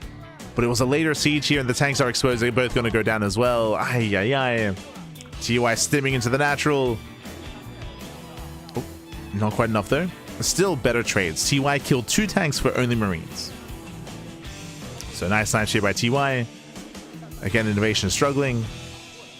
TY secures his 4th. INoVation still on 3. Still on 3 bases. TY throwing down 3 more starports. There's the strength of the starport map. With that, he can go into Mass Raven or Mass Viking. It's going into Viking production. Sims it once again, gets 1 more tank. Oh my god. TY. He's locked in. Yeah, he's locked in, catching another tank. At the same time, catches reinforcements as well. INoVation getting torn apart. Cannot keep up, losing so many Marines, and now SCVs as well. Ay. Yeah, TY sims into the mineral line. 6 more SCVs going down. We can see a secondary force for TY heading towards the 4th base. Can he force a cancel? He stims. He denies. And he will. He will force a cancellation. Ay. Yeah, INoVation, it all comes down to this. It all comes down to 1 big push. Oh, does get a full medevac. Full medevac goes down. TY, he will lose a 2nd medevac as well. TY throwing away some supply. Uh-oh. He's throwing it away. Very nice armor shred. Armor shred in the main army. Tank volley's going off as well. INoVation has punished TY, but now he's dropping into the main base, into Vikings. Oh no! He moves in! Yeah, Vikings, they pop off, they shut down the medevacs. We do unload some of the units. Is it enough though? Is it enough? I think there's one tank. Nah, he loses everything. He'll lose everything. Massive loss here. The Doom drop, it fails. Yeah, the Doom drop is punished. 15 SCV kills for the entire army. MVP turrets and Vikings as well. And TY takes a massive lead. He's almost maxed. He's almost maxed out. INoVation has almost nothing left. Down to 4 tanks, down to 36 Marines. He took a risk. He gambled, papi. He gambled. He had to. Remember, INoVation, he was behind. He lost workers. He lost bases. INoVation, he was desperate for damage. And he gets punished for it.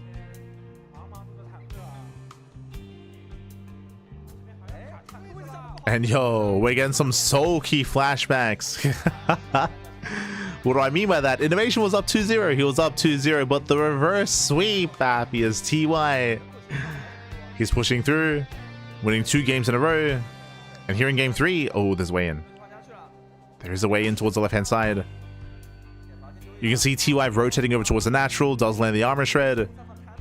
TY is pushing into the natural. What's there to defend? One tank. One tank. Marines 8 try to stim in. It's a little bit awkward. It's a little bit awkward here. TY, he has to pick up. INoVation has 3-3, so better upgrades allow INoVation to win that fight even with less Marines. It's still tense. It's still very tense. The 3-3 bio popping off.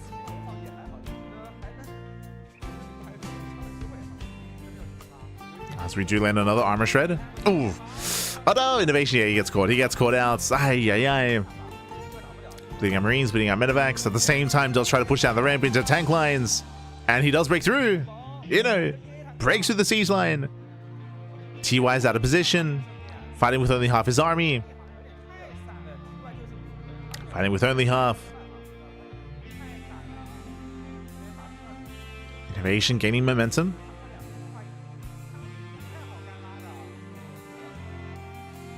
Does gain momentum, does move in. Behind the CY is getting a 5th expansion. But INoVation does manage to get his tanks within range of he's pushing towards the planetary. Doesn't quite commit.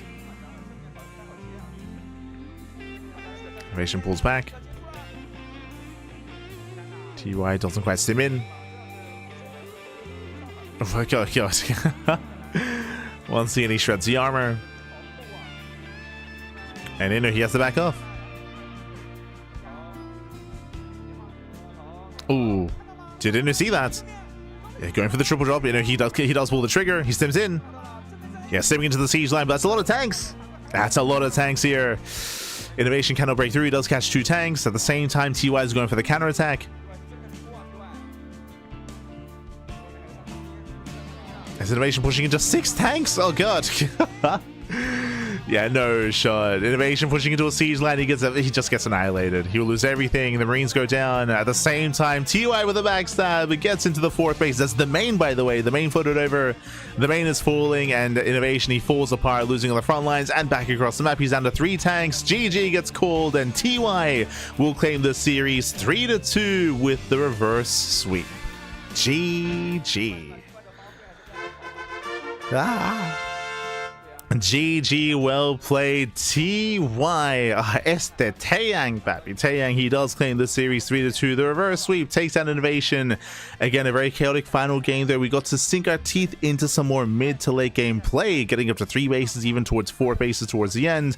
But we saw that TY multiple times was able to catch INoVation out of position, was able to backstab, get into mineral lines, kill some workers, deny bases, of course, catch out tanks, to the point where INoVation became desperate. INoVation became desperate for damage. That was the moment where INoVation went for a massive Doom drop and he lost everything. He went for the Doom drop into the main base. It was like 6 full medevacs, and INoVation lost the entire army. From that moment, INoVation, he plummeted in supply, and TY ran away with it from there. GG. GG, well played. Again, a very intense back and forth here as TY does claim the series, and with that, TY is going to advance on to the semifinals, waiting for his next opponent. Which player, though, yet to be determined, as we're about to have our winner's interview up next. Okay, we're just setting up on the stage. As a reminder, Oliveira versus Cyan. Oliveira versus Cyan, they're going to be the final series of the broadcast after this winner's interview. Going to be a TVP. We will finally take a break from the mirror matchups because it's been non-stop mirror matchups so far in today's broadcast. ZVZ, PvP, TVT, non-stop mirror matchups. Oh. But we can finally break the trend. We can break it. Oh, this ain't GSL versus the world. This is BlizzCon 2017. Oh no.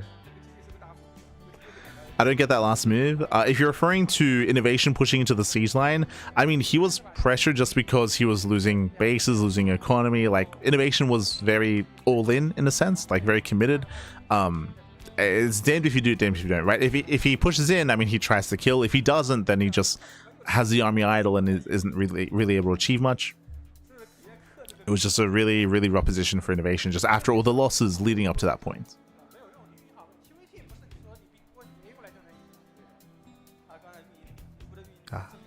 The sun goes up, the sun rises, baby. Thought INoVation was going to take the series before it started. I do agree. I was favoring INoVation and I was favoring Su, and both INoVation and Su are out. Like, to be fair, Su's series went to the ace match. INoVation series also went to the ace match as well, so could have gone either way, but they're both out. Scarlett is in, Neve is in, TY is in as well. And looks like we're getting ready for a said interview.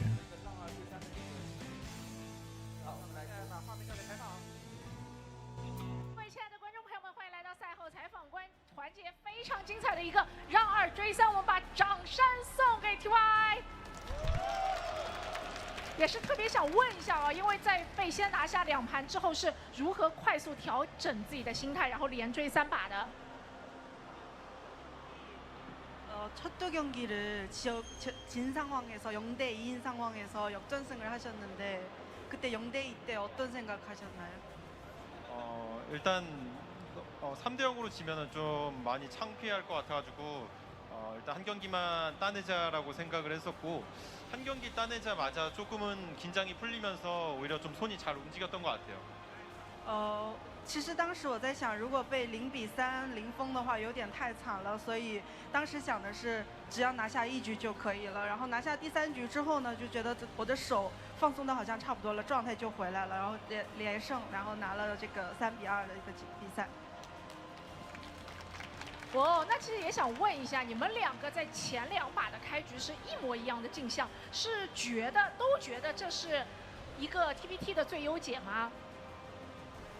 첫 두 경기를 전략을 똑같이 미러링 같은 그런 상황으로 만들었거든요. 두 선수가 사용한 전략이나 똑같은 전술인데 지금 현재 패치에서 태태전에 최적화된 그런 빌드라고 생각하시나요?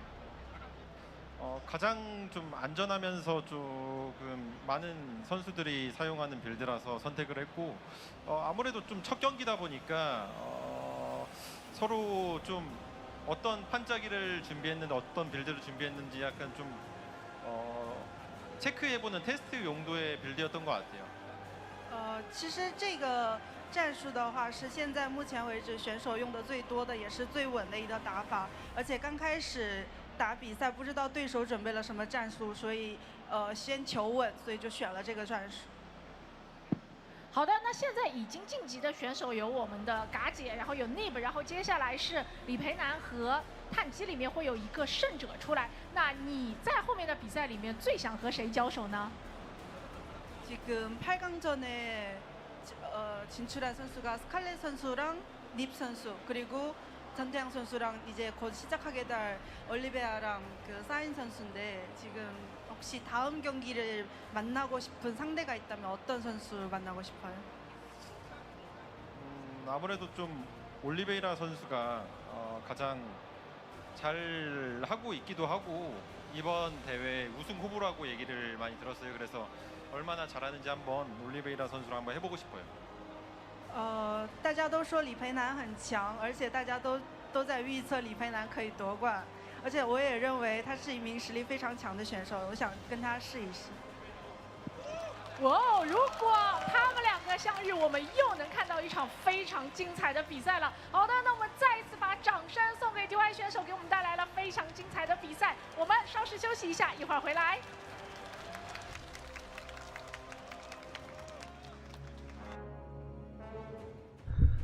Shout out to the host, shout out to the translator, shout out to TY for claiming the series, and also a big shout out to Frozen SE2 and for Babylings earlier as well for providing translations in the chat. Thank you so much. So it looks like initially was asked how was your mind state or mental state, I should say, after losing 2 games in the series. First, TY is saying that I thought it would be embarrassing to get 3-0'd, so I won the game. He thought it'd be embarrassing, so he just willed the game to win, Pappy. True.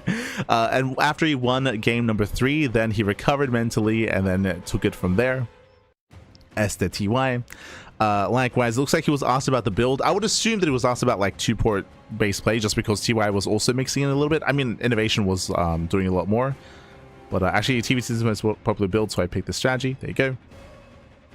And then, of course, was asked, who would you rather play in the semifinals, Oliveira or Cyan? And then I did understand they said Penan.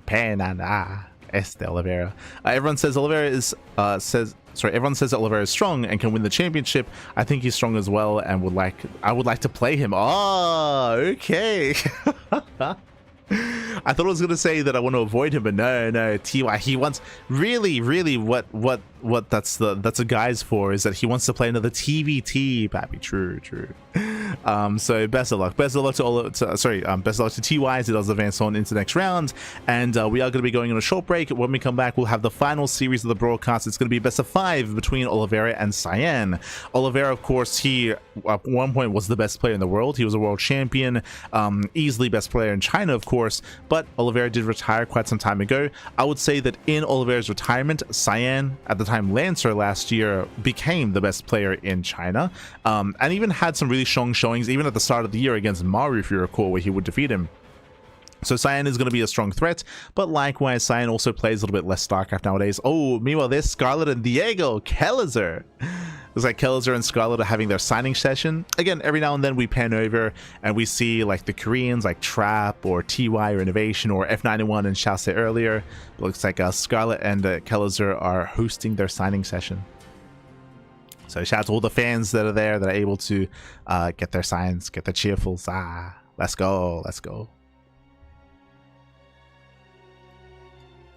He wants to give good games to the fans. True. Pig will do funny fake translations for the interview. We are not Pig, and I would not want to make it difficult for someone to maybe actually who knows the language to be able to hear the questions being asked. Again, shout out to Frozen for being able to help out with that, for being able to translate for us as the questions being asked. So big shout out to Frozen. Thank you. And again, Babylings earlier as well. As we are going to be wrapping up here for now, we're going to be going on a break, and we'll see you guys soon after the break with Oliveira versus Cyan. See you soon after the break.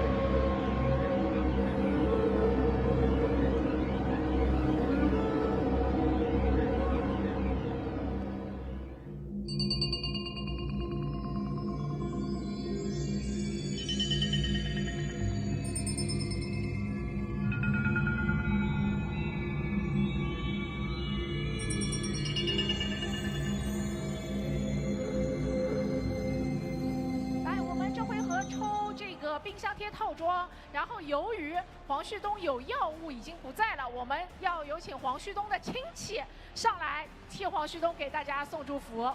本来是黄旭东祝福，现在换黄旭东的亲戚祝福。B122，B122，看一下自己的这个纸。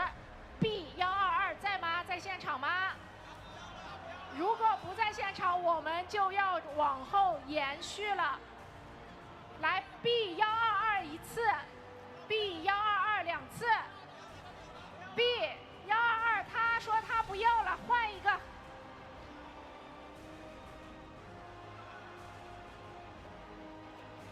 B106在吗 ？B106。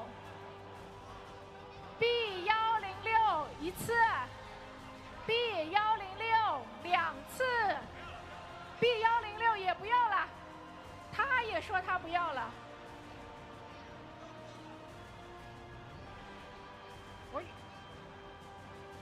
这个 A177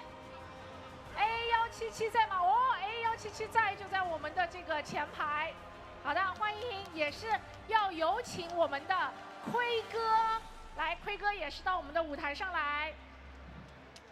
好，恭喜获得了我们本次的一个抽奖，恭喜！来，也问一下啊，是这几天都来现场看比赛吗？对，这4天都在。全都在。那你最支持的选手是谁呢？当然是我们的裴楠。裴楠接下来就要比赛了，给他加油吧。裴楠加油，拿冠军！好，来。也是有请我们的奎哥为你送上奖品，那他也会代表黄哥来给大家送祝福。你有什么祝福想让奎哥说一下的？我就祝玩星际的都找不到女朋友。你是不是要说正的？我们奎哥不是毒奶，我们是不是要来点正向的？哎，好，就是玩星际的，不论屏幕前的还是在现场的，都能找到自己喜欢的男女朋友。来吧，奎哥，替你的亲戚来吧。我希望各位感情生活一切顺利，每个人都能找到自己喜欢的人。谢谢奎哥，谢谢。好的，那也是感谢我们这位学友到台下稍事休息。那接下来我们要为大家抽吕布的 T 恤加色卡，有请奎哥来为我们抽一下吧。来，我们看一下这个幸运儿是 B164 在现场吗？这是奎哥亲自抽出来的哦。B164一次 ，B 在吗？在吗？是那位吗？那来一下，在我们那个签售区那里排队啊。好的，那我们欢迎这位 B164来到我们的舞台上，恭喜！好，从我们的侧面上台。将会获得我们的吕布 T 恤和色卡，来欢迎！我们先看一下你的号码牌 B164 ，OK， 恭喜！来，给到，也是想问一下，玩星际争霸有多久了呀？我玩了有4年多了，然后对，是我以前是玩星际1的，然后就是因为有一段时间就是中考、高考，然后就没玩了，后面星际2出了，就接着玩星际2了。还算是4年，就是算新玩家，真算是新玩家了。那也是想问一下，这一次来到现场最想见到的选手是哪一位？当然是李培南了。又是李培南，那我们的李培南在这里给他加个油吧。李培南加油！李培南加油！好，那这边想让奎哥给你送一点什么祝福呢？就是祝我身体健康吧。好，祝身体健康就可以喽。好，我代表我们的这个25仔，新的25仔啊，祝所有人身体健康，也祝所有观众的家人身体健康。谢谢奎哥，谢谢。好的，可以到我们的台下稍事休息一下。那奎哥也是今天代替你亲戚来到现场，有没有什么话想跟大家说一下的呢？既然代表我亲戚啊，我想代表我亲戚说，感谢大家能够陪伴着星际争霸可能走向最终的结局。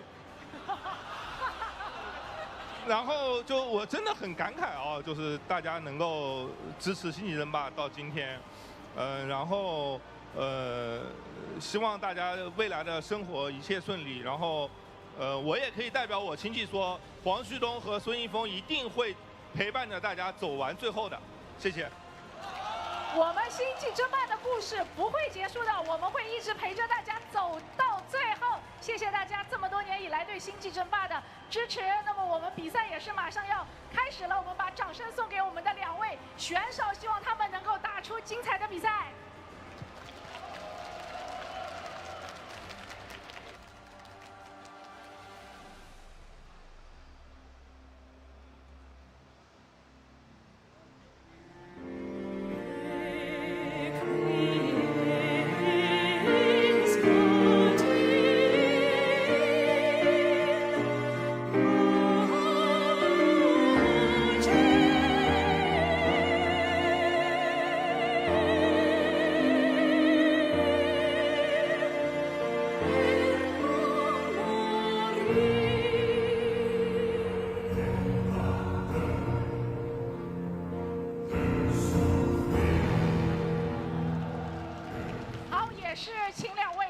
介绍一下吧，鸡哥先来。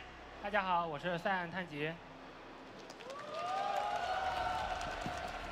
大家好，我是来自前 DKZ 战队的奥利维拉。也是讲赛前采访，问一下牛牛哥哥，听说你昨天练到半夜3点钟啊，真的假的？最近一直差不多这个点嘛。我觉得，首先对我来说，我自己的2大遗憾嘛，一个是 EWC， 然后另一个可能是真的是每次国内线下。我都没有打好，所以当时黄哥告诉我这个消息的时候，我不能说我是这个比赛里最强的，但我觉得我是这个比赛里付出最多的。我们把掌声送给牛牛哥哥，他真的是付出了很多，最近一直在特别努力的练习，也是期待他今天能有好的表现。那也是想问一下鸡哥，收到通知要来打我们这个线下传奇杯比赛的时候，做了多少的准备呢？因为很早就知道要打新版本了，所以其实我是没怎么进行旧版本的练习的。然后因为我也退役蛮久了嘛，所以说平时里面还是比较忙的，练习时间不多。但是呢，感觉啊，就是状态还可以吧。虽然昨天就是面对逆补的时候，虽然说没拿下来，但是感觉自己如果没有那么紧张的话，就一定是能拿下来。因为当时自己确实有优势，所以回去之后我也练得挺晚的，我一直在思考。到底该怎么样去调整战术？最后我发现，其实不需要太多的去纠结心理上面的东西，因为本身这个比赛呢，就是一个很难得的机会，然后能够看到这么多的星际观众，我觉得已经非常的开心了。所以今天我是以一个非常放松的心态过来的，而且在2026年还能跟牛牛哥哥进行一场久违的鸡牛大战啊，我是感觉非常的兴奋。所以今天我们会尽力给大家带来最精彩的比赛，以回馈各位粉丝们的热爱。谢谢大家。谢谢大家，我们2位国手也会拼尽全力给我们展示最精彩、最好看的星际争霸比赛。那我们再次把掌声送给他们，让他们开始准备比赛吧。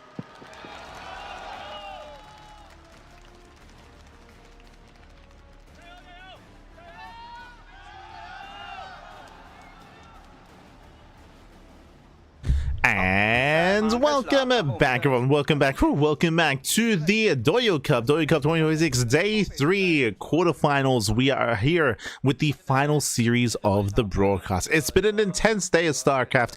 I guess not as lengthy as yesterday or the day before that. Thankfully, those were like 9 and 8 hour casts. Now we're here 5 hours in with the final series, a final best of 5 between Oliveira and Cyan. Let's go. I'm of course Showside VIP, and also a big shout to Baby Lings in the chat for some translations as to the interview being held. Did I horribly? Oliveira saying, I'm not the strongest one, but I'm the one who's the most conscientious. Let's go. Again, the players were being interviewed, of course, on stage leading into the series. And Oliveira, there's a lot of hype around Oliveira, of course. He's the normal man, Pappy, the normal man. Fan favorite, of course, amongst not just the Chinese audience, but, you know, people abroad as well. among audience abound, and we'll see how he can compare to Cyan. I mentioned this earlier that Cyan, as opposed to Oliveira, Cyan has been active while Oliveira has been retired. So because of that, Cyan has a little bit more recent experience and recent skill that can be applied to this. Meanwhile, Oliveira, he had to build back up from being retired. So we'll see. We'll see how Oliveira compares to Cyan. Oliveira did look quite good during the group stage against Jeshi, but Cyan is a different beast. In Oliveira's absence, Cyan has been the best player in all of China, so we'll see how he compares. The old against the new. Let's go. Let us go.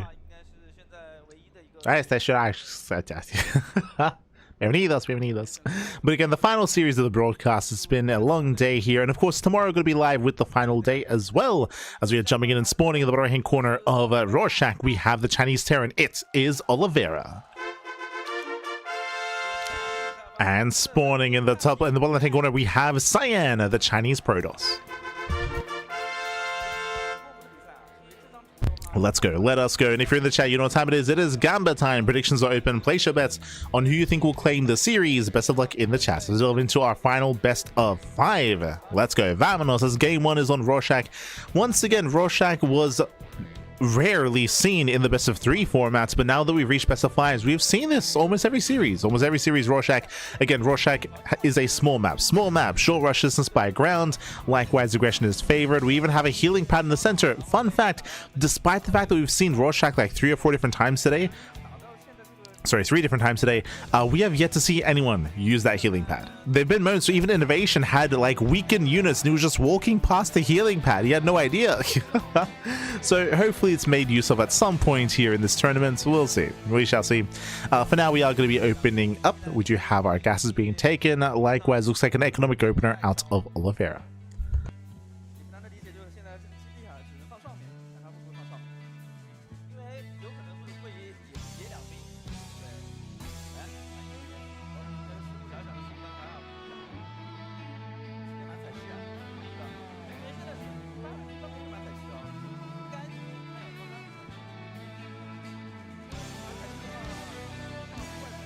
So I'm just dying a little bit. We'll make it, man. We'll make it. We'll make it through. As so far, we're going to be opening up. Again, it is going to be initial Zealot first. We'll see if Cyan does cancel once he realizes there's no aggression coming his way.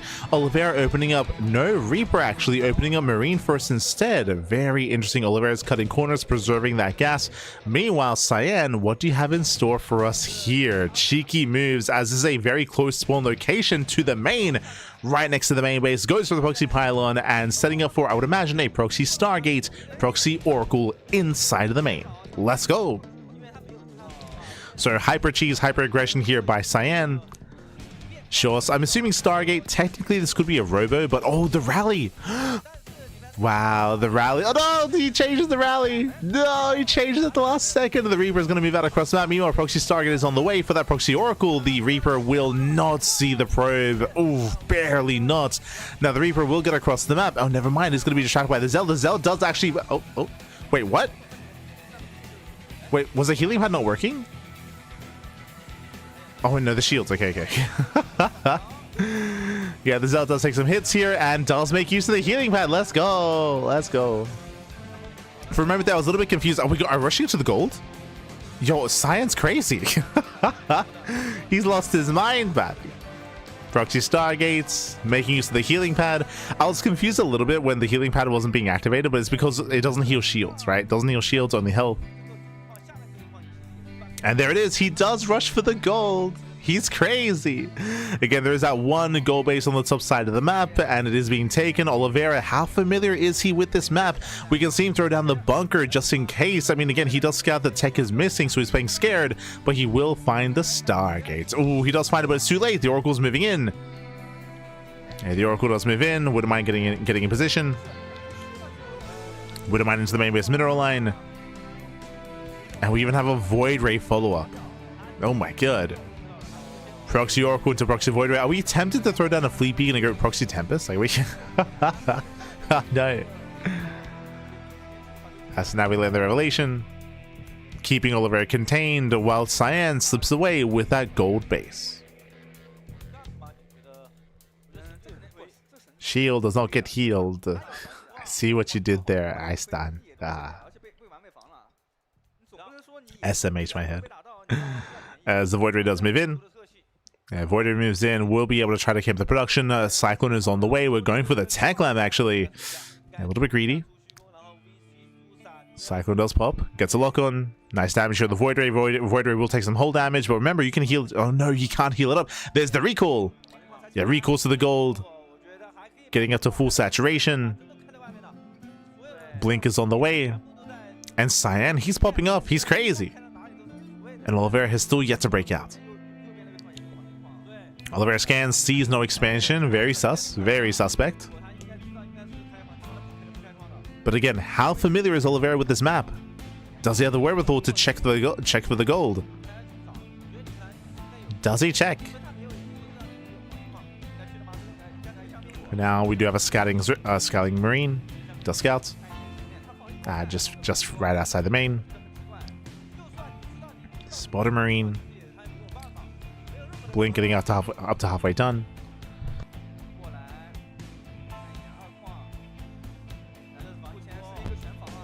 As the Oracle does try to rotate towards the natural. Again, Vikings in position. Nice punish. Ooh, as the Oracle barely gets away.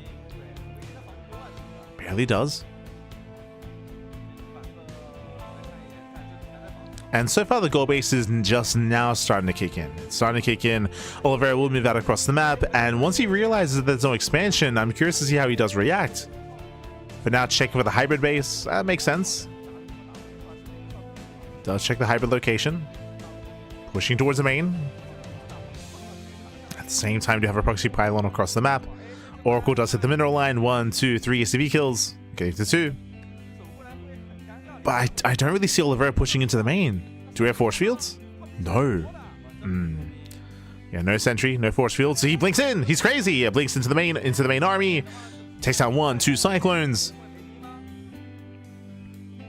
Does catch both cyclones. Oliveira trying to move in, but again, we have more reinforcements. Walkers, they warp in. They focus on the Marines. Vikings get focused on as well. Can we get the tank? Ooh, does go for the dive, and the tank will fall. Yeah, it takes down the tank, but we did run out of Stalkers. A lot of Stalkers did bleed out. Oliveira started stepping in, but I believe Cyan should clean this up, but not without losing probes. Yeah, 4, 5, 6, 7, 8, 9. Oh my god, up to 10 probe kills. That's a lot of damage. A surprising amount. 13 probe kills. Cyan, he blinks into the army. Blinks in, cleans it up. He scouts. He sees 27 probe kills. He finds the gold base. Oliveira, he knows the map, Bappy. He's crazy. Does find the mineral line, does punish, and Cyan, he's down to 13 workers. Ay. If this base had been kept hidden, then I feel like he could have recovered in this game, but never mind, not anymore. Cyan, he has no economy. At the same time, does backstab and does find some SCV kills, but still not enough. Not good enough.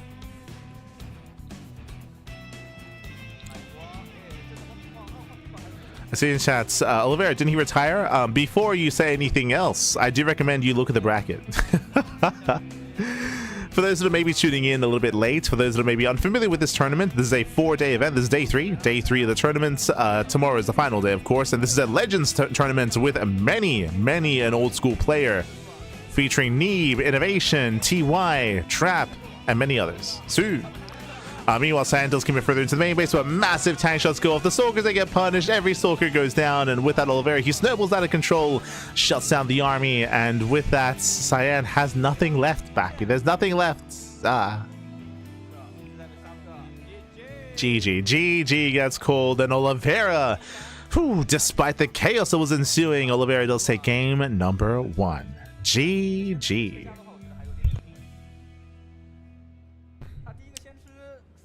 GG, well played. Oliveira does take a lead in the series. Again, a very intense game number 1 here. It was crazy. Cyan going for the proxy Stargate into gold expansion, and of course making use of the healing pad as well. But alas, Oliveira, he was able to punish the aggression, was able to punish the build, break out across the map, and also scattered and shut down the gold base as well. GG, well played. With that, Oliveira, he punished Cyan for his quirky build, and with that, Oliveira does come out on top, taking and claiming game number 1. GG well played.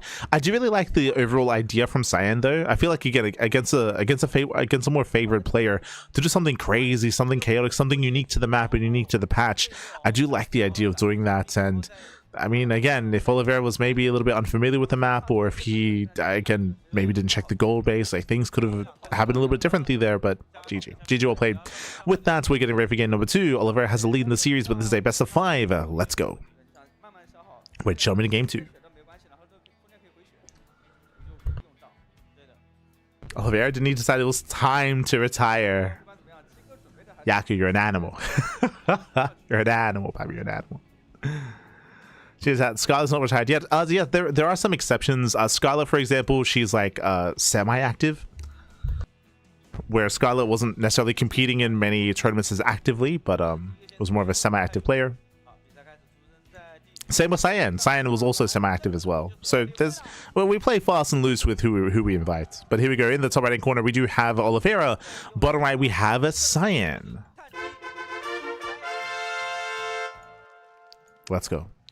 Let us go. We're jumping into game number 2 here. And for the first time, the entire tournament, Fear and Faith. Let's go, baby, let's go. Fear and Faith is a 4-player spawn map, and we have been avoiding them the entire tournament. Non-stop vetoes on the Old Sun Temple and on Fear and Faith as well.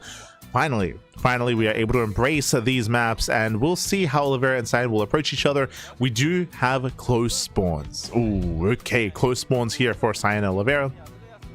Now, very quickly here, welcome to Fear and Faith. Fear and Faith is a 4-player spawn map. You can spawn in bottom right, bottom left, or top right as well. So 4 possible spawn locations. But to help when it comes to scouting, you can see, I don't know if you noticed, but there's like a tubing system. Basically, there's like a monorail system. There's like a monorail system that connects all the corners of the map, and specifically, only workers can fit inside. I think like Futurama tubes, if you will, but only workers. You can see there on the top right, actually covered by the logo. But only workers can fit inside those tubes, and they can use them to scout each corner of the map for faster scouting, looking for your opponent's spawn location. This is the quote-unquote solution to some of the RNG issues with 4-player spawn maps. There've been different different solutions or different things, kind of features posed to help deal with that, and one of them is here with that kind of like tubing monorail system.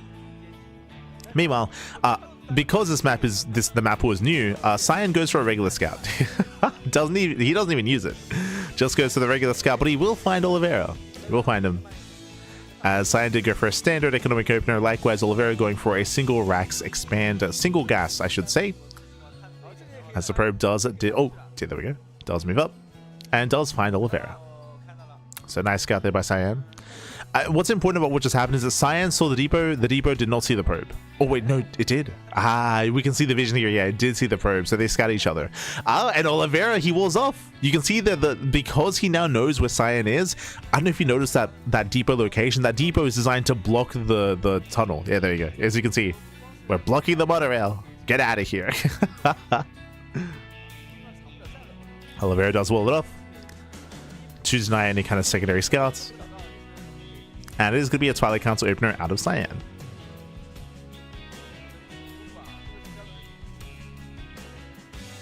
Here we go.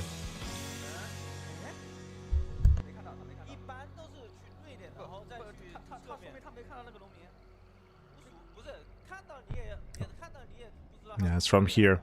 We are just building a window tech of choice. Once again, we do have close spawns, so shorter rush distance by ground. You can see the observer just pointing out some of the other tubing systems here as Oliveira. True, Oliveira, he has control of the door. Oliveira with the SCV scout, he goes in and he can always leave, and he can always lift up the depot behind him. Oh, but he doesn't get away. Yeah, it does not get away. The SCV goes down, but Oliveira does scout the tech, does scout the Twilight Council. So nice scouting there by Oliveira. Does confirm the tech of choice. Again, in TVP, it's not uncommon to go Stargate opener. Robo openers are quite rare, but not unheard of. Here, Oliveira confirms the Twilight Council in the blink. From here, we'll see if Cyan does go for a higher or lower gateway count. So this could be 2-gate blink, 3-gate blink, or 4-gate blink stalker. Cyan does have options. So far, just playing 2 gates. Just playing it safe. Oliveira looking to expand. Meanwhile, Cyan is going to delay. There we go. Being as annoying as possible, we'll delay the block. We'll delay the expand. Does block the CC. Oh, the mine shot. Oh, nice catch. Very nice. Setup goes down. Nice mine shots. And behind this, Oliveira is going for an early drop. Medevac is on the way. We're not going, say, Raven for Raven Harass or Banshee. No, we're going for the Medevac, going for the drop. And we can see Oliveira moving out with everything. So it's not just a mine drop. Marines are being activated as well. Here we go.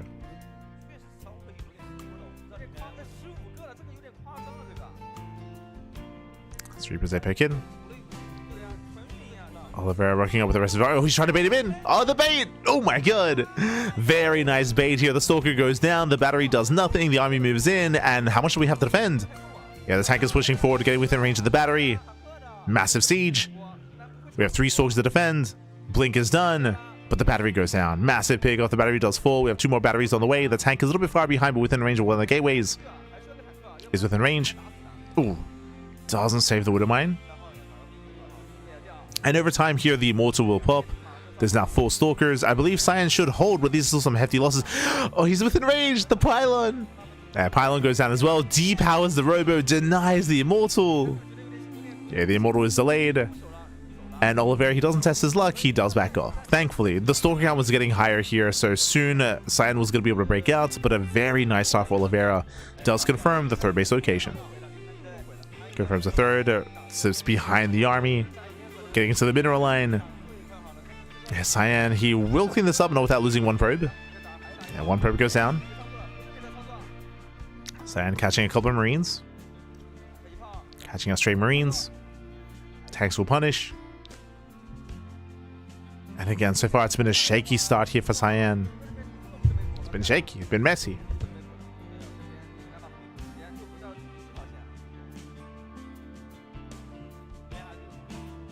It's been messy, pappy.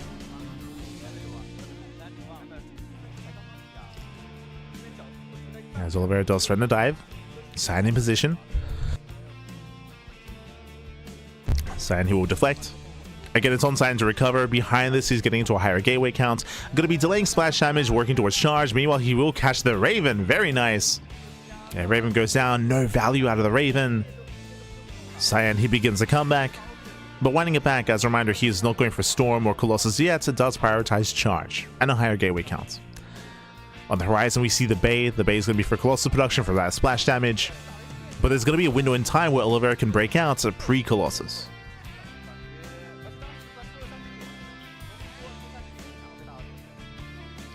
And we can see Oliveira getting ready.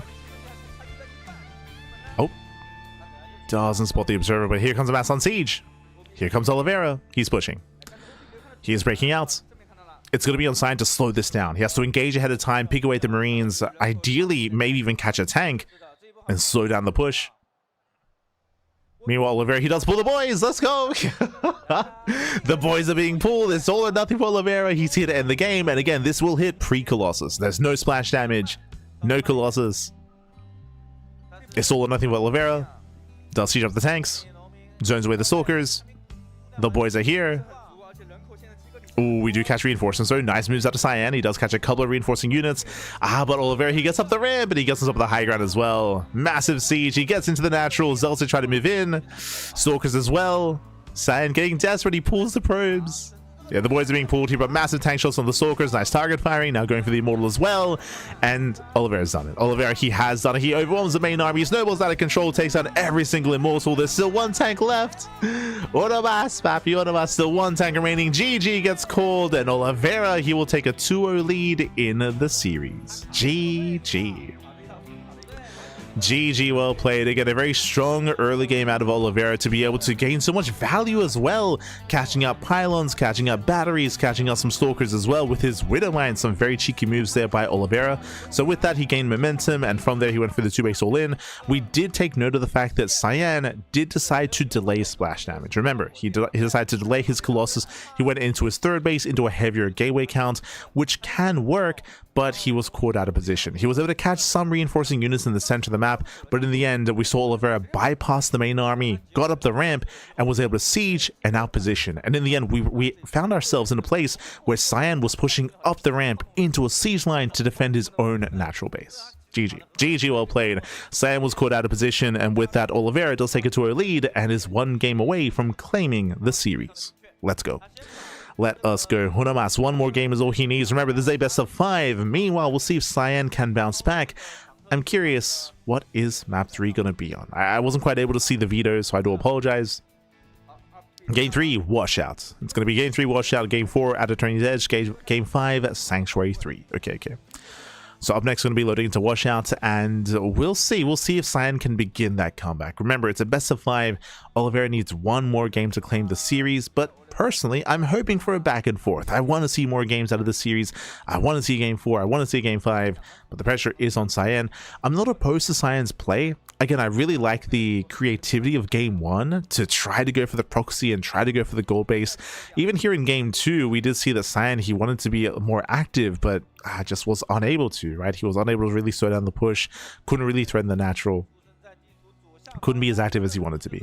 Let's go. In the bottom left-hand corner, we do have the Chinese there, and it is Oliveira. And spawning in the top right-hand corner, we have the Chinese Protoss player, the red Protoss, it is Cyan.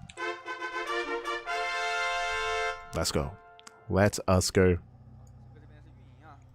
As we are getting into game number 3 here, welcome to washout. Whew, just catching up.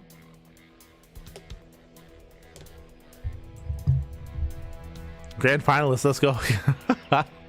Thought this would be finals. No, the finals are tomorrow. Once again, as I do see in the YouTube chats, but the finals are going to be tomorrow. Today is the quarterfinals. Tomorrow is the semis and grand finals. It's a 4-day event. This is merely only day 3. Only day 3, Pat. Just catching up. Catching up.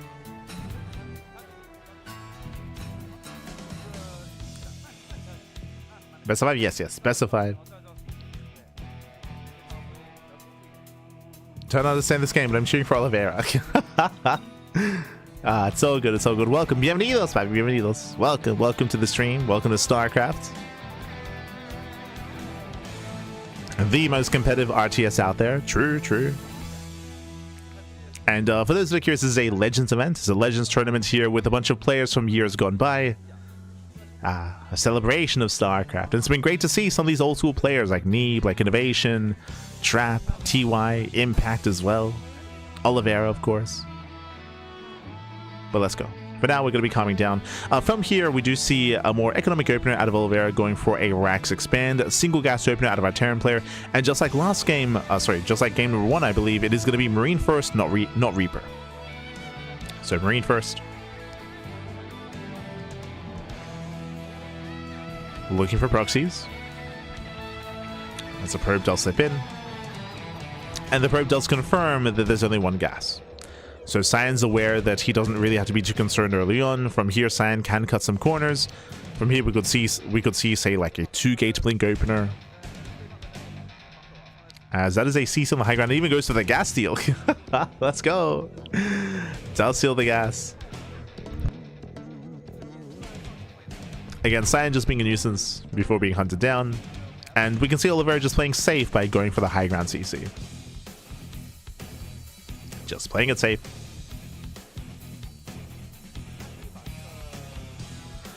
At the same time, Oliveira does get across the map with his Reaper. Shouldn't get much done here, but will scout the opener and will get a probe kill. Not bad. Nice KDA charge. Probe goes down. So nice pick up as Cyan is going for a Stargate opener. Okay. Again, I appreciate this. Oh, the jukes! He juke past you. Oliveira, calm down, Pappy, calm down. Does hit past, does not get the final probe, but does get away from the adept. Very nice. Oliveira does it away. Now, really nice moves out of Oliveira, just posing a threat, being a nuisance, delaying some mining time, killing a probe, but Oliveira doesn't get into the main. What does that mean? Well, Cyan has a Stargate on the way, and Stargate play is not standard in TVP. It's not completely like abnormal, but again, usually you see Twilight Council and Blink play just like last game. So it is important here that Oliveira figures out what's going on, as once again, Oliveira is pushed out of the main. He tries to scout, tries to go into the main base, but once again, we have an adept in position, and and Cyan does ensure that he goes by unscouted. Now, when it comes to Cyan, he is going Stargate into not Oracle, but Phoenixes. With this, ideally, Cyan wants to catch out a Widowmine drop. Like, drop play in general is often shut down by this. Oliveira doesn't really know what he's playing into, as Oliveira is going for extra Raxes into his own 3-1-1 setup. Whoa, wait, hold on. I misspoke there. That's just a 3-1. There's no starport. For those that are curious, Oliveira's setting up for a 2-base all-in. Okay, Oliveira. So he throws down 2 extra Raxes. What does this mean? So Oliveira, he's going into early stim. He's going into committed bioproduction. No starport, no medevac, no raven, no drop play, no harass, in favor of a mass amount of bio tank early on. And this often leads into a 2-base all-in where you pull the boys. You pull the boys and you just have as much DPS as possible. Again, a hyper aggressive build here by Oliveira. Cyan has to confirm. Now, for now, the Adepts are moving out the Phoenixes as well. I don't believe Cyan has gone into the main bases yet to confirm the production. And we'll see if he can. So Oliveira's just turtling up back at home. Adepts stay threatening a dive. Oliveira does find the third. This is a good sign for Oliveira. He's like, okay, you're expanding, you're building up into a longer game. I have potential.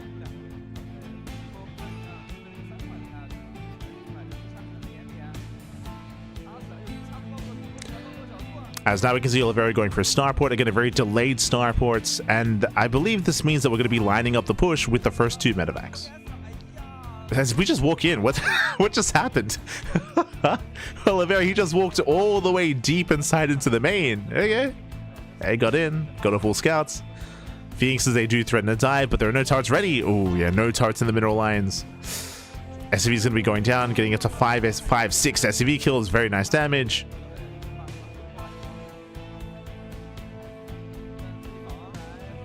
And behind this, we're still waiting for the medevacs. Starport is done, but there it is. 2 medevacs. 2 medevacs are on the way. And it'll soon be go time for Oliveira. He'll soon push. He'll soon commit. Phoenix as they look for a way in. Keeping Oliveira busy. Remember, when it comes to the eventual push, there's going to be no splash damage once again. Instead, it's going to be very zealot heavy. And charge ults with enough of them can shut this down, but here comes the push. Yeah, here comes the Unsiege. Oliveira, he moves out. He commits. There's medevacs. And here come the boys. Yeah, the boys are being pulled. If you recall, we didn't mention that specifically the 3-1 setup does scream 2-base all-in. It's all or nothing. It's all or nothing. Now, Cyan does scout this ahead of time. He will slow this down already, so this is already a better reaction, a better response. But these batteries are late. Yeah, late batteries. It's a late setup here at the 3rd. Just now being thrown down in a panic. Oliveira's coming in. Phoenixes, oh, they get punished. Yeah, 1 Phoenix goes down already. Down to 4. Yeah, down to 4, down to 3. As Locon actually barely gets broken. Oh, tank is left behind. Uh-oh. Yeah, tank is left behind, does reposition, and Zelsei cannot engage. And this is going to get a hand. It's going to get a hand here. Oliveira, he's on the high ground. He throws down his wall, protects the tank. Pushing further into the natural, ignores the 3rd. Yeah, he ignores the 3rd base. Zelsei try to dive in. Nice solo stepping here with the Marines. The SCV's a tank. And Oliveira's done it. Oliveira, he has done it. He breaks the natural base, and there's nothing here to defend. There's no batteries, no cannons. Cyan set up everything at the 3rd base, and we just ignore the 3rd. We ignore the 3rd. We hit the natural instead. And Oliveira, he's just snowballing out of control. He has broken that natural base. The Nexus will fall. And Cyan can't engage. There's nothing. What can he do? What can he do? He's down to 1 Phoenix, down to 9 Zealots. Now we rotate back down to the low ground. Now the batteries are on their own. Cleans up all the batteries. And Cyan, he tries to come in from behind. He might kill that final tank. Nah, not even. GG. GG gets called. And Oliveira, he will claim the series 3-0. He will advance on into the semis. GG. Ah. GG, well played, Oliveira. He will... He will claim the series. He will advance on. GG, well played. Again, Oliveira with a hyper-aggressive approach here. A lot of 2-base play, a lot of 2-base all-ins. Cyan, it was really unfortunate that when it came to the builds from the beginning, that Cyan did go for what? He went for a Stargate opener. Stargate openers are notorious for being good against drop play, but struggling against all-ins. Why? Tell me, what did the Phoenixes do in that defense? What do? They lifted up a Marine? Maybe? Like they like what are they going to do? They can lift up like SCVs or Marines, or they can try to dive on the tank, but there's all this anti-air. So basically what I'm getting at is that when you go for a Stargate opener, if you're up against an all-in, your Phoenixes are dead supply. They're dead supply. They can shut down drops. They can shut down mine drops, Ravens, attempted harass. They can pick away at mineral lines as well. We did see them kill SCVs, but when it comes to defending against that main push, they're very limited in what they can accomplish. So you're kind of stuck with some dead supply. We had a bunch of zealots, but wasn't quite able to engage. Really unfortunate as well that Cyan, he set up his batteries at the third. His natural was exposed, and we just ignored the third. Push into the natural. That's one of the features here of Washout, is you have that direct pathway directly into the natural base, and you have that high ground outside of the natural as well.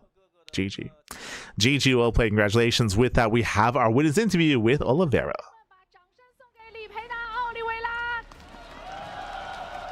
赛前还在说很遗憾，之前有很多在中国的线下赛，感觉自己发挥的不是特别好。今天这个3比0，感觉自己发挥的怎么样？我觉得还好吧，因为其实后边就才4强嘛，还要往后打。我觉得，毕竟在武汉办比赛，我不会让韩国选手和欧美选手打决赛的。哇哦！那也是想问一下，刚刚其实看到第一把鸡哥是一个野 VS 接偷黄金矿，然后你当时是不是以为他要单矿一波，然后你下了一个地堡，后面猜到了他要偷黄金矿？没有，其实赛前争论还挺多的吧，因为我大概率知道他野 VS， 然后要接一个黄金矿，所以我基本没有侦查，我就分了一波兵，然后去上面。因为我当时已经感觉到那张图野 VS 要么风暴，要么只可能会去偷黄金矿，所以我走过去的时候，我发现他下面那矿没开，我大概率就知道他是黄金矿。 料事如神啊！那第二把后面也是前期其实是小烈，但后面直接 all in 一拳打死了。当时那个 timing 是怎么做决策的呢？其实也挺针对的吧，因为我最近天梯有看他比赛记录，还有一些就知道他不会走科技开，所以基本上第二把、第3把我就知道他不会跳科技，之后我就选了 all in。只能说赛前的苦练跟研究付出都是有回报的。我们把掌声送给李培南。 今天的发挥非常出色，也希望他明天的比赛可以再接再厉。好，那我们今天所有的比赛就到这里告一段落了。明天下午2点会有精彩的总决赛带给大家。那明天还会有非常神秘的环节，还有一些邀请赛、表演赛会带给大家。那我们明天下午同一时间2点，大家在直播间在现场不见不散。那牛牛哥哥，我们一起跟大家说一声拜拜，明天见吧。大家明天见，希望大家明天决赛都来支持我吧。 大家拜拜，明天见。Bye bye. GG, well played. Congratulations here to Oliveira. He's also claimed the series. A strong showing here with that 3-0. And with that, we have our top 4 players confirmed. Let's go. Let us go here. Exclamation mark. Be in the chat if you guys want to have a look at the bracket yourselves. Give me a moment here to set up that bracket. Un momento, papi. Actually, they're just showing it. True, they're just showing it off. True. They're just showing it off here on screen. They have their own graphics. So we have Scarlett. Scarlett took down Sue 3-2 in that best of 5. It was a very intense back and forth series. Scarlett has advanced on to the semis. Neeb took down Jeshi 3-0. TY had a crazy reverse sweep over INoVation, 3-2 over INoVation. And Oliveira, he just took down Cyan in a clean 3-0 victory. With that, we have our top 4 players. We have Scarlett versus Neeb, and we have Oliveira versus TY. Let's go. We have our top 4. We have our semifinals. It's going to be an intense day of StarCraft tomorrow. Remember, this is a 4-day tournament, and tomorrow we are live with the semifinals and then the grand finals thereafter. Aye. So we'll be wrapping up this tournament tomorrow. Again, it's been a really fun tournament. Again, showcasing all these old school players, the legends themselves, if you will. Has been amazing, has been beautiful. We've had a lot of really fun games as well. And wish to see you all tomorrow for that last and final day to crown our champion. Aye. Once again, when it comes to... Actually, hold on. This is a nice graphic, to be fair, but hold on. We'll have a look at the... Bam. Have a look at the bracket here. Now, when it comes to tomorrow's matches, when it comes to the bracket, if you remember, my initial prediction was going to be a Sue versus INoVation finals, but no. And outside of that, I was hoping for a Scarlett versus INoVation rematch. That's not the case. So instead, we do have an interesting pairing here. Scarlett versus Neeb. That's going to be an old school EPT NA finals. Very often, Scarlett and Eve would face off against each other. They have a long history. They both stayed in Korea together for a time. They both competed, of course, in their own region for a long time, as well as the upper echelon of NA players, and they happen to be facing off after so many years in the semis. So it's going to be great to see them both face off against each other. I don't know who to favor. Once again, from Neeb, like, we did see Neeb play earlier against, he did look quite strong against Impact. Impact was going for a bunch of aggressive, like, 3-base play, and Neeb was very defensive and shut it all down against Impact. But I would imagine that Scarlett's going to be a lot more flexible in her play, so it's hard to call. For those who remember, Neeb was notorious for, like, hour-long games. So specifically, Neeb versus Scarlett. Neeb versus Scarlett, there are so many, like, hour-plus long games and multi-hour series between the two of them. So I'm a little bit concerned that we might see a repeat of that. Hard to say, though, just because the current meta does lean towards early game and early to mid game aggression, right? Like, the current meta, games end much faster and we avoid the late game as much as we can. That's usually how Zerg have been approaching ZVP. So I don't know if we're going to be able to embrace that kind of late game. Meanwhile, Oliveira versus TY, that's an old school TVT as well. We spoke about this during the INoVation series, but TY back in the day had some of the best TVT in the world. So I feel like this would be a good matchup for him. But at the same time, like, Oliveira, TY, you know, they're not the most in shape, or they're not prime in their current level of skill. So it's hard to kind of judge the two of them. It's hard to say. I'm just hoping for a back and forth. I don't want a 3-0. I want a 3-2. I want a 3-1, a 3-2. I want a back and forth series here. What would make for the better storyline? I mean, it's going to be a Terran regardless for the grand finals. Do you want a TVP or TVZ? After watching Scarlett, this series here, after watching Scarlett versus INoVation, hold on. I got you. There. Here, after watching Scarlett versus INoVation, they had a wild matchup here. This best of 3. After watching this TVZ, I want another TVZ. I'm greedy. That's what I want in the finals. I want a Scarlett versus Oliveira or Scarlett versus TY finals, because this was the series of the group, or the series of the tournament. Like, it was it was a very intense back and forth between Scarlett and INoVation. So I want a repeat of that in a sense. I want some more ZVT action. That is what I want out of the finals, but we'll see. Again, Neeb is a really strong player in his own right, and very, very much so he might advance on instead. And yeah, it's hard to call.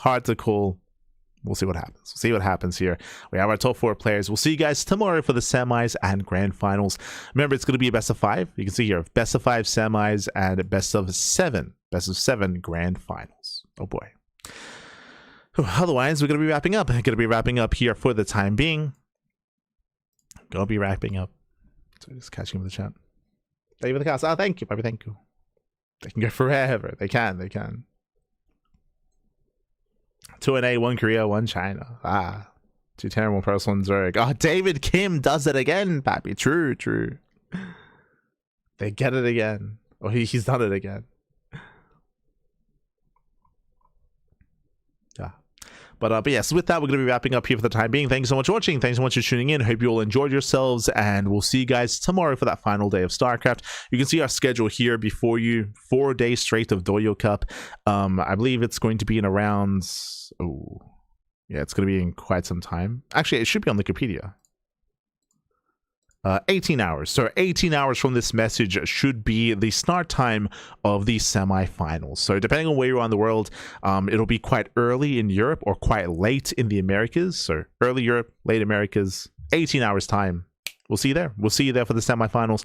If you can't watch anything, if you can't watch it live, if it's too early or too late or just at a rough time and something else is going on, then ! Socials in the chat. You'll get a link to our YouTube. Our YouTube channel is where we are live as well. We're live on YouTube. We're live on Twitch. So if you can't watch it live, VODs are instantly available over on YouTube. So check out those VODs over on YouTube. If you missed out the previous days of StarCraft, if you want to watch the group stage, YouTube is the place to be. Check the live tab. Go on the live tab, and you have all the previous broadcasts there saved over on YouTube. Otherwise, thanks for watching. So just catching up once again. Just catching up. Casual 5-hour stream, almost 6. I mean, yeah. We're 8 minutes away from 6 hours. I'm happy with that. Yesterday it was a 9-hour stream. The day before that it was an 8-hour stream. It's been a pretty intense week. It's been very, very intense. So I'm more than happy to embrace the 6-hour cast. More than happy. I'm done. And if you notice, but I've been uniquely wearing a scarf for these broadcasts because my throat's been very, very strained. So I gotta go get some tea, Pappy. Gotta go get some tea. But with that, thanks for watching, and again, until next time. Likewise, if you're out there, YouTube is the place to be for VODs. You can support us on Patreon if you wish. Our Patreon does fund our tournaments. We'll be back tomorrow with some Douyu Cup. Until then, take care. Hasta luego. Hasta luego. Ciao, ciao. Hasta luego.